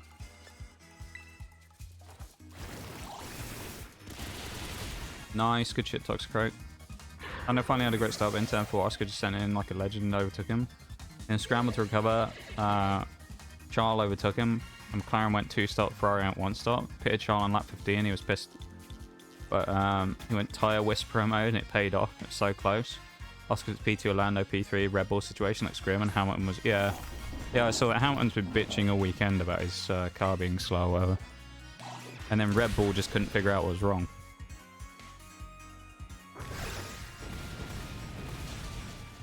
It's kind of funny though, isn't it? How it's like a role reversal. Ferrari actually getting a strategy right for once. That's a surprise. That's the biggest surprise of all.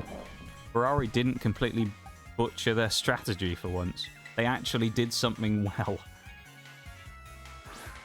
Usual Ferrari is like, sit there and watch everybody else switch onto like soft tires and go, yes, we should put the hards on because yes. And then deliberately make themselves slower, you know? Like Ferrari are like pretty awful when it comes to that type of stuff, aren't they? They're just a bit crap when it comes to their own race management and stuff. That makes sense now. I just figured something out. I realised something. That makes the sense. It make the sense.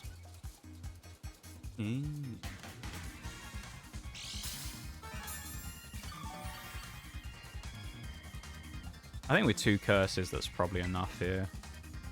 Actually, no, I'm gonna go more. I'm gonna go to 4 curses just because there's a Mabostiff at the end who has Fire Fang. So I think I'd rather feel more safe with the Doom Turtle here. The T95's alter ego, the Doom Turtle. I mean the Doom Seed here, Mr. Fortress, setting up ready with 4 gyro balls set up on curses.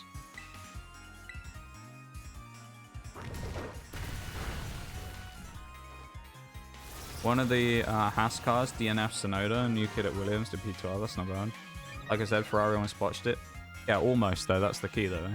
What I mean is like, Ferrari usually will sit there and it'll be like, you know, everybody switching to Inters because there's a tiny bit of weather on the, you know, a little bit of rain on the track. And then Ferrari's like genius strategy will be like, let's chuck dries on because, you know, why not?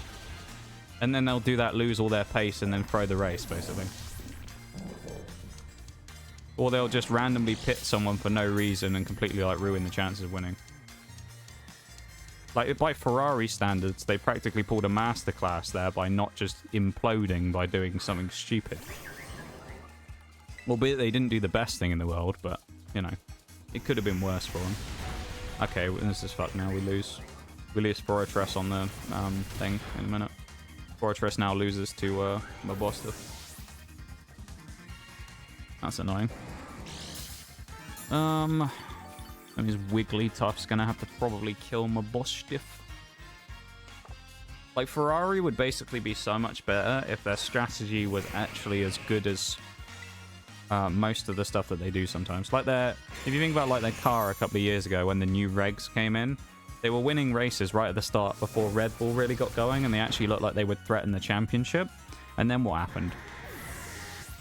They had a chance to actually look good until about 3/4 of the way through the season, and then they just decided to start making the most ridiculous decisions ever, doing dumb stuff that threw races. I mean, they had some mechanical issues as well, to be fair, but they also just did some really stupid stuff. That's just like the Ferrari special. You know, old Binotto previously there anyway. Just going with some genius ideas. Not that it's probably him who did the strategy, but still. Old Matteo, was it Mateus? Or Matteo Binotto? Or Spinotto, as most people call him. Red Bull also tried a one-stop but abandoned due to Taiwa. Yeah, Red Bull were not having a fun time at that circuit, were they? Ooh. Okay. Fortress. Fortress. Dude, this team cannot be stopped from clutching. This team cannot be stopped. They just can't be stopped from clutching. Clutch after clutch after clutch. What is happening? What is happening? They just can't be stopped from clutching. What the fuck? Another clutch right there. Beautiful clutch, really, from Fortress. Beautiful clutch. I need to get my fan on in a minute. It's actually getting really warm in here. Get my little mini desktop fan out. Do a bit of cooling down. A bit warm. Does Arvin heal us? Because if he does, we're going straight to the fight against Clavel.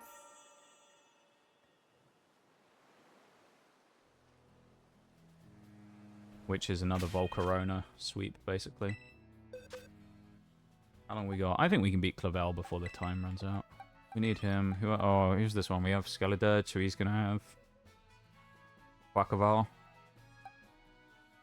So we want someone good against water, so we're probably going to want Luxray instead of Breloom because of reasons. Fortress is a given. Goodra is staying. Dave, I think, is worth keeping because it's Dave and he's a legend. Let's put a Muscle Band on here, and then let's... I mean, let's Assault Vest our Wigglytuff. Why not? Yeah, that seems fine.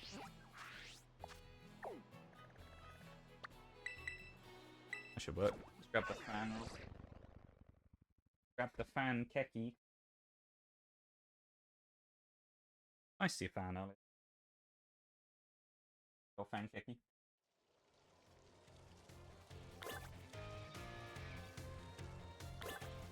Oh, nice. Recipe.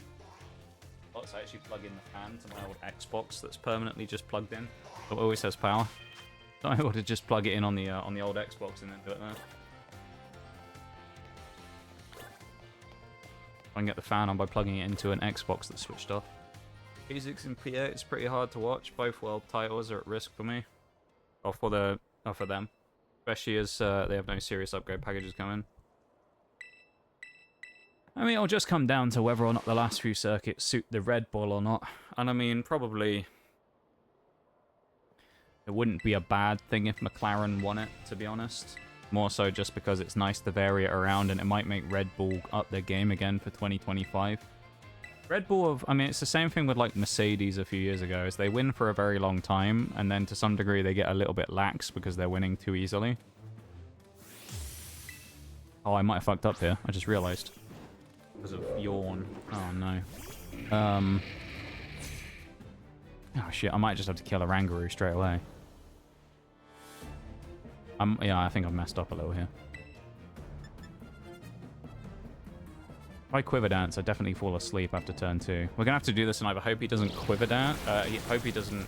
Okay, we didn't one-shot him. Is he going to yawn me? Yeah, we have to switch out then. He probably foul plays. Oh, this is a shout. Yes. This is actually a great shout. If I make the switch to Luxray, I can Volt switch and then bring back Volcarona. Would you double yawn? What the fuck? Okay. AI going crazy right there. I don't know why you double yawn. You're trying to put me to sleep twice when you can only do it once. Bit weird, but okay. No idea what's coming out next, but considering it's Luxray, if I had to guess, I'd say I think a Bomber Snow might come out next. So we're going to bring Volcarona back out. It's got to be... I think it's going to be that. I might be wrong. It might be a Moongus or something. Houndoom.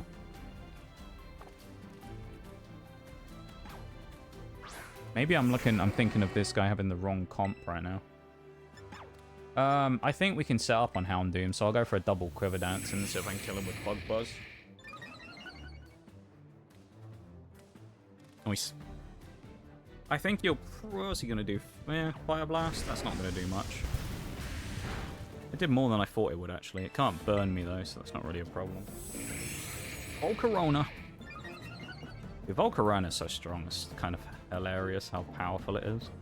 It's almost a bit wrong how good Volcarona is, gotta say. Like, Volcarona is arguably way too strong. It should be a pseudo, really. Or it should be classified basically as a pseudo, I think. Free kill there. I'm hoping to get this fight done before the break as well, which is in like 5 minutes. So I think we can get this done, get through the cutscene, and then be prepared for the secondary fight against Henny in a minute. That's what I'm aiming for anyway. Damn. Oh, I should have used Fiery Dance there. It's a ghost type. What am I doing? Special defense is up though from our thing, so we can go for a Fiery Dance now. Boost our special attack again. Yep. See, if you're wondering as well where you're watching this and going, what's the challenge in this at this point? This is basically just a show. This is like the cream of the crop, remember, when it comes to what we picked out as our best mons from each team. So this is why this is looking so easy in some situations, right? Because some of these Pokemon are the best. Like, Volcarona was probably the best performer for fire. And Bug was basically, like, one of the best as well. One of the strongest performers. He was one of the strongest Pokemon for dealing with almost everything. It was, like, the biggest attacking threat. And you can probably see why, just because of how much of a threat it is to everything here. Like, every Pokemon is getting decimated because it's getting boost to its speed and its special attack. And then it's just wiping the floor with everybody. Alright? Like Abomasnow here, he's fucked because he's ice grass. So he's hit quad super effectively by fire. Let's go. Yeah, last Pokemon we have to beat is Quaquaval, who's going to definitely go for Air Slash on Terra Water. So we're going to go Bug Buzz and try and one-shot him. I don't know if we will, though. I doubt it, but you never know. It would make it quite funny if we did. Make it a very trivial fight. Got a pretty rough schedule the next 2 weeks. Might not be around. I can't talk. Might not be around, but if I got the time, you know I'll be here. Well, I appreciate it, man. Yeah, I appreciate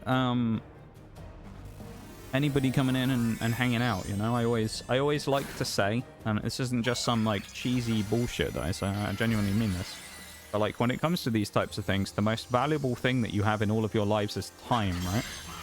And the fact that you choose to share it, or I guess give it to me in some cases by hanging out here with all of us, is pretty damn cool. So you have Volcarona with a one-shot again. So it's pretty cool that you guys even want to come and hang out here, or think about coming and hanging out here, because as I say, we're, you know, we only have a limited amount of time on the planet as people. So the fact that you guys from all walks of life and all places around the world like spending your time here, that's pretty damn cool. And I'm glad that I can be a haven for that. You know? I think it's pretty cool. So, the fact that you even know, want to hang out at all, pretty damn cool, I think.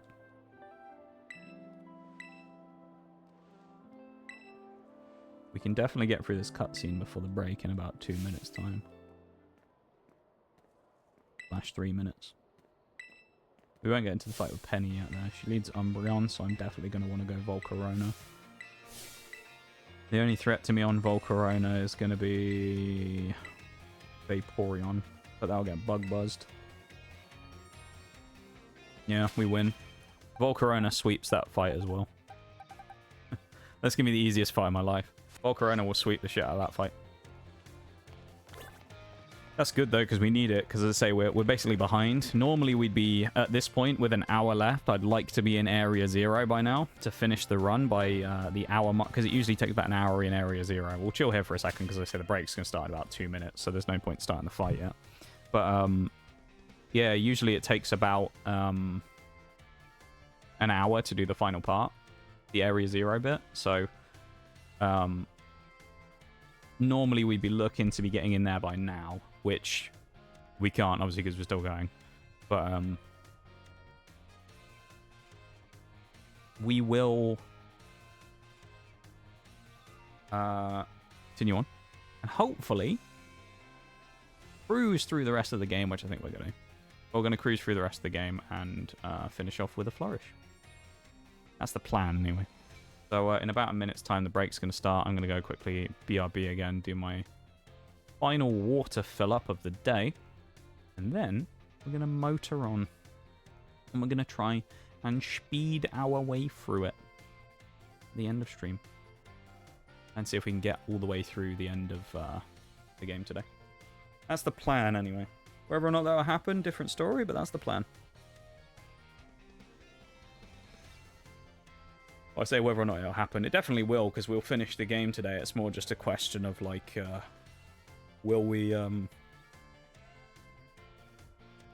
like, finish obnoxiously long, like, late compared to normal?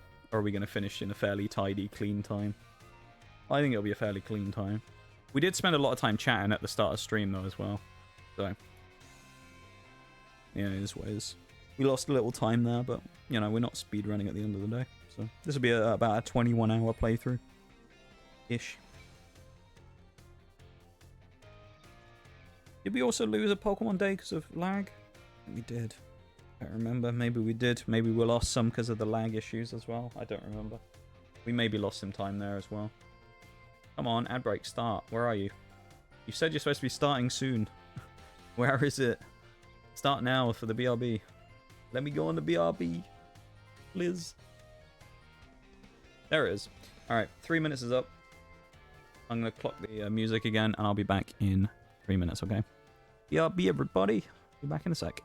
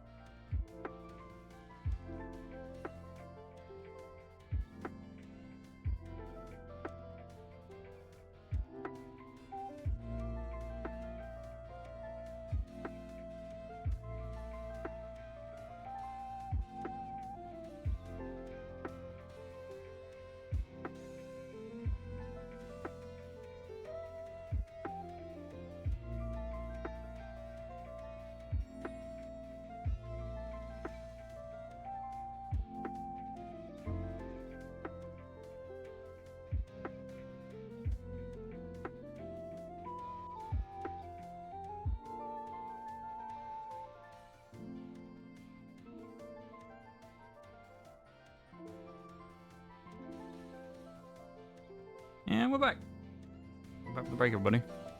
Yeah, they knew. They didn't want us to take a break. They're like, no, mate. Denied. Why did my controller switch off? That's weird. Unusual for that to happen. Classes. I don't want to do classes. What am I doing? Outside is where we want to go. Yeah, so we're basically what we're trying to do here now. We need to finish this game as quickly as we can. We have 55 minutes before the traditional end of stream. Now, roughly, as I say, it takes about an hour to finish Area 51 from when we start. However, the team we have can basically be custom built for the final fight of the game. So, we can actually build a really strong roster to chew through that final team. Which probably shaves a little bit of time off here and there. So, I reckon we can probably cut the time down a wee bit here and there. So I think if we could get it down to an hour with the cutscene credits, all that stuff, that would be pretty cool. Although I don't know, that might be a bit much to ask. We'll find out in a minute. This fight and the next one against Nemona, in theory, winning them as quickly as possible is what we want here. We need to win them as quickly as possible and very cleanly, which in both cases, well, at least in one, is definitely going to be a Volcarona sweep. The second one, maybe not. The first one's going to be Volcarona sweeping the fight, though. Because even if it goes for Baby Doll Eyes, it doesn't matter, because I don't think it drops my special attack. So I think I can boost. Cloyster was the one who always used to have problems with this fight, because they would knock our special attack, physical attack down with Baby Doll Eyes. With this, we can double up our special attack and speed with Quiver Dance, and then we can start one-shotting people with Bug Buzz.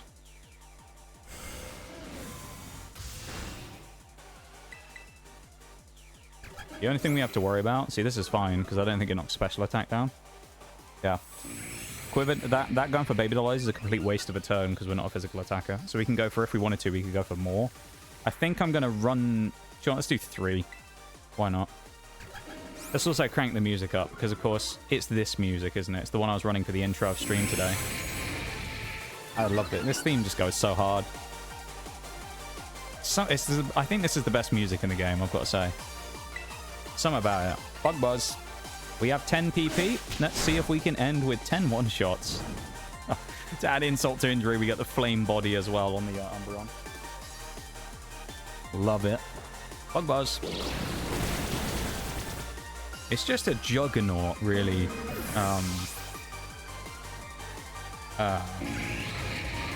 Big boy Volcarona. It's just an absolute juggernaut. Like, it's not even fair. It just sweeps everything. You just set it up, and here you go. Bug Buzz probably is a one-shot on Vaporeon. Oh, it isn't. It's bulky. Hydro Pump. Do we live it? We are +3 special defense. 70 damage.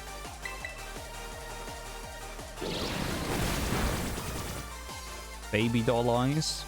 As a name, it's just uncomfortable. Always hated the creepy black as death eyes in dolls. Yeah, they are always a bit creepy, aren't they? I mean, it's no wonder that people made, like, works of fiction about, like, horror films about creepy dolls, is it really? They naturally just kind of have that thing about them. Ooh! Volcarona has been slain!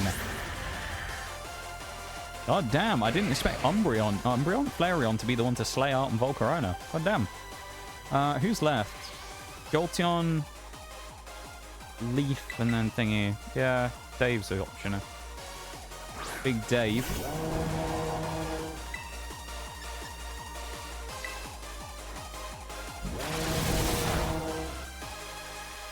Hyper Voice also procs Throat Spray, so we get +1 special attack off turn 1 here.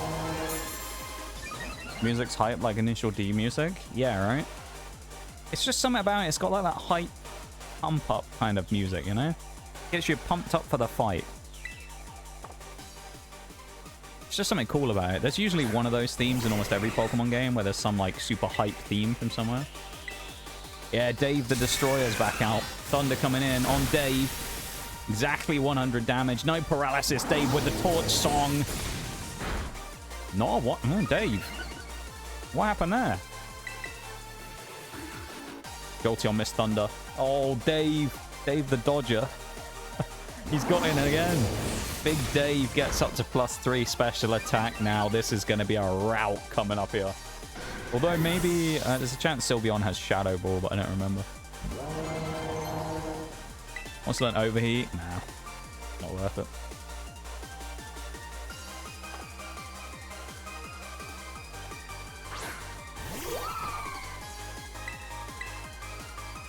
Oh, I forgot this thing was here. Yeah. Even though I mentioned it a minute ago, this is a one-shot. This is +3 going up to +4 special attack. Torch Song on a grass type. Dave the Destroyer, the Decimator himself, the Dominator. There's so many names you could give him. Dave is just this. He's just death incarnate. It just kills everything. It's like. It's almost like these two, the way that we got it, if you took Cloyster and threw that in the mix here as well, we've got like two of the best boosters we had in the entire run of 18 playthroughs. Because you have Dave who can self-boost himself with Throat Spray and Torch Song every time to make himself stronger. And then Volcarona who just boosts up with Quiver Dance and makes itself insanely strong. So you've got like two of the strongest boosters in the same team together. They're just like disgustingly strong. Like, how are you supposed to stop them? Because if you kill one of them, the other one just starts boosting. Like, you can't stop the pain train from these two. Sylveon absolutely tanked that, though. Fair play. That was a hell of a... Oh, he does have Shadow Ball. Dave might be going down here. Dave has finally been slain. Damn, both our fire types go down. Not that it really matters, though, does it? Because, you know, we were ready for this by bringing Fortress in, so... And now the Ball of Death is once again going to roll its way on through and kill this Sylveon. So, go on, Ball. Gonna do it a couple at a time. Cute Charm, really? Well, we'll still give him a chance to do it, because you never know. Fortress. Oh, actually, no, I've just come up with a better idea. I don't know if it's gonna work, but it'll be funny. Miss Fortress, or don't get infatuated. There you go. Here we go. Oh no, not a fairy type move against my steel type. Whatever am I going to do? We use Dazzling Gleam. Oh, Moonblast. Never mind. Whatever am I going to do?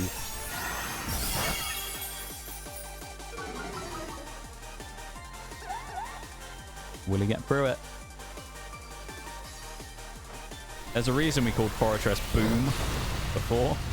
That's why. He's a nuke. There he goes. The nuclear warhead. That's why Fortress is so dangerous as well earlier. You know when I was talking about how good he was? When I was like, you know, giving Fortress the big one earlier on, talking about how good it was as a defensive Pokemon, but also being good on the offensive side. It can boost itself with Curse and Gyro Ball, but if I realize that we can't wall break something, or it's like a bit of a we're gonna die anyway, we can literally just use Explosion and practically get a free 1-for-1 trade on anyone. Like... Other than a ghost type, we can basically kill one person almost entirely for free with Explosion. So, how we won Monotype Bug, I think it was. We ended up using Curse to boost up to, I think, +3 or 4 with Fortress. And then exploded against Roaring Moon and one-shotted it, just because it was funny. For a test, I like to listen to some hype-up music. Game Chops makes a ton of good tracks. I think, originally, when I was looking for music to use for stream back in the day, I was looking at a lot of the Game Chop stuff because they do a lot of remixes of things. The only problem is, I want to say I did run some early on, and I think I ended up running into issues with VODs getting muted, so I ended up moving away from it to royalty-free stuff. Because I feel like Game Chops end up saying that they actually don't mind people using their stuff for streaming, but then I ran into loads of issues with probably the original creator of the music copyright claiming it. Not the cover version, obviously, from them. So I think I was running into issues of, like, say I did I know it was a Zelda remix. I would get copyright claimed by Nintendo for it or whatever. Rather than the owner being Game Chops. So I just stopped using it and started going to, like, the lo-fi mixes that I found on Spotify instead. Razor's Edge for from AC/DC. I don't think I've listened to Razor's Edge from AC/DC. Chris Rea. Chris Rea. The only song I know that Chris Rea has actually done is Driving Home for Christmas, which is a quality one there. That's a quality song right there. One of my favourite Christmas songs. Always reminds me of this one time where we were doing some, like... This is at college. It's such a stupid, like, joke as well. This is when we were at college and someone was talking about, like... It was when we were doing our forensic stuff. It was about, alcohol intoxication. And, it was talking about, like, drink driving and stuff like that. And, you know, people doing stuff on the roads and speeding. And I remember, like, someone, they said, like, is there any reason why anyone should ever drink and drive? I remember someone at the back just went, what if he's driving home for Christmas? And it's there's something about it. Because it was at Christmas time when Driving Home for Christmas was on, obviously on loads of, you know, Christmas music all about. And it just, I don't know what it was. It just, it's like the best thing ever. It's like, why would anyone ever drink drive? What's the reason for it? Driving home for Christmas. Amazing. Just the timing of it and everything was perfect. You had to be there to experience it, but it's fucking hilarious when someone said that. What the best thing ever. Encyclopedic knowledge of Pokemon is insanely good. Great to listen to. Yeah, I appreciate it. It does lead me astray every now and then, as chat loves to point out when I get something wrong, but, you know, everybody makes mistakes and stuff every now and then, don't they? No, I like to think my knowledge is pretty solid. I do have gaps. Like, if someone said, recommend me a current meta competitive team that I could use in the rank ladder right now, I wouldn't know where to go. I'd have an idea, because I've seen the odd bit of regionals or whatever, but I wouldn't know with that. But if someone said, like, you know, gave me a random... It's more like just random knowledge that I just pick up, you know, about movesets and stuff. And it allows you to do things. You remember about certain people's things, and then you remember, like, memorable moments because of them. Like Fortress being boom and blowing up on people, you know? Yeah. Like, I remembered all that type of stuff. I have a decent knowledge. It just comes down to the fact that, you know, and it's just another one of those things. I just have a good memory, generally. Like, I'm probably... This might seem like a weird thing to say. I would actually say I feel like my memory is wasted on me. In the sense of, if I was someone who was, like, properly into doing, like, academic-y stuff, I probably could have got, like... I don't want to say easily, but I could have, like, fairly decently smashed a Masters or whatever if I wanted to do one. Like, if I was someone who put it in the right area, if this was on someone who was, like, more inclined to do some big thing, it would probably be a whole lot better if another person had my memory, you know? I can't really use it for much other than memorizing fucking Pokemon stuff for stream. Or, you know, siege angles and stuff. Or random Skyrim knowledge, you know? Like, I just remember random video game shit that doesn't mean anything. Right? Everyone has their own things, I guess. But no, I'm glad that my knowledge is appreciated, I suppose. I'll take that. I try my best, so... Fucking door handleless door again as well. I hate that so much. Steam on so much good music, he does not miss. Auberge. I almost read that as aubergine. I know no one else, like, actually uses that as a word. Everyone else calls it eggplant. I almost read that as aubergine. I was like, that's a weird name for a song. Gone fishing. Tell me there's a heaven. Josephine. Road to hell. Road to hell. Is that a Chris Rea song? That's the opposite of Driving Home for Christmas. You got Driving Home for Christmas and then Road to Hell. The hell of a, you know, flip there. Winter Song, Julia, Windy Town, Texas, and I can go on and on. Fair play, though. Oh, I figured out why the Noxcat thing's bugging out now, I think. Oh, that's weird. Why is that happening? I'm gonna have to try and figure out how to fix this, but I figured out what the problem is, why it's not, like, showing up properly. I just don't know why. I'll go to bed. Good luck and have fun for the rest of the stream. Yeah, no worries. Definitely thanks for hanging out, man. I appreciate it. Thank you for the Prime again as well. I really appreciate it. Very kind of you, man. And I hope you have a wonderful rest of the night. You take it easy, and we all see you when we see you. Okay? Take it easy, man. Thank you so much for being here. And Noxcat from Bruised there as well. Thank you again, my dude.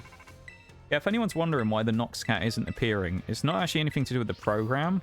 I think in that it deleted itself and then came back, some weird, like, bug has happened, basically. No, Fortress is not the lead we're using here. Who's the lead I want for this fight? Quagsire. That's who I want. Fortresses be silly not to bring here, obviously. Gudra we won't bring. Volcaron is a given. Dave, I think, will bring Luxray, can go fuck himself, quite frankly. I think we'll bring in Toxicroak instead. Who's the threat here? Well, there is Pawmot. That gives us a Psychic type to counter it. That's not a bad idea. Wigglytuff. It's not that great here. I'll probably switch Wiggly out as well. Well, we do have a Dragon type, though. No, I'll bring Wigglytuff for the Dragon counter. Why not? Yeah, this works. And then I'll run... Rocky Helmet on you, and then... Yeah, why not? That works. Swag Sire. Road to Hell is so good. I'll have to listen to this after stream. Road to Hell. What a name. What was I going to say before? There's something I was talking about before I switched to my Pokemon there. I was going to say something. What was I going to say? Oh, fuck. I don't know what it was. There was something I was going to say, but I don't remember for the life of me what it was. Bollocks. Looking at the music, then I switched to that stuff. Oh, yeah, the Noxcat thing. I figured out why it isn't working. So, the way that I run OBS, I don't know if everybody does this, but just to make this easier, for any streamers out there, you'll know what I'm talking about. I run OBS with both a preview and a what's actually going on screen at the same time, right? So right now, I've got my game full screen on my left-hand screen. On my right-hand screen, I have the chat widget on the side of OBS, and then the rest of my screen is basically two giant windows, right? One with a preview of what's gonna happen, and one with what's actually happening. So, like, I could pre-set up, say, like, Noxcat and Cat Ears on the left, and then transition it to the one on the right so that Noxcat and Cat Ears appears on screen, right? So it's like, what's about to come up on screen, what's actually on screen. Now, strangely, when I switch to the BRB, okay, it, you know, and then I switch back, I use the Stream Deck, right? So I have a button set up on the Stream Deck so I can just immediately switch back without having to do anything in OBS. Now, because of that, the window that is selected in OBS is still the BRB screen on the preview, and the regular actual game screen is the one that is actually playing, which is the game. Now, I guess because Noxcat doesn't appear on the BRB screen, and that's the one that's selected, it's pulling him off of the other screen as well. So Noxcat only reappears when I put the game screen on the preview again, and then he reappears. That's a very convoluted way of explaining it, but I feel like you probably understand the gist of what I'm saying. So if Noxcat isn't on the preview, he doesn't appear on the program screen, which is like the main game screen that's being streamed, right? Really weirdly. So Noxcat, unless he's on both of them at the same time, doesn't appear. He disappears if I switch screens. Really odd. Not sure why that is. Very confusion about that. Tell Me There's Heaven is such an incredible sad song though. Like one of the 3 songs that can make me cry. I feel like music is one of those things that's actually quite good for making people emotional, you know? Even if you're like the most like hard up, like mentally, emotionally, whatever tough person you find around, I feel like music's one of the easiest ways to like break through people on that, you know? Even if it just makes you tear up a little bit from a sad song or something. Or something kind of the other way that, you know, is just really insane. Like a national anthem, you know? Like the Welsh people. Love the Welsh people, they're great. The Welsh national anthem. Something about it. Back when I was, you know, when I was a bit younger, every once in a while I would go and watch, because I support the Welsh national rugby team. Not that I'm actually Welsh, but, you know, I just support them because I think they're great. But I used to go and watch Wales at home in Cardiff, at what is the Millennium Stadium, as I call it, because I refuse to use the actual name of Principality, because it sounds stupid. But I've been to Cardiff a few times and watched them play. There's something so, like, special. Even as someone who's not Welsh, there's something so special about standing in a stadium full of 85,000 people, most of which are Welsh, and them just belting out their national anthem in Welsh. There's something so special about that. It almost brings a tear to your eye as someone who isn't Welsh, you know? It's really crazy. But seeing all those, like, you know, proud Welsh people. Yeah, I mean, the Welsh people are very proud of their country, not in like a, you know, like overly, like not in like a nationalistic kind of way, you know, but like they're a very proud people, the Welsh, and they love their country. And it's so, I don't know, something about it. Just seeing 80,000 Welsh people in a stadium just singing their hearts out for their national anthem. It's something, it's just special. It really is. It's bizarre. It's just special. Something really amazing about it. That's gonna hurt. Oh, we lost half our health. Oh, half HP we lost. Yeah, of course we did though, because we're quite affected by stealth rock, aren't we? Funny thing about music is that people think I'm a very serious person because I have a resting bitch face. Oh, same. When I blast my music, they're like, oh, he's no, he's one of those overly positive people. Goodra. We have to stay in now. We don't have a choice. If I switch out, we die. We have to get Bug Buzz, and he's going to get Muddy Water. We're going to have to get lucky and hope he misses.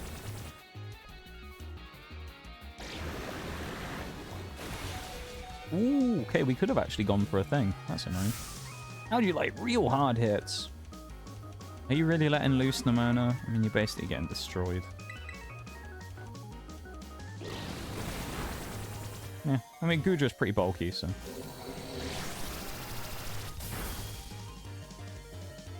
That and the ending of Schindler's List. I only ever watched the film once. I don't think I actually ever have, to be honest. I don't think I've ever watched Schindler's List, from what I remember. Let's go Espatra. I never ever, well, never again, but I'll never forget the damn ending song. Should be mandatory watch in school. I think actually, I seem to remember when I was at school, I think it was one of the things people watched. I feel like people did something about Schindler's List. Maybe it was something else, I don't remember. Patriotism is always a wonderful thing, in my opinion. Patriotism is good. Yeah, it's good to a degree. When people get too... Oh, Fortress is in chat as well, that's sick. It can get a bit much sometimes, you know?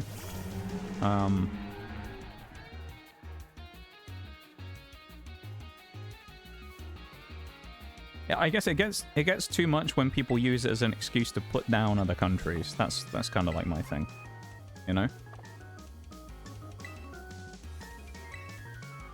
But I think some level of like patriotism though, it's not a... It's a pretty cool thing. Like, as I say, when you see that, like, 80,000 Welsh people singing their national anthem, or not even the national anthem, but before the game, they sing a bunch of, like, hymns and things. You know, a lot of them in Welsh. It's just something so special about it. You know? There's something so special. Like, you could go to a sports game and experience something like that, but I feel like that one is a very special one. It's like, there's something about the Welsh. It's just, you know, incredible. Hey, I got Fortress. What's the thing next to it? Rock. I guess I got a stone with it. That's kind of cool. If you watched it, you'll know. I don't think I ever have them. That's what you find is nationalism, though. Here in the US, people call me a bigot because I fly my flag, even though the guy next to me flies the Mexican and we get along. I don't think flying a flag is in any way, like, bad. See, this is what I think is like the thing with it. This is just my take on it. It's just a random person from England, right? People who fly their flag and are proud of their country, there's nothing wrong with being proud of your country. It's, as I say, it's people who put down other people in the sense of using their country as my country's really superior, you know? And it becomes like more of a kind of like almost class thing, if you will, than anything else. And then it gets to the point where, you know, where you get like nationalist groups that hate foreigners because they're making their country impure or whatever. And it's like just the biggest load of bollocks you've ever heard. We had problems with it over here fairly recently with massive riots kind of further up north with people like, you know, throwing bricks through windows of mosques and stuff. And it's like, you know, it was like very much the type of group of people who are like, get out of our country, you're, you know, ruining the place kind of nationalistic groups. And that's way too extreme, obviously, you know. But being proud of your country, I don't think there's anything wrong with that. Being proud of where you come from. Historically, nationalism is the moment patriotism goes bad and causes harm. Yeah, that's kind of what I mean. But as I say, I think flying your flag, though, if people have a problem with someone flying a flag, I don't really understand that to some degree. I don't understand why people are mad about flying a flag, personally. Just because it's just a symbol of a country, you know? Like, if you want to fly it, why? It's kind of like one of those, why is it anyone else's business what you do with your house? You know? If you want to fly a flag on your house or on your property, it's not really anyone else's job to tell you what you can and can't do with it, because it's your place.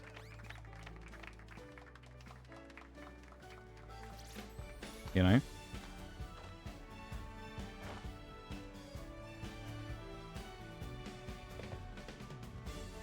This is kind of like the same thing with, like, over here, right? Like, you'll hear some people who will complain about flying the British Union Jack, because they'll just start talking about, you know, colonialism and invading however much of the world and the British Empire doing all the things they did. And it's like, that's true, but it also happened 200 years ago. You know, like, I'm not flying the flag. If I did it, right, I'm not flying the Union Jack flag in 2024 going, yes, we're going to enslave the world like we did in 1800 and whatever. Which, you know, I might be wrong on this, but if I remember correctly, just this is a little known history thing, pretty sure if you actually look at the ancient, but like back in historical stuff to do with slave trading, things like that, everyone goes, all the British are the worst because they did loads of that. Pretty sure, unless I'm wrong here, I'm pretty sure the Dutch were actually the worst when it came to that. They either started it or they were the worst. I shouldn't have spoken to her. This is the DLC. As I'm pretty sure if you speak to, if you do some research on it, I'm fairly certain from what I remember the Dutch were the worst when it came to that.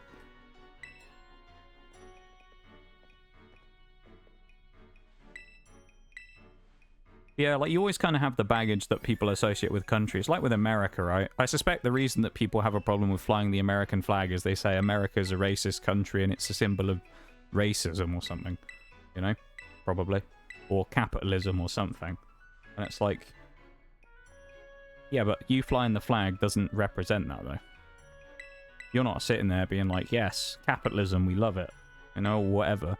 You know, I think it's about intention more so than anything else, what it represents. Now, to some degree, yeah, like, if you were out there flying, like, swastikas outside your house, I could understand why someone wouldn't be very happy. I don't think anyone would be very happy. Because that's a symbol that represents something very bad. But, like, the American flag, while it may not have, like, you know, super pure origins or whatever, in the same way that any flag in the world probably has a, you know, some sort of level of shit thing that happened associated with it. No one's, like, looking at half the rest of them and complaining, are they? No one's looking at people flying the Canadian flag and going, goddamn, look at all those Geneva Convention war crimes they were planning on doing, or did, are they? They just go, look at that funny flag with the maple leaf on that we all like. It's really cool, isn't it? You know? No one's looking at the Canadians and going, oh, I can't fly the flag here. Represents war crimes. No?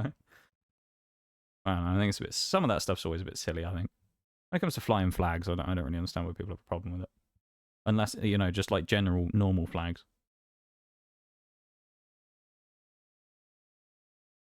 One exception is here in South Africa. It's illegal to fly the apartheid flag.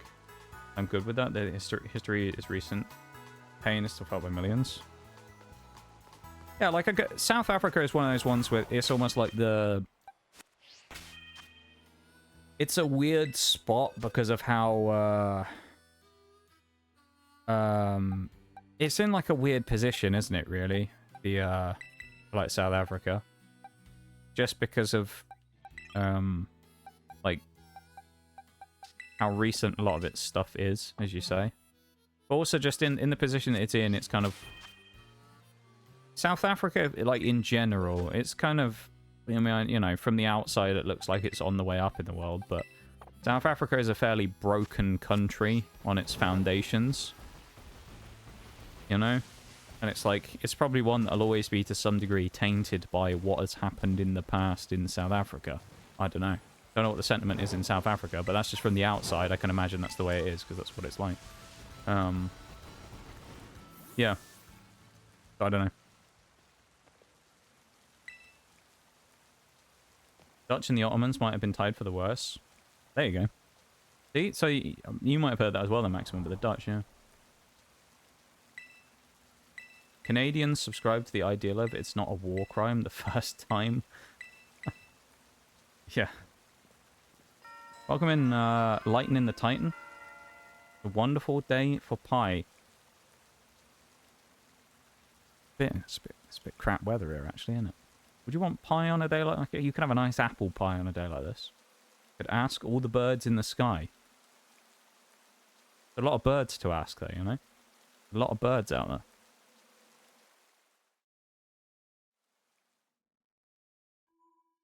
Do we think that the birds would have an opinion on whether it was a good day for pie or not? What do we think? I'd be interested to know if they had an opinion on it. We need a vote. Allow the birds to vote. I need to speed this up as well, because we're at like 4 hours 40. I thought this was going to be faster, the first few fights, so we're going to have to speed run the end of this. All nations have a bad history. It's the human condition. Exactly, yeah. Well, everyone knew it's kind of very, very broken here. Yeah. Well, I mean, like, you don't really hear about, like, current news in South Africa, really, you know? It's just kind of... It exists and you hear about it every now and then, but it's not like a, you know, thing that you hear about. We tend not to see a huge amount of foreign news over here these days. Mainly because we've got too many of our own problems to keep covering everyone else's stuff. There's so many problems over here in the UK that we end up covering all of our own news and we don't have time to talk about anyone else's. Knowing birds, they like pie. Sing you a tweet with a musical tweet. A musical x.com post. Wonderful day for pie. What type of pie would you have, though, if you're going to choose one? If you were choosing a pie to eat right now, right? You could have apple, whatever. What would you choose? I do like an apple. An apple pie. It's basic, I know, but I like an apple pie. Pumpkin isn't a thing over here, really, so I can't say anything like that. Everyone's always mortified when I say pumpkin pie isn't the thing we eat over here. I mean, we also have a lot of savoury ones as well, though. So I could go for a really oddball pick, considering the context of the question, say chicken and mushroom or something. That's always a good shout. Savoury ones are good, though. Chicken and mushroom pie. Oh.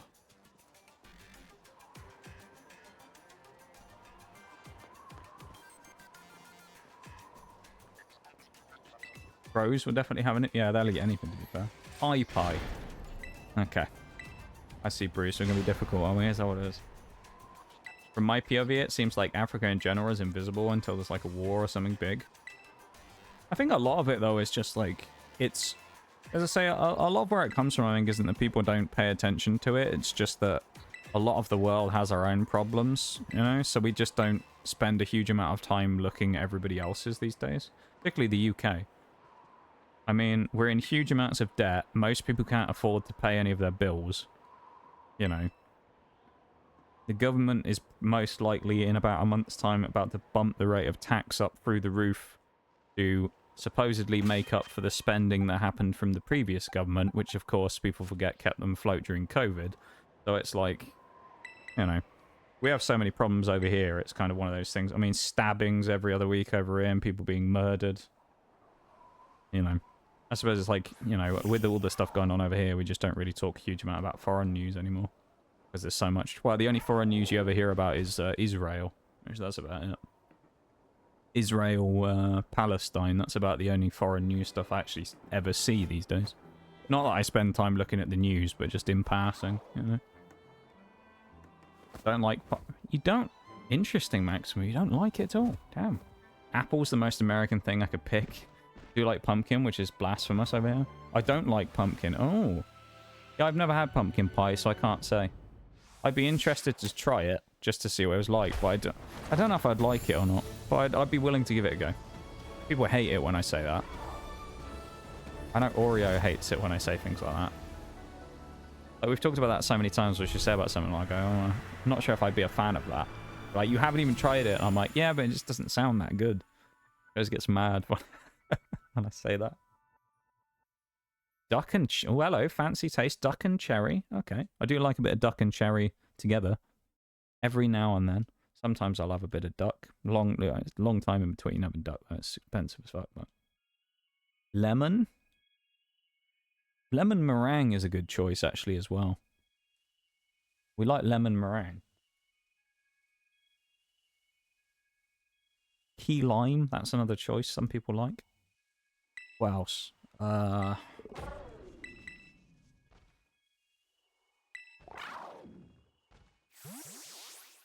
mean, you know, you got loads of savoury options and things over here, as I say.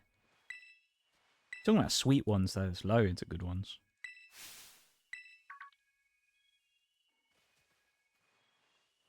I like a crumble as well. Ooh.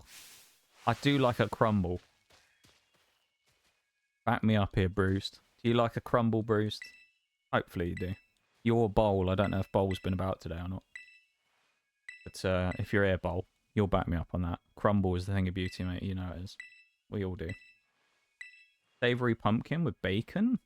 Savoury pumpkin. I don't think I've heard of a savoury pumpkin pie before. I'm not the biggest fan of pumpkin, honestly. I'm a bit hit or miss with those types of things. I like sweet potato, but sometimes I go off it a little bit, just because sometimes it's just you don't really want the sweetness. I'd rather just have a normal potato, you know? I was going to have one. I wanted some sort of starchy thing. Same with pumpkin. Like, pumpkin's okay, but like, I'm so-so on it. Like, if I was going to have roasted pumpkin, it's alright, but like, not too fussed about it. Like, I'd eat it and go, oh, it's okay. But I'm not going to, like, lap that shit up like it's the best thing I've ever eaten. Not a fan of pie. Surprised they're Bruised. You are Scottish, though. Maybe it's less popular in Scotland. Nimona, what are you doing here, and how did you get in my house, everyone? Yeah, she just breaks in. It'd be worse if she was there when we woke up. That'd be bad, wouldn't it? Just stood there staring at you as you wake up. That's like how to scare someone 101. Does anyone, you know, like partners and people like that you ever sleep next to and you want to get a cheap scare out of them? Wait until they're asleep and you wake up first. And then slowly wake them up while also putting your face right on top of theirs, staring into their eyes when they wake up. Terrify people. I've never done it to someone because I'd probably get punched in the jaw. But, you know, I don't really want that. But I've heard people... It's quite funny if you do that to people and just terrify them the second they wake up. And it's quite a comical reaction. Apple crumble. I like an apple crumble. Apple crumble. Apple and blackberry crumble as well as a good shout. Or something like that. Just any kind of crumble, really. I love a crumble. Crumble topping's great. Milk tart. No. I don't recognise milk tart, no. We do have a thing called treacle tart, which is quite a cool one that not many people eat. Which is basically kind of like a... It's not necessarily even treacle, but it's like... Think of it like a kind of toffee-ish type caramelly mixture that is mixed with like breadcrumbs and things like that to make it slightly like textured, almost slightly cakey. That you then bake in an oven. And it's just this really like gooey, like... it's something about it. It's just something nice about it. It's just this really nice texture. I love a treacle tart. I've made it a few times. Because I haven't made anything for a while, but I used to do a little bit of cooking. Something that people may or may not know about me. I used to be a little bit involved culinarily. As it was one of the things that I was going to do when I was leaving school, first of all. When I left school, one of the things I did, it's my highest grade I actually got when I was at school. was in home ec. Got an A, and I did it. And I proudly, well, I don't know if I still do, but I can't imagine there was anyone better than me that broke the record. That's not me being big-headed and overconfident either. Basically, the way it used to work was you'd get graded in that based on a rating you would get from the person who was like assessing you every week from 1 to 10. And I hold the record of, well, not that they officially hold a record, but I held the record because I thought it was official, of the largest amount of 10s ever received in 1 year. Because there was only, I think, 3 things out of maybe 20 that I made the entire year that didn't Remind get a me 10. to bring you along the next time I feel So like I was the goat roaring. of that class. Apple crumbles, nice, let's go. 50 bits. Had these random bits just sitting here for some reason. Weird, wonder why they weren't used. Very odd indeed there, Bruised. Well, thank you for the 50 bits, man. I appreciate it. I think you guys are already getting off to a hell of a start on the literally the first day of the month, and we've already got, like, the bits leaderboard is... The title fight for the bits leaderboard is heating up again. And, you know, the gift subs has already kicked off as well. You guys, like, spoiled the shit out of me last month. Like, save yourself some money this month, right? You guys spoiled me so much last month. Save yourself some monies. Alright? I very much appreciate it, though. Thank you so much for the... Well, for last month and for the start of this month. The bees and subs and everything, man. You guys killed me in the last month with those bits. And subs and stuff. I really, really appreciate it, you know? Thank you so much for all that. Thank you so much for the 50 bits, though, Bruce. On top of the 150 from earlier. I appreciate it, man. Oak tart is an excellent treat. Another classic here is Malva pudding. I'll have to have a look at these later on as well. Or you can, if you wanted to, you could always grab a recipe and post it in Food and Recipes if you want to on Discord, so I don't forget. That's up to you. If not, I'll try and look them up after stream if I remember. That's a cool idea though.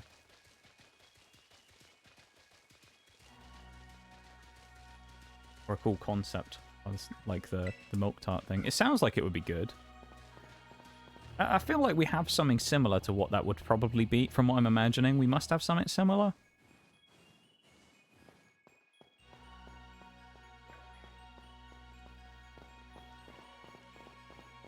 We're descending down into my area of expertise here as well. We're going to the lab. Because of course we are. Always going to the lab. Don't you just love the lab? Isn't it like the best place ever? You know? It's the best.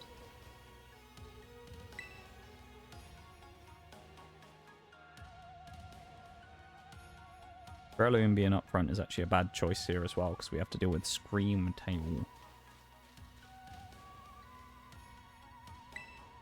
Sipping me water as well. It's been sat around for ages. Haven't really done many hydrates this stream. Officially, anyway. I've taken a few unofficial ones, hence why I filled up my water a little bit ago, but haven't really drank that much water this stream. That's probably not a good thing. You kind of forget to drink unless people in stream are like, "Oi, drink water." You know?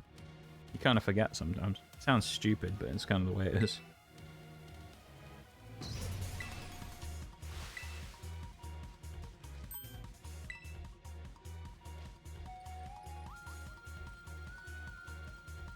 Posted.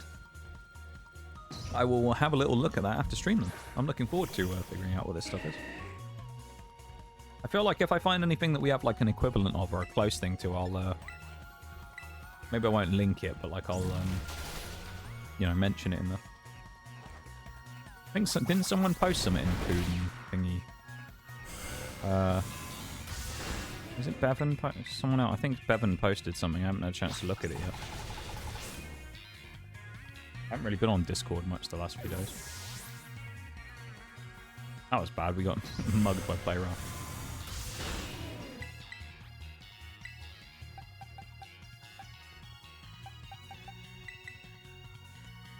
I will send 1,000 hydrates then. Damn it, Max Nox Cats again. It says you used the maximum amount. Oh yeah, no, I forgot. Yeah, it's locked to Well, shall I tell you what the official number is? I could change it right now if I wanted. It was under viewer rewards, power-ups, and channel points.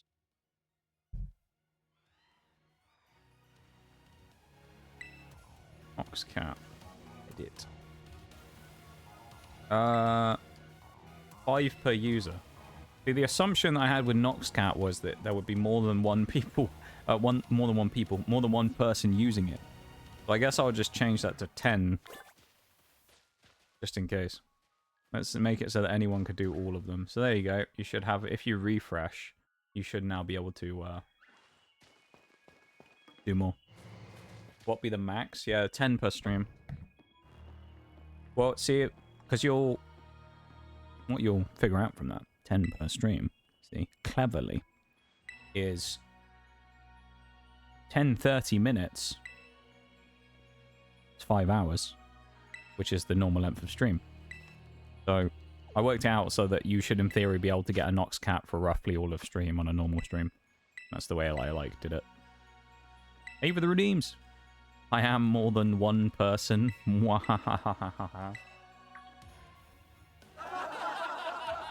That's my laugh.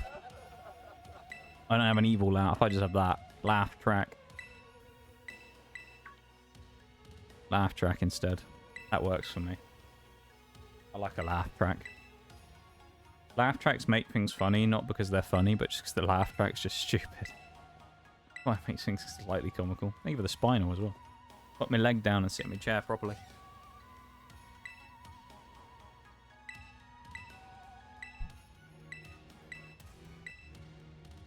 Yes.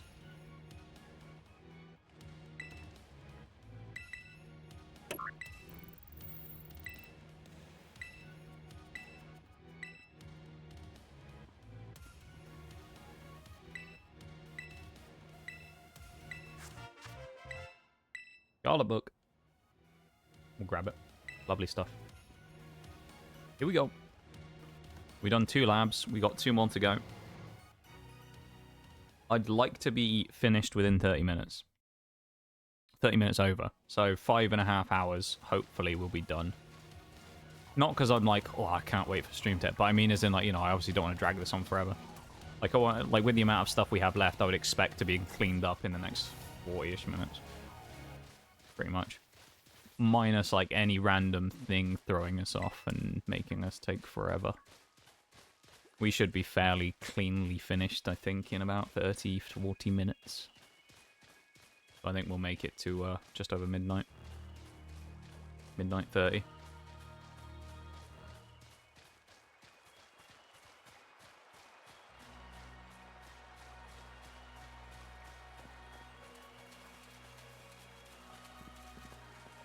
Last South African treat is one I know won't have.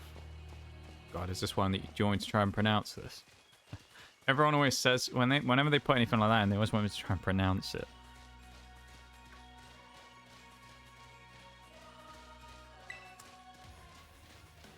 I mean, if I had to guess, I'd assume that the first part is pronounced kind of like Coke. But then again, it's in, well, Afrikaans, so it's probably something completely different. Don't? Okay, I won't then. I won't try and pronounce it. I won't offend an entire nation of people by doing it. That's good, because I was hoping I wouldn't have to be honest.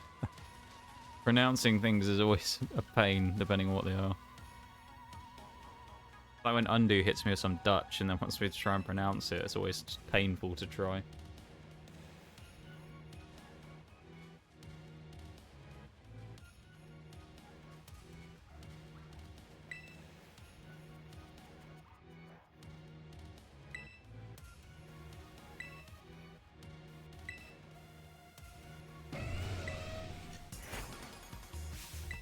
We got a shoe in the floor.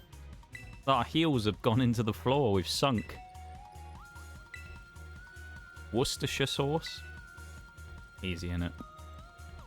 Americans get caught. Well, actually, anyone in the rest of the world gets caught up on that one because they don't know it's pronounced Worcester. It's the same thing with all the like the counties, isn't it, though? Because people like some of them have weird pronunciations, but you'll get like the Shire thing, you know? Where people say like Worcestershire. Worcestershire. That's how it's pronounced. Worcester. Almost as if it's like two, you know, W-O-O-S-T-E-R. That's the correct pronunciation of it. It's Worcester, the name of the place which it's from. But you can usually tell if people don't normally if people don't normally spend a lot of time in England or anything like that, or know much about English like towns. Usually it's the Shire is the giveaway, because you just call it Shire basically. Gloucestershire, you know, Leicestershire, which people call Leicestershire and things like that. Lancashire, Yorkshire, instead of Yorkshire. That's the one that always makes me cringe a little bit. It's like, you know, you'll see like videos of people that are doing like, I bought British things that I found in the shop, and they'll be like, I've got some Yorkshire tea, and it's like, oh, for fuck's sake. I don't even drink Yorkshire tea, but it's every time I hear it, I'm like, oh, for God's sake, it's not fucking Shire. It bothers me every time I hear it. Something Shire, and it's like, oh, for God's sake. Afrikaans is like Dutch with cheese grater to your vocal cords. It's a good way to describe it. It's kind of like Welsh, actually, with the two L's being a sound that you have to like scrunch your voice up for every time, make it sound like you're about to cough up some phlegm. The Welsh language is a very interesting one, actually. There's a lot of very weird and wonderful sounds in the Welsh language. I've got to be, you know, I'm very amazed by Welsh, to be honest. I say that Shire bit. Do you just say it to wind up people from England, though, because you're from Scotland? I feel like Scottish people... Oh, Scottish people probably say Shire as well, don't they? Maybe it depends where you're from in Scotland, of course. Maybe some people in Scotland say Shire, some people say the other, I don't know. The Shire, yeah. The Shire. Tetley tea is better. I tend to be more of a PG tips person, I think.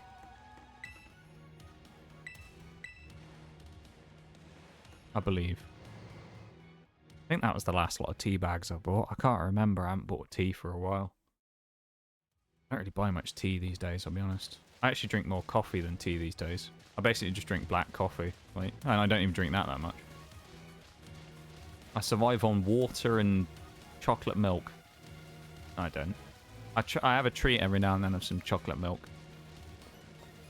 There is some banging chocolate milk that I have at the minute, though. Love that stuff. It's really thick as well. It's like drinking soup. It's almost too thick sometimes. It's not very like thirst quenching or anything if you wanted it, but it's nice as a little treat. Have a bit of chocolate milk. Oh my god. There's something about it as an adult. It feels wrong to drink chocolate milk as an adult because you feel like it's one of those things where it's kind of like, you know, it's one of those things that you look at and you kind of like, it's one of those things that people view as like a kid's thing. Then, oh, a bit of chocolate milk. Kids drink chocolate milk. You think, oh, adults aren't supposed to drink. It feels wrong to drink chocolate milk. But there's something about it, it just hits different. It just hits different. It's like me doing the TCG streams. It feels slightly wrong when I'm like, yeah, let's do a Pokemon card opening stream. Because they're not really designed for people like me anymore. But there's something about it. There's something about it, just, it feels a bit wrong. Because it's like, you know, something from your childhood. But you got that level of nostalgia that just, you're like, yeah. Feels weird doing this as an adult, but like, yes, I like it. You know? It's a nostalgic feeling I enjoy. Thought it was the correct way? Nah, Shire. Not the correct way, no. Worcestershire. Anyone from England will tell you it's Shire.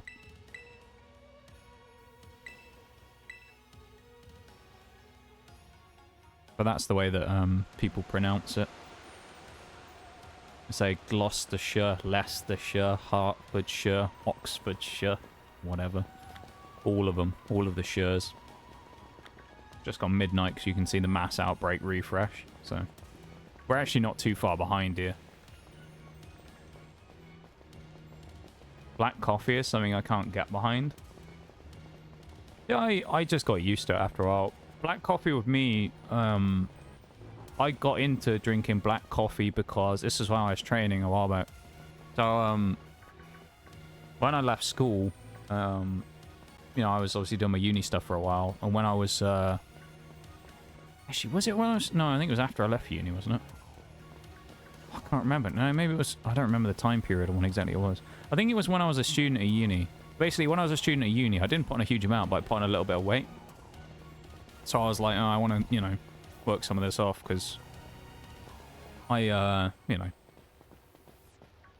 tend to try and be fairly healthy. Not always. I'm talking about chocolate milk and shit, but like, you know, I tend to try and be fairly healthy. So I was like, oh, you know, I'll start training to try and work some of this off. And then I also got into doing sport and stuff again. I was talking about those training sessions I used to do, bike sessions, which was part of it.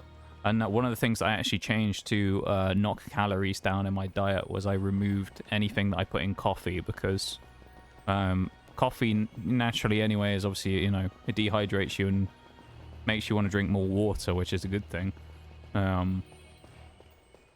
But also it removes, you know, not a lot, but it removes some of the calories from if you put sugar and milk and stuff in coffee. Or creamer, I guess, for anyone who's like American, because you all do that, but we put milk in coffee.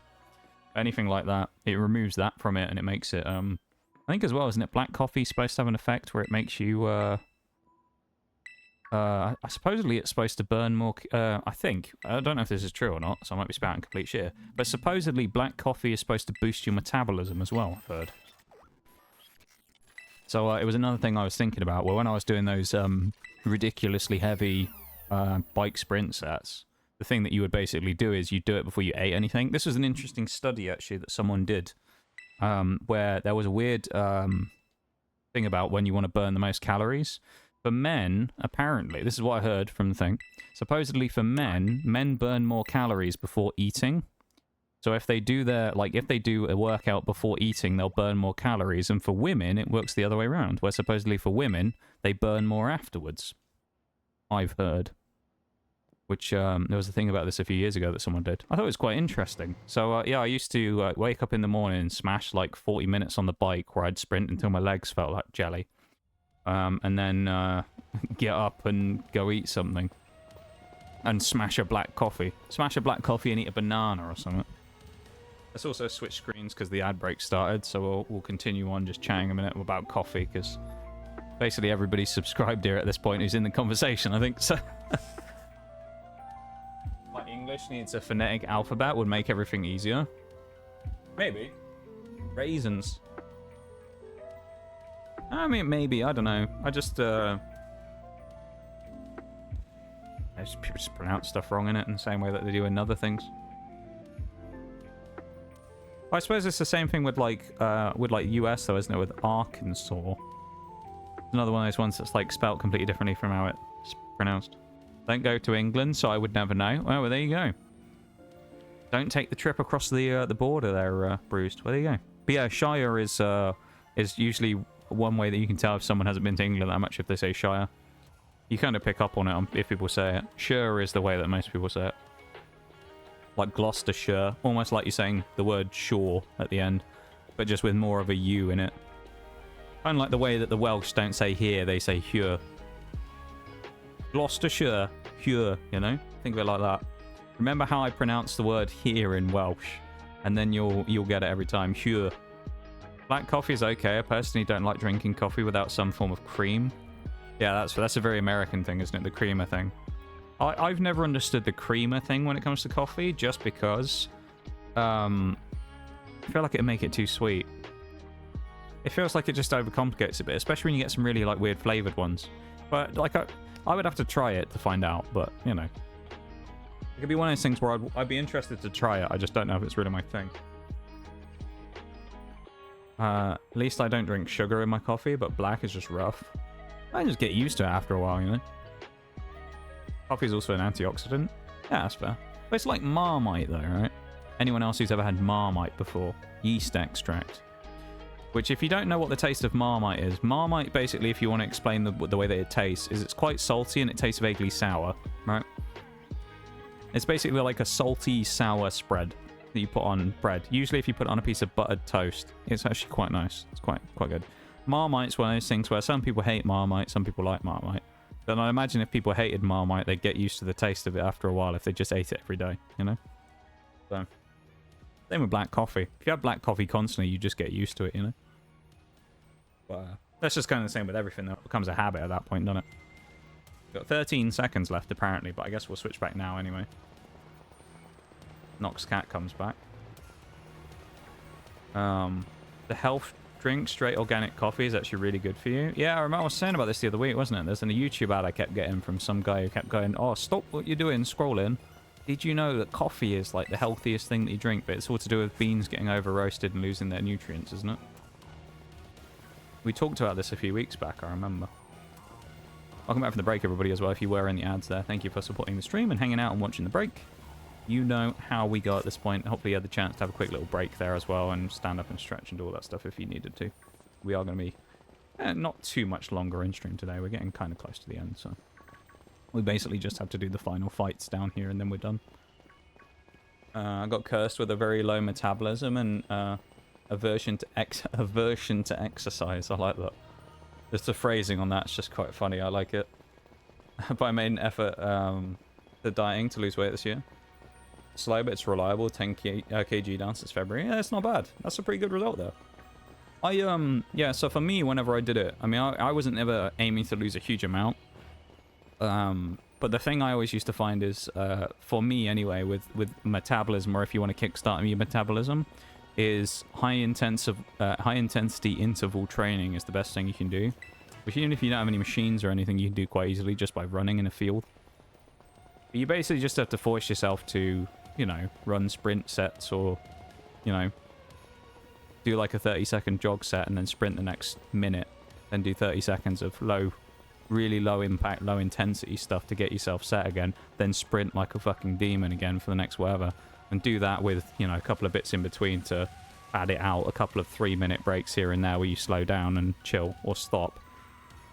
And then you just run like a fucking demon for like 30 minutes, 20 minutes. And you'll burn off shit like crazy. One of the best ways to burn calories and things is by doing interval training.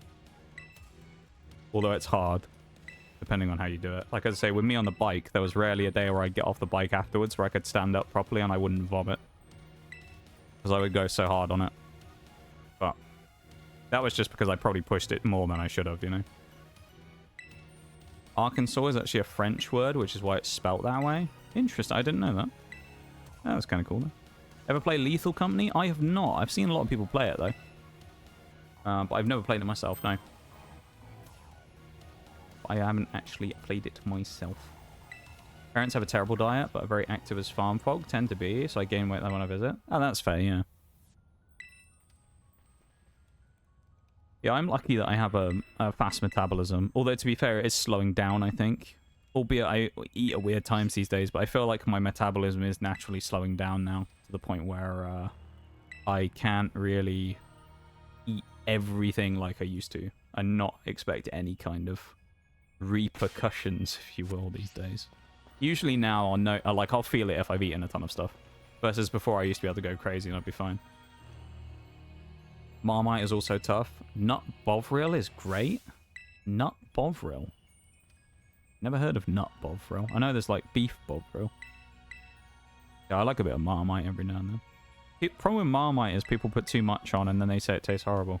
You only need to put a tiny little bit on. You always see it where people will be, you know...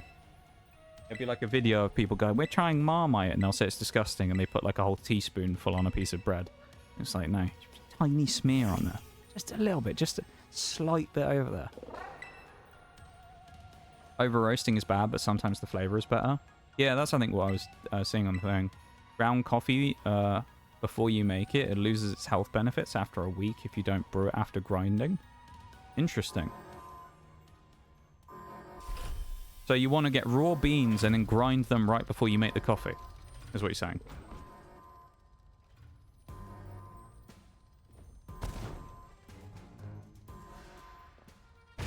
Interesting. Oh, but Bovril. I was like, not Bovril. Is that like some sort of vegan version of Bovril or something that doesn't have a derivative from beef? Or whatever. I actually don't know. I don't actually know what Bovril is specifically. I mean, I know about Marmite, but I know Bovril's similar. I don't know exactly what it is. Yeah, I actually don't think I've had Bovril. I know people sometimes make a drink out of Bovril where if you mix it with hot water, it's kind of nice. Hot Bovril. Never had a Bovril, though. Sounds good. I feel like I'd enjoy a Bovril.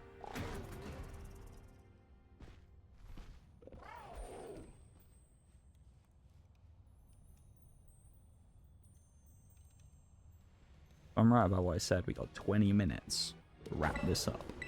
20 minutes! I said 40 minutes or whatever it was. 30 minutes, so 5 hours 30. We got about 29 minutes to wrap this up. It's doable. If Volcarona sweeps, it's doable. I could see it. The only problem will be fucking Flutter Mane. That thing's a pain in the arse.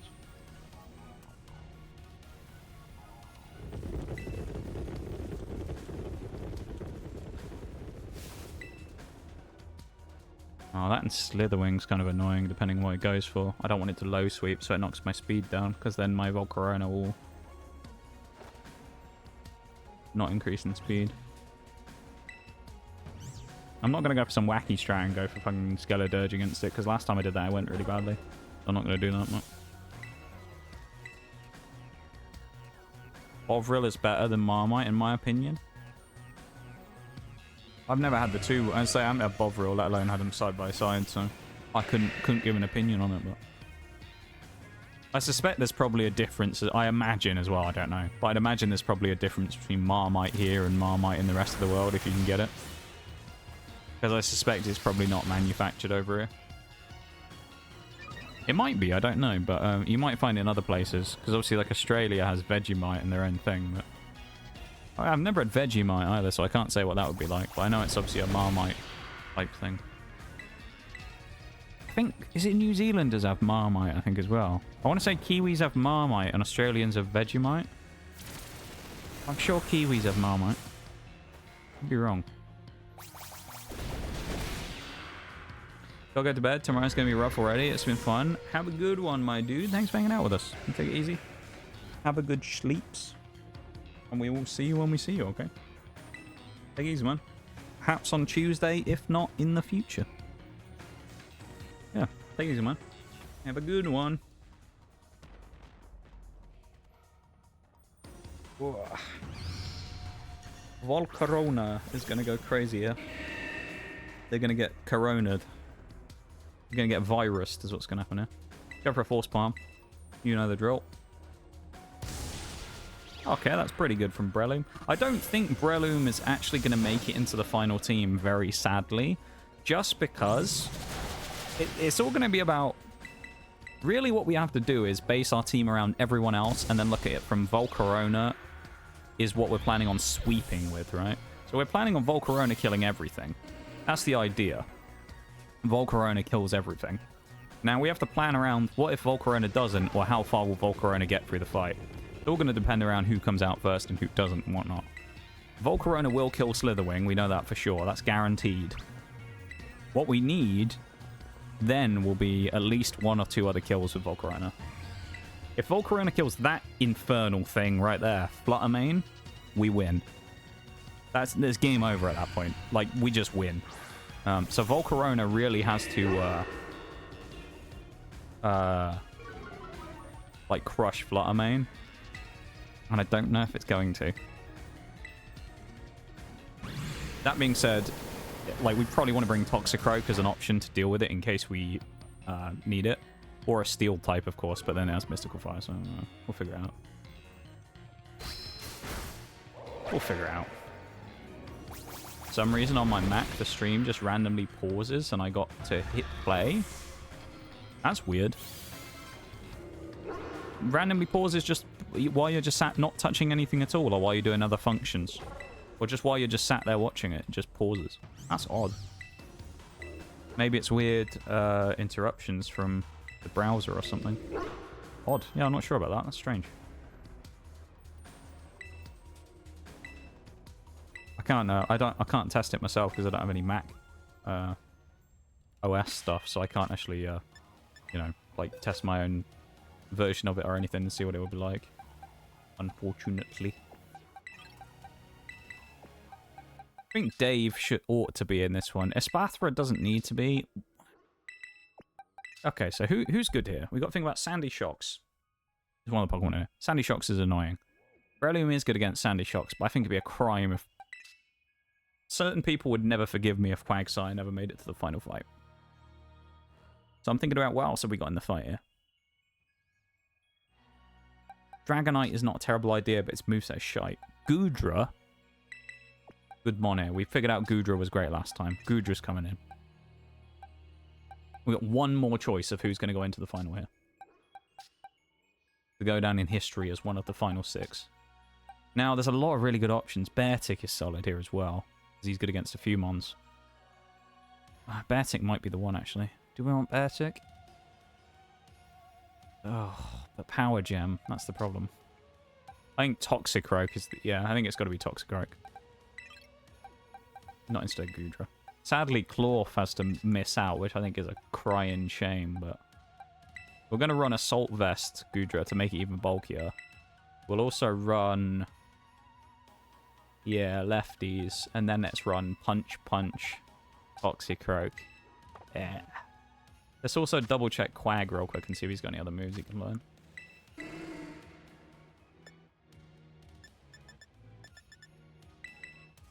Yes. Toxic. That's what we're going to be right now when we deal with this fucker in a minute.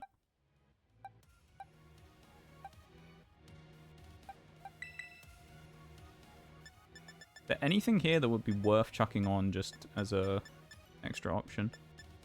No. Oratress is set up. Dave is set up. Quagsire. Alright, we're good to go. We're good to go here. We know what we're doing. Okay. This is it. Final chance. We're going to get finished with a flourish here. We've got to go for our full flawless sweep. I've done good. I've made a pal suffering game. What have you done? What did you do, Bruised? You've made someone suffer. What infernal thing did you do to someone? Some poor person has just been bullied by you in-game. What have you done? Is this War Thunder, I'm guessing?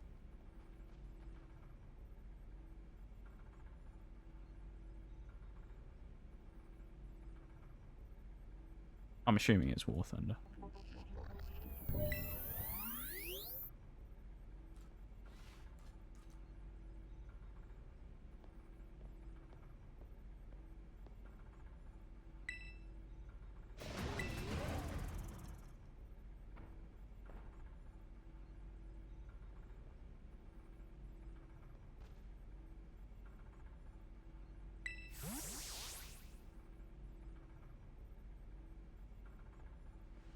For all this crap.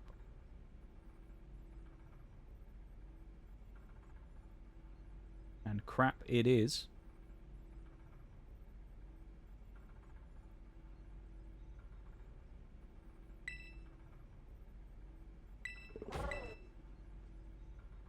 Alright, I think we flawless this one. I'm confident going in here. I mean, we know Volcarona previously has been pretty strong in these situations.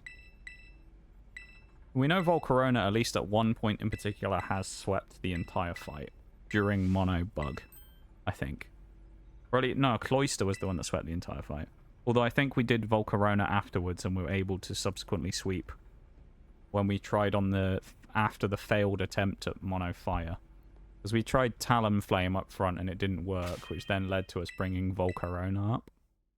It was increased defense minus special attack, which is actually a slight bit of concern, but we can give ourselves the boosts via Fiery Dance and Quiver Dance and get a bit of luck going for us with a, you know, free boost here and there. Gonna be quite nice, because no speed drop is it's particularly handy here. I'd say we want to get up.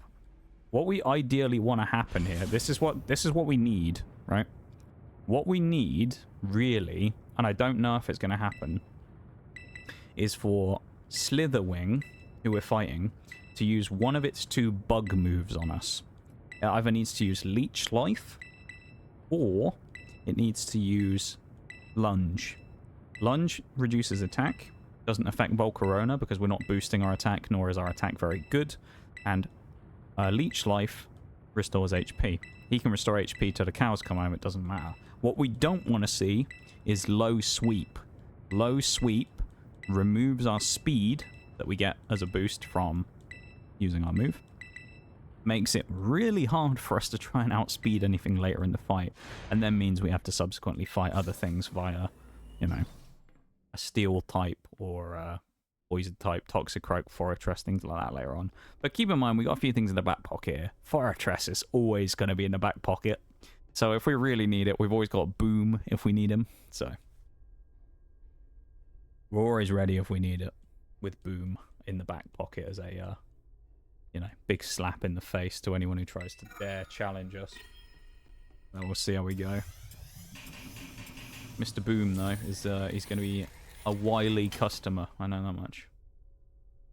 A wily character indeed.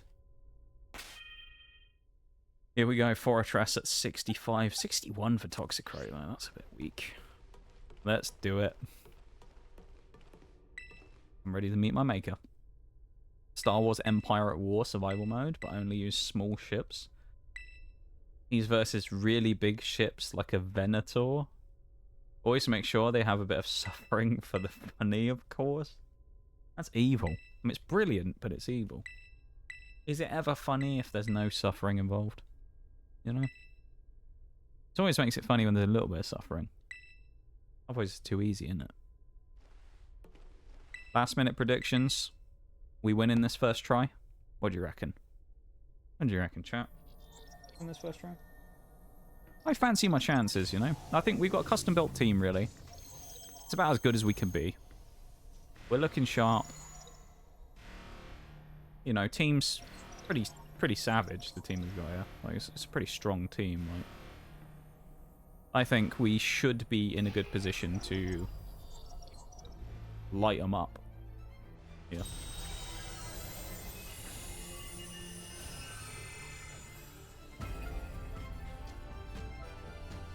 Let's do it. Let's light them up. Never funny if there's no suffering. Exactly, you know? In online games, anyway, we're talking about here. That's the context we're talking about.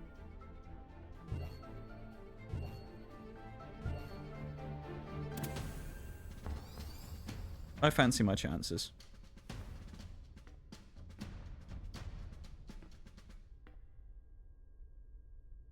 Let's do it. It's been a long time since I've heard this music again now. It's been a few weeks. Do it. Let us create another great ballad of Volcarona that shall be sung from, you know, for years to come, as the legends never forget what happened on this day. Never any fun unless there's suffering. Me playing life. Yeah, right.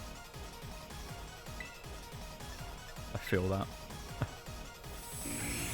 What's he gonna use? This is the question. What are we getting hit with?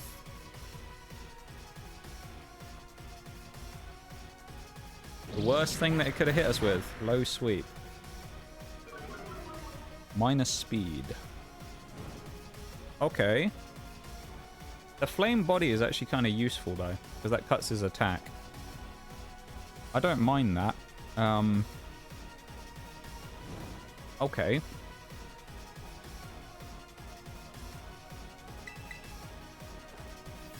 I think we're going to go to Quiver 4. We might even go to Quiver Dance 6 if we can get away with it. That would be real overkill, but I think we might. Kind of depends.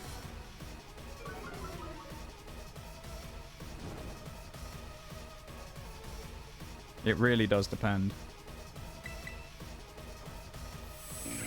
This is 3 Quiver Dances.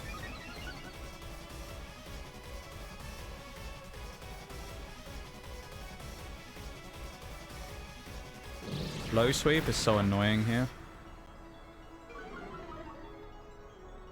Like the worst thing that could happen.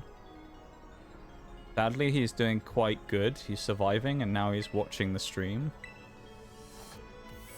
Watching the stream? Oh, what, this stream you mean? Hello, Onyx Wraith. You must be bruised, friend. Welcome in. I'm guessing. You might not be. That might just be a really big coincidence. Welcome to stream. How's it going? How are you? I hope you're having a good one. Getting cyberbullied. I think we have to go at +4 here. We have to try it. Suffering. It sounds like you've been suffering from what I'm from what I'm hearing from Bruised here. Yeah, welcome in. I appreciate you taking the time to pop in and say hi. That's pretty cool of you. It's nice to meet you. Bruised is a piece of shit. I love it. Fiery Dance plus special attack. We're up +5 special attack. Right, question now is... It's all about if we live one hit from Fluttermane's I can't believe what I'm seeing. thing here. Thanks so much for the follow, though, Onyx. I appreciate it. I appreciate it very much. Will a power gem, please. Ooh. It was worth it to go for a 4. Oh, we'll get a sucker punch later on, though. That's the only problem. But thank you so much for the follow, though, man. I appreciate it. Welcome into the lab, officially. That seals it right there. That seals it. Volcarona will die now, but that seals the fight. The threat is now gone. That's so good. If they'd have brought out... The only thing that would have scared me is if they'd have brought out Brute Bonnet right now. Because if they did, they could have sucker punched me and killed Volcarona and kept some of their other stuff alive. Never mind, he outsped me. Okay. Well, that's fine. We killed the main threat, though, at least.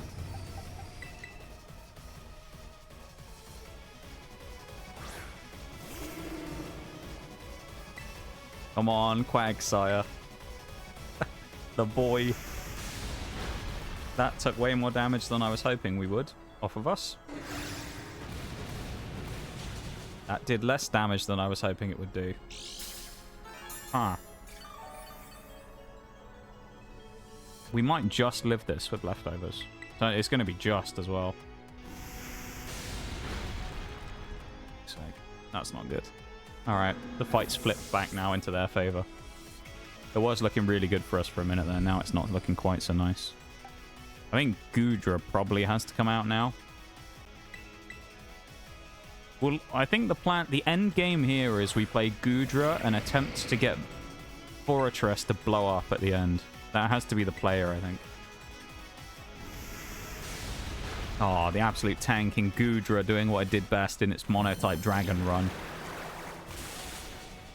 Doesn't need to kill, really. It just needs to stall and win time. Next Pokemon that comes in is going to be Fairy type anyway, so... And it also has an Ice move, so like we'll probably die to that thing. But we also have Toxicroak, so it's a free kill. Leaves us in a 2v1. Oh, and actually, this thingy as well. Never mind. Still Brute on it. Yeah. So what we need to do here is kill this thing with... Yeah. No, we're fine, I think, still. I think we're okay. Strat-wise, I'm still in the lead here. On points. Basically, we're winning this still. We can get an Acid Spray off free as well, maybe, if we survive. Nah, Goodra dies. That's fine. Dave is going to be pivotal here. I know we're all Dave fans in the chat. Dave is going to be pivotal here.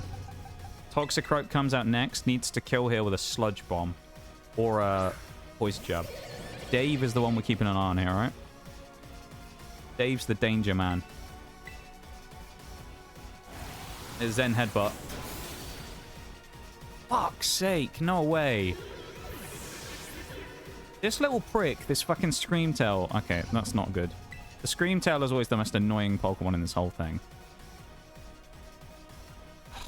Who do I go with now, though? Yeah. No, I'm going to go with him now. I wasn't planning on it, but I'm going to do it now instead.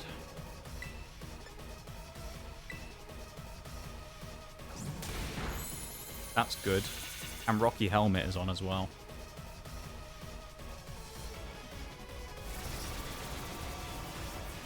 Fortress is going to put like us in a make or break basically here, I think.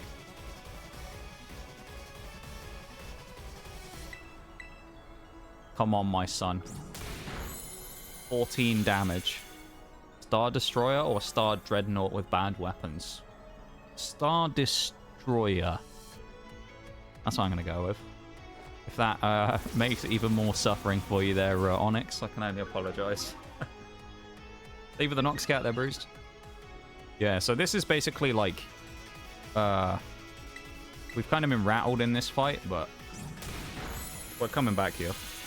We're going to go up to +6 defense, and then we're going to one-shot Screamtail. So. Gotta move on to my next thing, so I'll see you later. Have a good stream, or no worries, Maximum. We'll probably be done in the next, like, 15 minutes anyway, so... thank you for hanging out, man. I appreciate it. Thank you so much for being here, and I hope you have a wonderful rest of the day. Okay, take it easy, man. 9 damage coming out from these drain punches now. This is a death by 1,000 cuts right here. Death by 1,000 cuts. Rocky Helmet goes again. Another curse setting up here from Fortress. I thought Leftovers missing that was going to be bad, but no. Fortress right now is about to go to town here. That's 4. This is curse number 5. Remind me to bring you along the Oh my next time God. I feel like brawling. Yes, you saved me. Oh, that was the wrong choice, I'm guessing, then, from Bruce's perspective. Thank you so much for the 1,000 bits, though, Onyx. I appreciate it. That's very kind of you. You didn't have to do that. I'm glad I was able to give you a moment's reprieve from the great suffering, though. Thank you so much, man. I really appreciate it. You are far too kind. You and your friends, Bruised, you are too nice to me. I appreciate it. Thank you so much. That's very, very nice of you.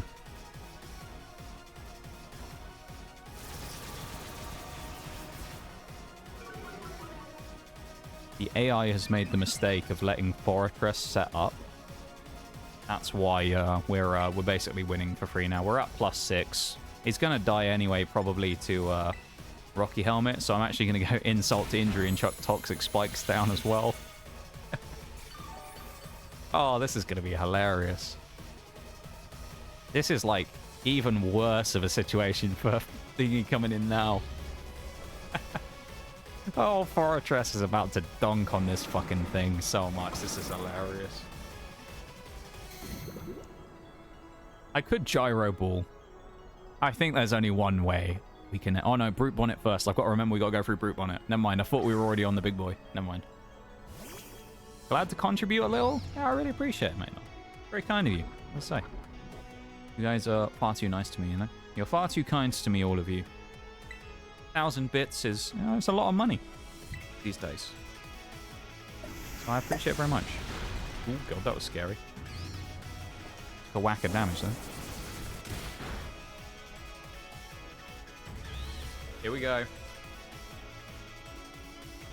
Now, people who've been here for Monotype Steel or Bug, you already know what's coming. I've been setting this up. You know, it would take something really weird to stop this from happening now, so I'm just hoping that we don't get critted or something. But we all kind of know what's about to happen, I think. If you were here for the previous ones, you'll know what we're going to do. And you'll know that this is about to be very glorious. Because the only option we really have here to deal with this thing right now, to end off this run with a bang, is to literally go out with a bang. Rocky Helmet ticks, Poison will go off, and Fortress the Nuke dispenses justice once more. Good night, Roaring Moon. Just like we rolled back the clock to 8 months ago, Fortress blows up once again. Big Boom has retained its crown as the king of explosives. I love... It's so good being able to use that thing to just explode, though. It's great. Fortress, I think, when I used it the first time, before I properly got into using the explosion curse set, it was actually really... I mean, it is cursed as fuck. That thing is insanely strong, and I really underutilized it the first time when I went for it. I'm so glad that I can whip it out now and go crazy with it, because that thing is wild.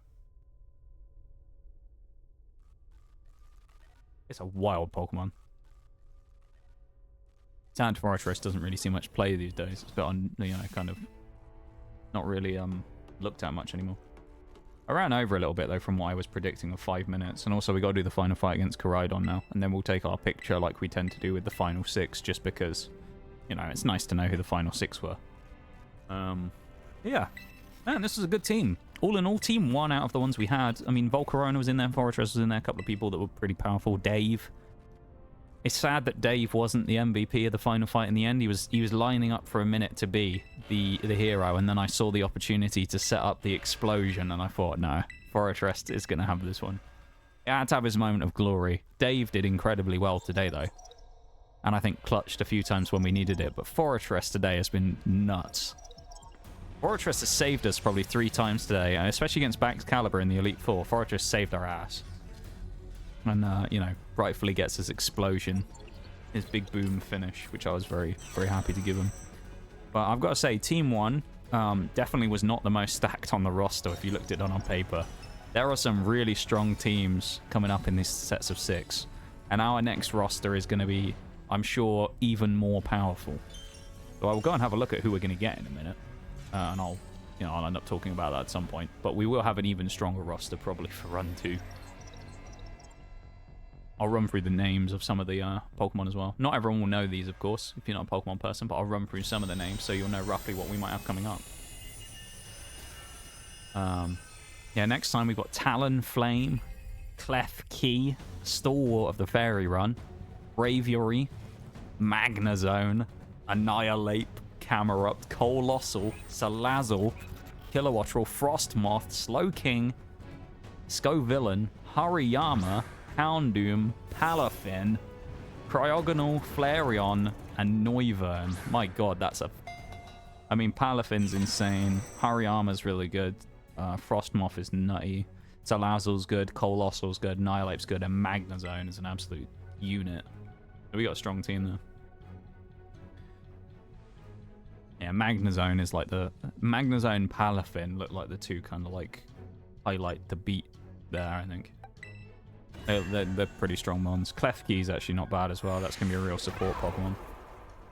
What ghost did we have in this one? I didn't see. Oh, Annihilate. Yeah, Annihilate's fucking insane as well. Yeah, Team 2 is going to be nasty. I think it's Team 4 is the one that's like the really stacked roster where it has like Glamora, Toxapex. That's going to be a vile setup having Glamora and Toxapex. Koraidon's about to have his hero moment. This is just like what Dave did earlier on. Big Dave. It's just like Dave's predecessor.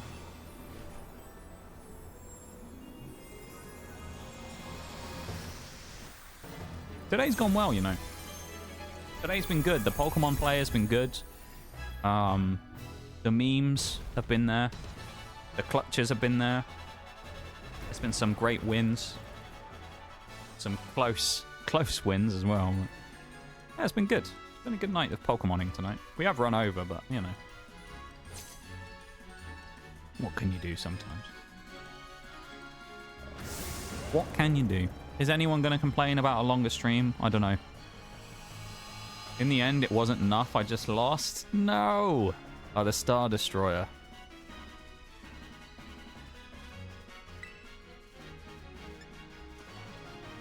Well, it sounds like you... I mean, you had the deck stacked against you there, Onyx. You know, you gave it a go.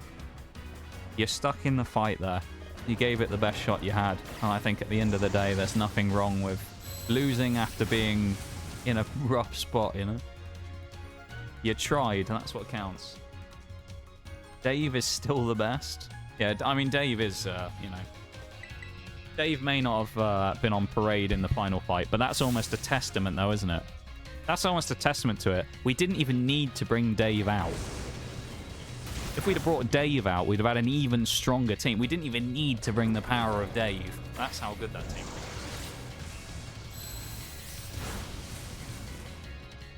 The power of Dave. He's so cool, though, Dave. What a legend. The legend of Dave.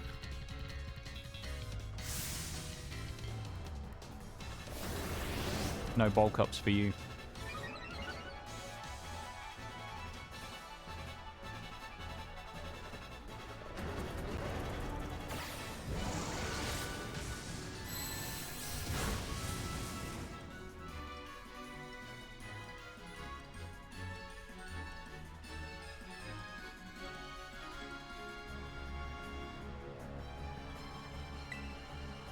Flamethrower. Waste a turn. We need to get our Dragon Terra Blast up in a minute.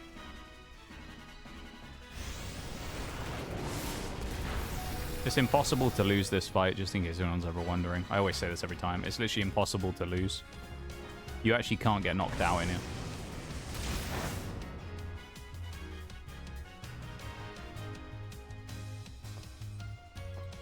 We win for free. It gives you a ton of boosts, and also it makes it so that, you know, the AI you survive on friendship every time.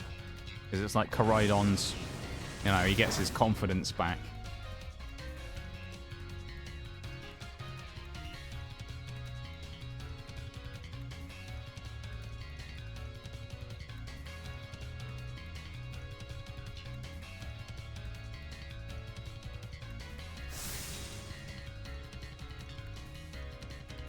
Dave is still the best. I love how Dave has just become the like the cult hero of the stream. Big Dave. Fair play to Dave though. Dave put in a shift today in this team, I've got to say.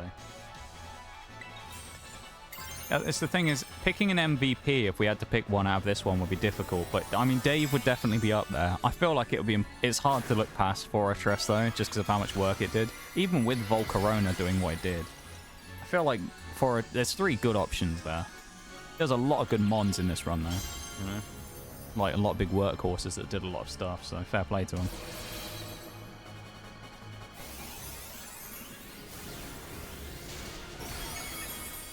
One more turn and we win.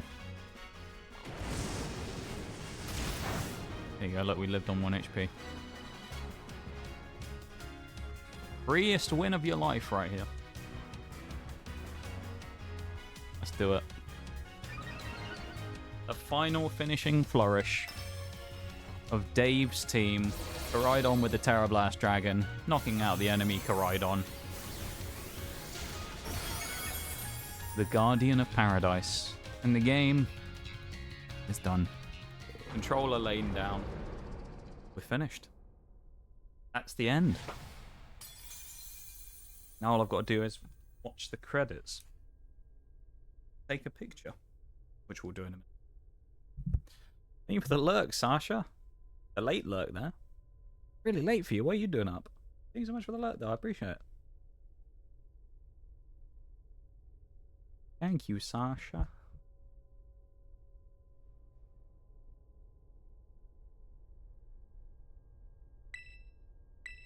I need to keep pressing buttons. I thought this did it on its own. God, it wasn't a cutscene. Juggling between working and prepping for a trip. Ooh.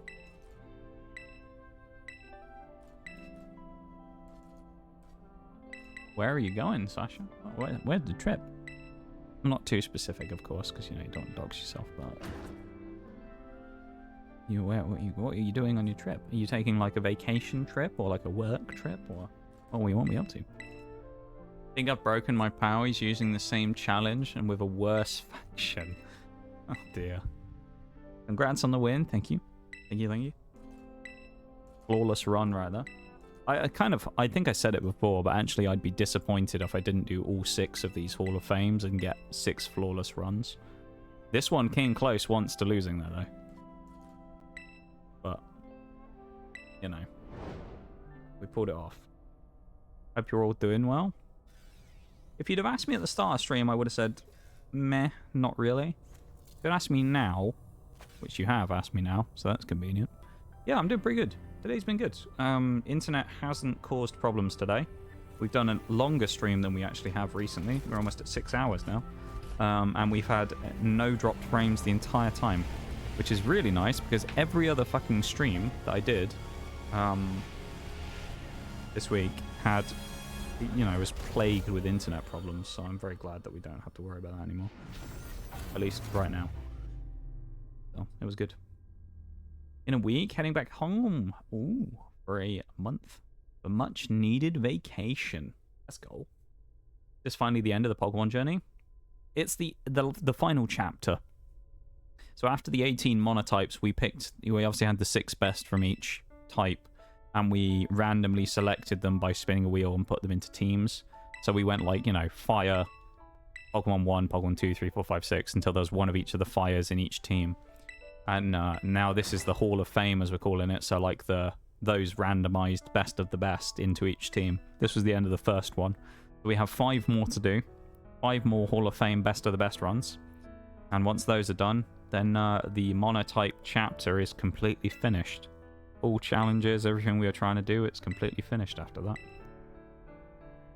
I only have one other challenge run, which I said I'd do a while ago that I have lined up. But other than that, I don't know what I'm going to do, actually, whether I'm going to continue on with Pokemon or not. Which was winning the game with only Tauros, because someone wanted me to do that. Which I said I'd probably do. But other than that, the Tauros run, I don't have plans right now to do any other runs after. So Pokemon as a stream journey is almost over as well, which is very sad, isn't it? A hell of a journey. Glad it's going better now. Yeah, it's just been a bit of a, you know, the weekends kind of suck because I have a lot of time alone with my thoughts. And after the kind of month, really, that I had in August, it's, you know, August was bad. August has been the worst month of the year for me so far. It's been really bad. It usually is bad in the summer, but August was really trash this year, especially. End of July into August has been kind of rough, so... yeah, it's just I've just been thinking a lot, I guess, this weekend, and I had a lot of downtime thinking about stuff, and it just kind of sucks, you know, when you're in one of those moods thinking about life stuff. Life stuff's always depressing to think about in whatever capacity, and yeah, bit of a rough time, but you know, I'll live. It's all I can do at the end of the day. It's gone better now. I already read that, didn't I? Okay. Yeah, so a couple of runs left and then we're done with Pokemon, basically. The big bike lizard? It is indeed, isn't it? Relate to that? Yeah. Well, like, you know, like until recently I had a lot of stuff that I would do on the weekend. Save that for the... Oh, hang on. I need to mute this, otherwise I'm going to get DMCA'd. Let me do that. Let's put the lo-fi on. But yeah, like until fairly recently, I had like a lot of... You know, I had things to do pretty consistently in the weekend. I try and like hang out with Mirage a little bit on the weekends when I can. But like, you know, before that I had like more stuff to do. Or things to do, people to see, stuff like that. And kind of since the last month, I've probably pulled back a little on that type of stuff now. I'm not maybe less social than I was before, even though I wasn't really very social in the first place. But you know. So I've kind of pulled back a little, and I just have a little bit of downtime on the weekends sometimes where I'm just kind of sat, there's nothing to do, and I just, you know, you don't have anything else to do other than think. Thanks so much for the redeems, though, Orange. Appreciate it. Yeah, and it just kind of sucks to think about life stuff, really, isn't it? Whether it just be whatever it is, really. I feel like there's nothing really positive that comes out of thinking about life stuff. I'd say the summer for me is always a shit time of year. People, you know, people have like seasonal depression at Christmas. I kind of say it's like kind of the reverse for me when it comes to the summer. Like summer's always just been a crap time of year for me, so whenever summer comes around, I'm always never quite the same. Because there's always just, you know, stuff from years gone and whatnot like you just think about because it's that time of year again, and you know, some people get it in the winter, some people get it in the summer. I guess I'm one of the people that gets it in the summer. So it just kind of sucks this like time of year. So I'm glad that we're in September because we're on kind of the tail end of it. And obviously today, after all the internet problems of the last few weeks, has been a belter of a stream, quite frankly. This has been... Actually, no, man. I think, I might be wrong in saying this, but I think this is the best feeling stream I've had for the last month. Easily. Like, first month of September here, it feels like night and day compared to August. But this felt pretty good. August felt like I was ticking along, you know.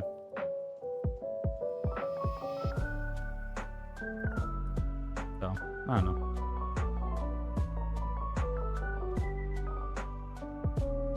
I have a little bit of a kind of newfound fire again, I suppose. But, you know, life is life, and stuff ain't stopped sucking. It's just gonna repurpose and be a different way that things will suck instead, you know? Sending hugs, friendo. I appreciate it, man. I'm feeling a bit of the same, overwhelmed with work, so I'm kind of glad to be dragged back home with the interdiction of bringing anything work related. Yeah, that's a good thing, you know, taking a big break away from everything. And the thing is, Sasha, as well, is probably, I might be wrong, you'll probably come back to it and you'll be reinvigorated to go hard at it again, you know, when you get back, because you've had a chance to breathe. You know, and I think that's the thing that people in those situations really need, right? Is when you're in a situation that just kind of swallows everything that you're in, you know, everything that you do, everything about it is just that situation. There's not really a lot you can do to escape it, really. Just taking some time away from it makes it a lot easier to come back and swing at it, you know?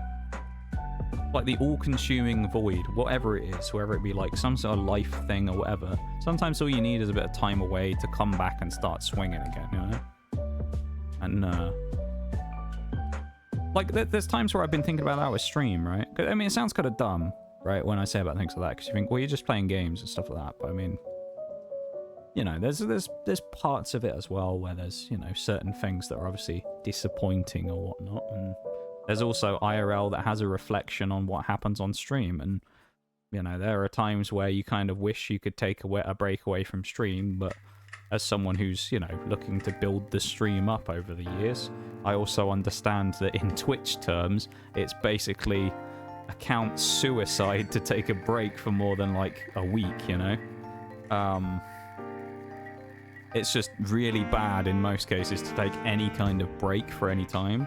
I mean, other than maybe the odd week here or there, which is mostly enforced by internet problems, I don't know, I've probably streamed, like, the same 4 times a week schedule for the last 2.5 years, barely missing a single day or a week, other than, like, Christmas.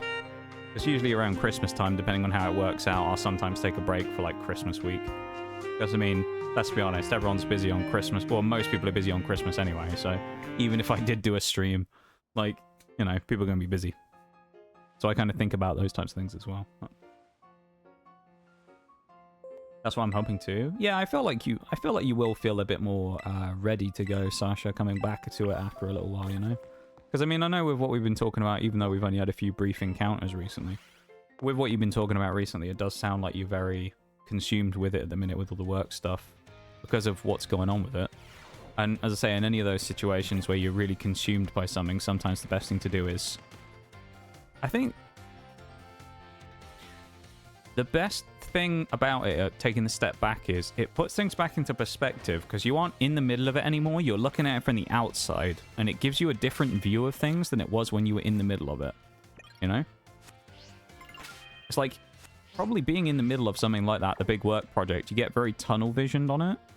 Versus spending time away, you get a chance to look at it from the outside, and you might work. It's like kind of like, you know, if everyone's probably done this when you're at school or something like that. If you ever did an exam or something like that, or you write an essay and you write something, and then you come back to it a few days later and you read it and you're like, what the fuck was I on?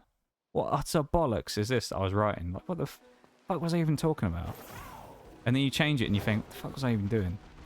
You know, you'll see something that's just like kind of either a mistake, or you'll just kind of have a moment of clarity about things where you kind of just like, what the fuck was this? You know, and you'll figure out that problem that's been eating away at you for weeks or whatever it is, and you'll just like see something straight away because you had time away and had a different perspective, and it just changes the way that you view things. Yeah. Same pass and sport and hugs your way, friend. May the end of the year be better for all of us. Exactly. That's it at the end of the day, you know. We're a community, and we look after each other, and we hope that all of us will have a better time of it, no matter what our situation is or whatever. We hope we all have a better time of it by the end of the year, you know. And we help out our fellow homies. Let me just post a screenshot of this real quick.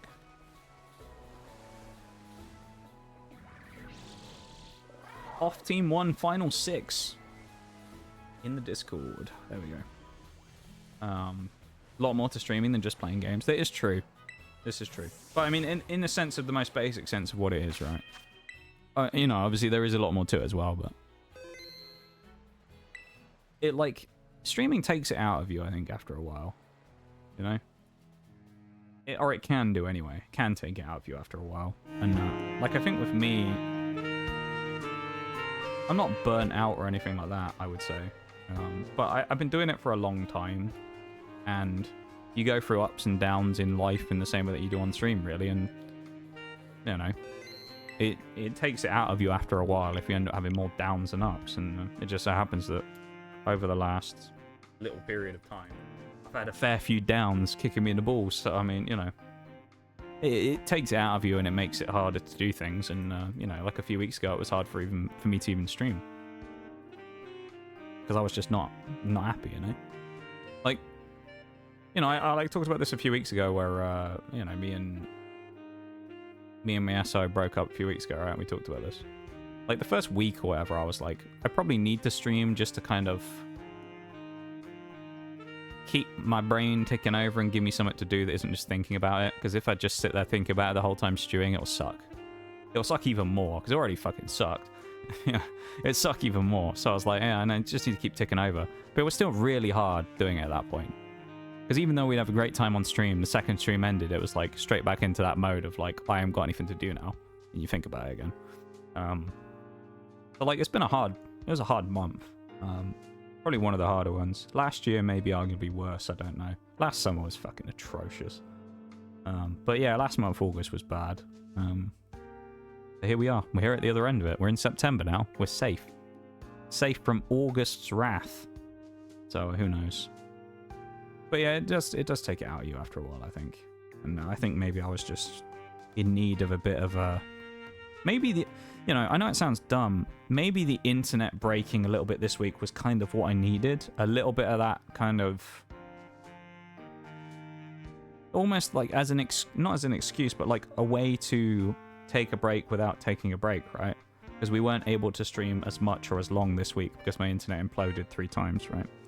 So it just meant that I had a little bit of breathing room maybe that I wouldn't normally have from doing my regular schedule. So I don't know, maybe it'll be good in the long run. But we need to punch into September, get back on track, and get back swinging. That's what I'm looking for, and we're going to try it.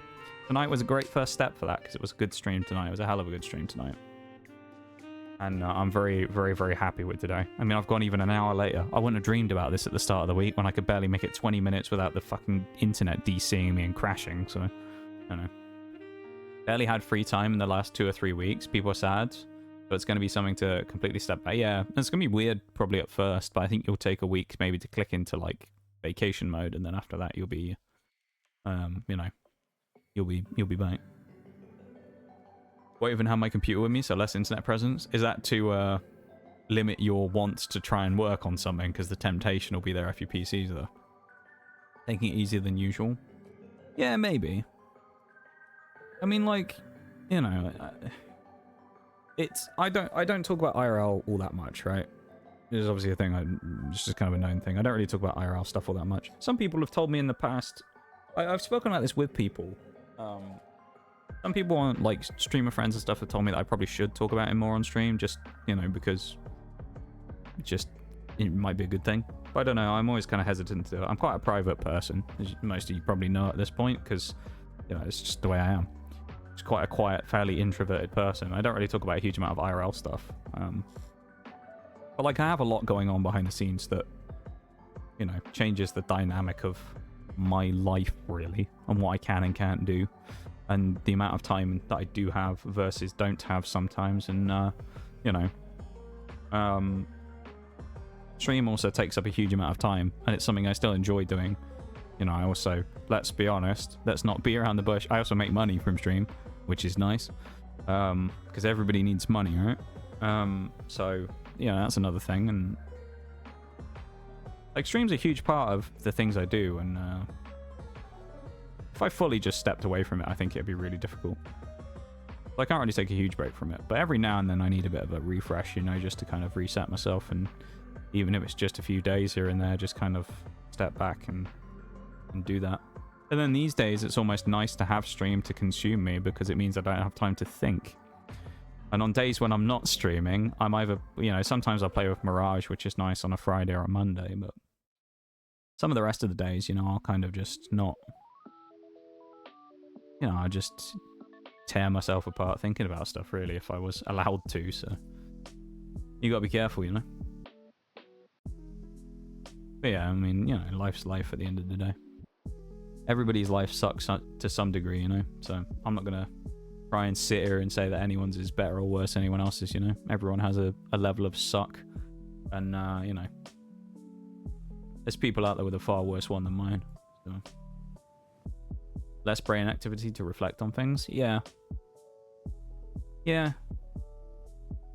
I mean, like, you know, I'm kind of one of those people who I think a lot about what I didn't do sometimes, you know. There's a lot of things I think about that I didn't do or did do, and I think about whether it was the right thing or not. I kind of like question decisions or things I've made in the past, and I know people say that's a bad thing to do because I can't change it. But I'm kind of one of those people who, you know, I think a lot and probably overthink a bit as well, some people might say. But like, you know,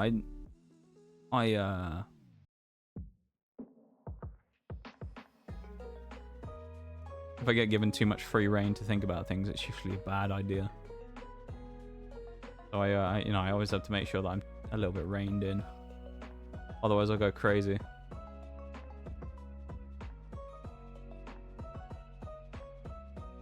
I'll go mental otherwise. Less yeah. No, I said that as well. Less brain activity. Same. Yeah. Yeah, sometimes it's that way, you know, where it's like you just are like that or not, you know. Just gotta have that positive attitude. Never let the downs consume. It's true. I mean, that's the thing though, isn't it? It's like that's the perfect scenario, really, Bruce, isn't it? But I suppose it's kind of that old thing of it's easier said than done with something like that. And you know, it's gotten me through a lot of stuff. The kind of willingness to keep going through whatever, and you know, in the same way that I've also had people in my life that have helped me with things like that, you know. Like I talked about this on stream the other week. I'll start wrapping up fairly soon because I know we're gonna be in. But like, talked about this the other week, that I'm kind of one of those people who like takes strength from other people, in the sense that like it's easy for me to do things for other people, not necessarily for myself, right? Even if it's just like, you know, I used the example of like with my degree when I finished it, right?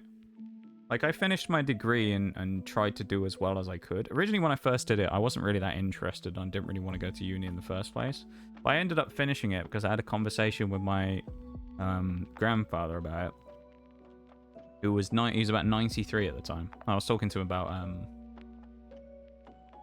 like the uni stuff, and he was talking about how, you know, how much he wanted to see me finish it, and how I would be like the first out of my family that went and finished the degree. And I was like, oh damn, that'd be pretty cool. But I thought at the same time, part of me in the back of my mind was like, yeah, but I also don't want to do it. Like I kind of want to quit. I think I just started maybe, and I was like, I just fucking hate it here. Don't want to do it. And kind of, yeah, after I talked to him about it, and he was like, yeah, you know, I can't wait to see the day when you graduate. And it wasn't long. I didn't know it at the time. Again, I talked about this the other day, but that was actually the last conversation I ever had with him. Because as I say, he was 93, so he'd done pretty well for himself. Fair play to him. But it wasn't long after that. It was maybe within the next 6 months that he ended up passing away. And at that point, I was like, there ain't fucking no way I can not finish this now, can I? I was like, man, after I said I would, like, you know, give it another go so that he might have a chance for me to, you know, to see me finish it off, I was like, mate, there ain't no way I can fucking throw it in now, can I? I've got to do it. And you know, I drew the strength from that because of doing it, not necessarily for myself because I wanted to finish the degree, but because I wanted, you know, the payoff of doing it for someone else, you know. I think I'm just one of those people who draws the strength from other people. It's the same thing with like a few years back, right? Like when I don't want to get into too many details of it, because I say we're already like stalling up time. When I met my SI, right, I was in a pretty awful place. Like, you know, what is it? Isn't it like Mental Health Awareness Month or whatever this month, September, or is that somewhere else? I'm sure it's something like that, isn't it? Well, I was in a really, really not great place. everything was just a mess, and I just wasn't in a good place. And you know, it took a very, very long time, but they ended up slowly breaking open the walls that I'd put up for so long, and you know, it opened me up, and you know, this is like the TLDR version anyway, but it kind of made me again, I guess. It took a long time, but it helped me to come back again, because it wasn't necessarily, it didn't feel like I was doing it for myself. I was like, man, person's got to fucking put up with me otherwise. So I was like, damn, I gotta sort myself, I gotta sort my shit out, you know? Which I suppose now, at the same time, I talked about this the other week, it kind of sucks, because now I'm on my own again. It's like, I kind of don't have that same force there anymore, right? Because I'm now like, you know, I'm just vibing on my own now. So I don't have the same like force that I had once there to be like, yeah, I want to do this for someone else.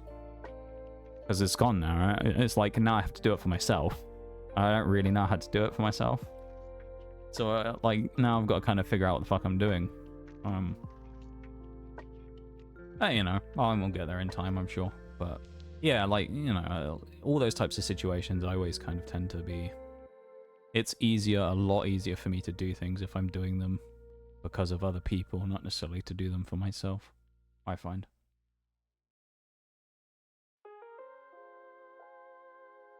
And, you know, so it's nice to have a reason to do things. And eventually I'll find one again, but, you know, right now I'm obviously trying to figure all that shit out. I'll get there, though. I'll get there.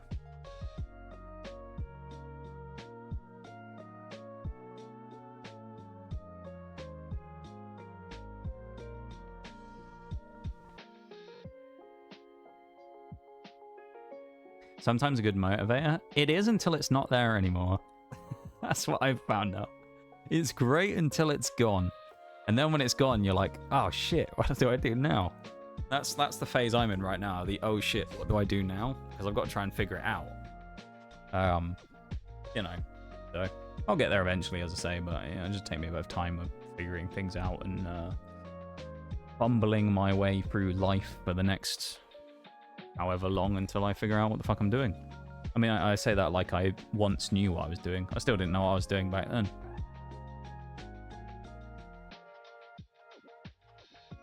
It does make me laugh, because I know there's a few people I've spoken to in the past that are like, man, you feel like, you know, and they'd be like, man, you like, you seem like you've got it figured out. And I'm just like, I have no fucking clue. Like, mate, I'm held together with duct tape and fucking self-belief. That's it. Not even, minus the self-belief. Duct tape and optimism. That's like the only thing that keeps me alive.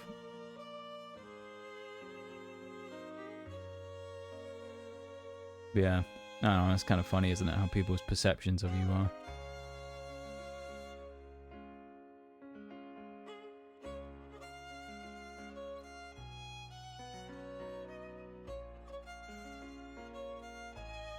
Slowly but surely, my dude. I get that, yeah. As I say, it's just, you know, it's finding a reason to do that stuff now. Right now, it's the same with my studio. All my views are on it. So honestly, when it will happen, except actually working on the game and the next project, I don't know what else to do. Yeah, you spend so much kind of like time and focus on one thing, and then once it's like over or gone, or you finished it or whatever it is, in any context, you just kind of like, you're like, what do I do now? You know, you got to fill the void with something else, don't you? And you know, right now I've got to figure out what that is. Whether that be a goal that I try and achieve for myself, or something, or you know, maybe something for stream, or whatever it is. I got to try and figure something out. Yeah, I just need to figure out what it is right now. Yeah, I'm sure I'll get there in time. But yeah, we'll figure it out. Duct tape saved Apollo 13, so not a bad thing. Really? I didn't know that, actually. Kind of funny. Yeah, I genuinely didn't know that. That's quite funny. Did it actually? Duct tape saved Apollo 13, though. Oh, there you go. Maybe I should have used a better example. What's something really weak? A wet paper bag. A wet paper bag and something else. There you go. How about that instead? Yeah. I don't know. Like, I'm getting there, I guess. Takes time with these things, though, doesn't it? You can't rush these types of things, you know? It's a very fragile thing that takes a long time and a lot of care to build up, you know? So, yeah. But, however sappy and cringe this is about to sound, I'll always be here on stream, though, you know? So no matter what happens, I'll always be around here. And you'll always still be able to come and hang out and hopefully switch the IRL brain off for a little while and, you know, listen to my random commentary about whatever we're doing or get blown up by fucking planes in War Thunder constantly or whatever it is, you know? Just come and vibe and hang out for a bit, you know? And, yeah, so I'll always be around. I also think I missed the skip on that ad break as well, so fuck. I don't think I have a snooze. No, there's going to be a break that's going to start in a minute. I missed the snooze. Apologies for anyone who gets hit with the ads. I did miss the snooze. So you're going to get hit for one in a few minutes, I think. As long as you're happy and healthy doing it, you'll manage. Yeah, happy and healthy, right? I don't know about that one. I don't know if I could ever describe myself as happy and healthy. I'm very indifferent, you know? I'm always a neutral pie when it comes to things. Healthy, definitely not. Happy at times, yeah. I'd say I've been happy at times. Not all the time, definitely, but... I had duct tape on board and they were able to use it to fashion and fix up the broken things. Well, there you go. I didn't know that. That's pretty cool though, isn't it? There's the ad. But I knew it was coming. I missed the snooze. I thought it still had a minute on the timer though, according to that. It just cut the snooze off. It's annoying. Can't rush life nor make tomorrow happen faster. This is true. This is true. We all shall be here to watch and enjoy and to interact with you. Well, I appreciate it, you know? As I say, like... I've always...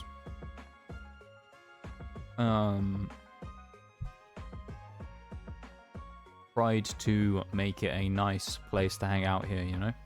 I've made mistakes in the past, don't get me wrong. I know I have, and I look back at it now and I realise there were some things that I probably took way longer than I should have to sort out, you know? Or to change or to do. But, like, I know that in the grand scheme of things, you know, we got a fairly nice place to hang out here, you know? And we got a pretty decent community here. Dare I even say the best viewers? Contradict that bot from earlier. But now, like, you guys are pretty crazy, and your stream's driving force. And like I said earlier about how I use something else to drive doing things, your stream's driving force for still being here. I mean, shit, look at, like at the time, I guess they went around, but I think about it now and I look at, like, stream streaks, right? However silly this sounds. If I looked at it now and say today I was like, man, I should just quit and give up being a streamer. And then I looked at it and went, damn, but there are people in my stream that have almost 170 stream streaks. Almost 170 streams in a row. And it's like, how can I fucking give up on those people? You know? How can I sit here and go, oh, you know, maybe it's time to hack it in, and actually genuinely think that when there are people in my stream that have 170 fucking streams in a row, 40 goddamn weeks, 40 weeks of streams in a row. People are insane. Bevan and Oreo are the two with the highest ones, if anyone's wondering. I'm hoping they're both still alive on their stream streaks. I don't know, because with the week that we've had with the amount of crashes and stuff, I genuinely don't know if both of their stream streaks are alive. I'm hoping they are. I'm a little terrified to find out if they're gone, because that'll be very sad, but it hasn't my broken scuffy stream streak. It's the thought that counts though, Sasha, you know, as well. Not necessarily the number. Like the 167 one, or 165 whatever, is fucking crazy in itself just because of what it is, right? That one's insane. Same with Bevan's, like 165. But like, I think it's the thing as well of, like, people want to build up those streaks. And in a lot of cases, you take pride in building up those streaks and you really try. Because I'm kind of one of those people where it's like a bit of an actions speak louder than words kind of thing, right? Where it's like, it's very easy to like say something. It's a lot harder to actually back it up and do it, you know? And so many of you guys actually do it. I'm like, man, I can't... How could I abandon you lot to your fate, you know? Dump you on someone else on Twitch. That'd be horrible. Make someone else have to put up with you fucks for a night. I mean, best viewers on Twitch, right? But no, like, you know what I mean though, like, yeah, it's like the thought that counts, and yeah, the action kind of speaks louder than the words, and it's the fact that so many of you are like, fuck, my stream streak's gone, and then you actually build it up again and whatnot. And you're like, oh, you know, I'm busy doing whatever, but I still came in to keep the streak alive, and it's just like, you're on fucking vacation, what are you doing? Go away and enjoy it, don't think about stream, you know? And it's like, how can I sit here and go, nah, that's it, we're done, when I see that every day? You know? Like, I can't actually seriously consider quitting when I see that. Even if things haven't turned out as I wanted them to over the years, which sure they haven't, you know. But one way or another, with things and issues and whatnot here and there, you know, if I'd looked at where I would want the stream to be in 3 years' time with tech upgrades and shit like that, you know, graphics and banners and all that type of stuff. PNGs, whether I'd still be using the same PNG after a couple of years, I don't know. I'd probably have thought maybe I'd have, you know, made more of a step in that time, but you know, we've certainly had a pretty decent run of it, I'd say. And if we did end now, I think we could be fairly happy and content with what we have achieved over the years. But, and there is a big but, there's plenty more we still have left in the tank, I think. And there's plenty more in the tank from this channel. Watch this space, is all I'm saying. Because, you know, given another couple of sponsored streams, all I'm saying is that the special streams, upgrades, tech stuff, special projects budget will be filled. And we're going to start, you know, we're going to start blasting. We're going to hit the So Anyway I started blasting, and left and right, guns blazing, you're going to see some pretty gnarly stuff, so get ready for it, is all I'm saying. And people who have been here for that long believe in you and wish to see more of you. Words are hard. Hence why I'm just lurking most of the time. The broken stream streak, yeah.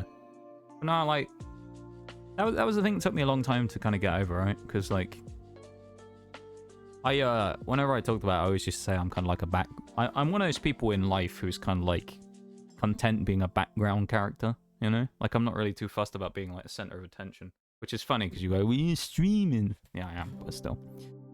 Shut the fuck up, right? No logic here. We're not allowed logic. But like, you know what I mean though? Is I'm kind of one of those people who've always been a bit of a background character type person, and I suppose it took a long time for me to like, probably took me a year of streaming to really get into the mindset of like, damn, people actually want to watch stream because they enjoy it, not just because they're like, oh, let's just support that fucking guy or whatever. You know, just kind of like blindly just go, we'll just go, like, do whatever. It was actually because you wanted to be here, not because of just like some feeling of an obligation or anything like that, you know? So yeah, it took a long time for me to get into that mindset. And even now, to some degree, I guess I'm still kind of, here and there, I'll be like, man, people actually enjoy this shit? You know? Like, damn. People actually enjoy this stream? Awful stream. So many better streams out there. You'll start watching this crap. That's why I'm gonna raid out. Nah, but like, you know what I mean though, you know? It's like, there's so many people out there, I guess, so it's kind of hard to accept that as a thing. Like, there's so many people out there and so many streamers that you guys, you know, come here and see this, which is me rambling and, you know, whatever shit, and you're like, yeah, this is the place that I want to stay. It's kind of surreal, I guess, and it's kind of hard to believe almost, you know, because of how big of a thing that actually is. And yeah, it's pretty kind of hard to accept for me that you choose me, I guess. You know, I've never been someone that people choose, I suppose, in the least depressing way possible. You know? So it's like, it's kind of weird that you guys choose to want to be here. Because I'm like, damn, you actually chose this. That's kind of wild. Like, I'm not used to this. Thought of you recently. There were Pokemon packs on sale. How I go grocery shopping. Hope to see more of it soon. Well, Sasha. Oh, no. Never mind. Fuck. I was going to say, you're going on vacation next week, aren't you? Because in 2 weeks' time, to the day, well, not to the day, to yesterday, because it's Monday now for me. We're actually doing a Pokemon opening stream. In like 2 weeks. So on Sunday in 2 weeks, yesterday, we're actually doing a Pokemon opening stream with the brand new set, Scarlet and Violet Stellar Crown. We're doing a booster box and a ETB on stream. So you'll have to watch the VOD. Fuck. That's sad though.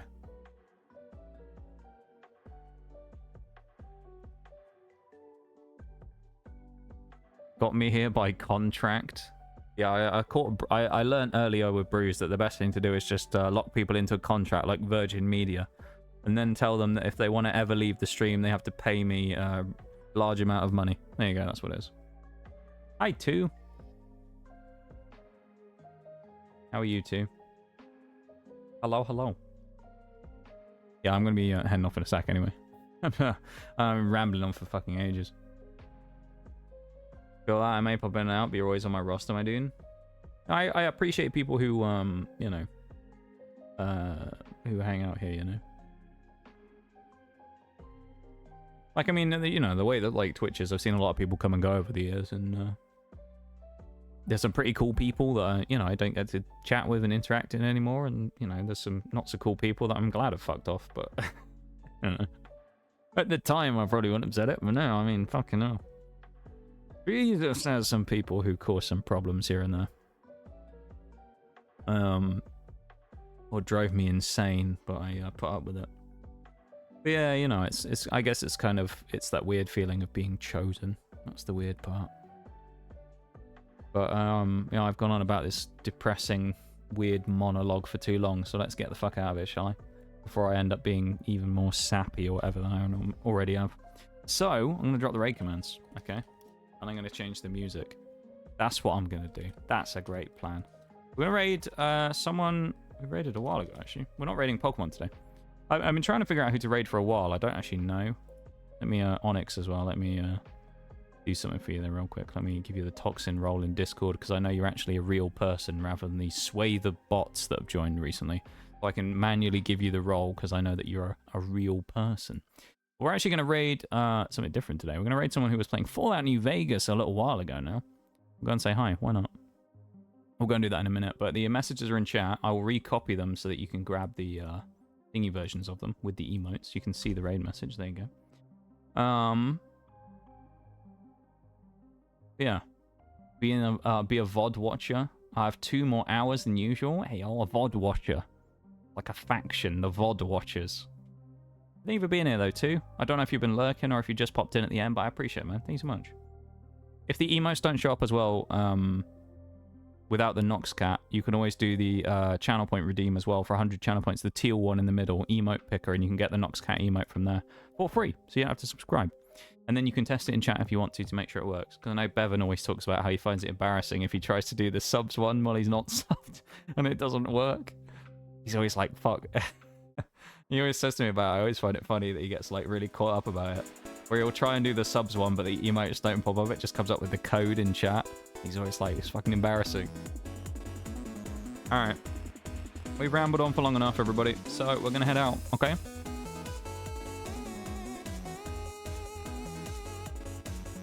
I appreciate you guys being here. Thank you for hanging out with me, of course. As always. It's been a belter of a night, really, and it's been great. It's not a belter of a coffee, it's a belter of a night. It's been a good night. Great way to start off the month as well, after August was fucking disastrous. So it's a good way to start off the month, isn't it? We've done well today. You guys have been pretty brilliant today. So thank you so much for that. Let me go through everything. How much have I got to go through? There's a lot of redeems, so I've got to do a lot of scrolling. Where are we starting? Bruised. That's where we're starting. No, that was 4 days ago. Never mind. We're starting with... Okay, here we go. Here we go. I'm putting the command in. We're going to be raiding in some Fall Guys, actually. Let's go and watch some carnage. I haven't seen Fall Guys for ages, but we'll go and say hi, because why not? Support a fellow Fallout New Vegas player from back in the day. So, let's fuck on off out of here, shall we? Let's go! Let me read my spiel real quick, though, because I'll forget otherwise, and I won't have time to do everything. Definitely, with the triple gift subs, which went to who, if I remember rightly? Bollocks, I can't remember who it went to. Raw XD, that was one. Sil. And who was the other one? Oh, shite, who was the third one? Oh, I don't remember who the other one was. I can't remember who the third person who got gifted a sub was. By the way, thank you so much for the free gift subs. I know you're asleep anyway, but still. Bruised with the 150 biddies. Maximum with the sound alert. And Sil with the other one, I think it was, wasn't it? With the... I can't remember sound alert. That's why he's the goat, that was it. And then the... not cheese. I don't want to say cheese. The other one, Maximum with the toaster, that's the one. The 150 biddies from Bruised there as well. Thank you so much for that as well. The raid from Artemis earlier on. Thank you so much for sharing your community with me and having a little vibe. The gift sub from Definitely to Artemis, which instigated a hype train, and then Other Definitely resubbed with Prime. I'm running out of time. Bruce then gave 50 Bs. Thank you so much for the 50 Bs. And Onyx with the 1K at the end, and a follow as well. And joining the Discord. Welcome in, everybody, to the Discord as well. Stuff goes up tomorrow. You know the drill. Shorts, schedules, all that shit. Look out for it in Discord and Twitter. And I'll see you soon, alright? See you on Tuesday, everybody. Provided my internet doesn't die. Bye-bye.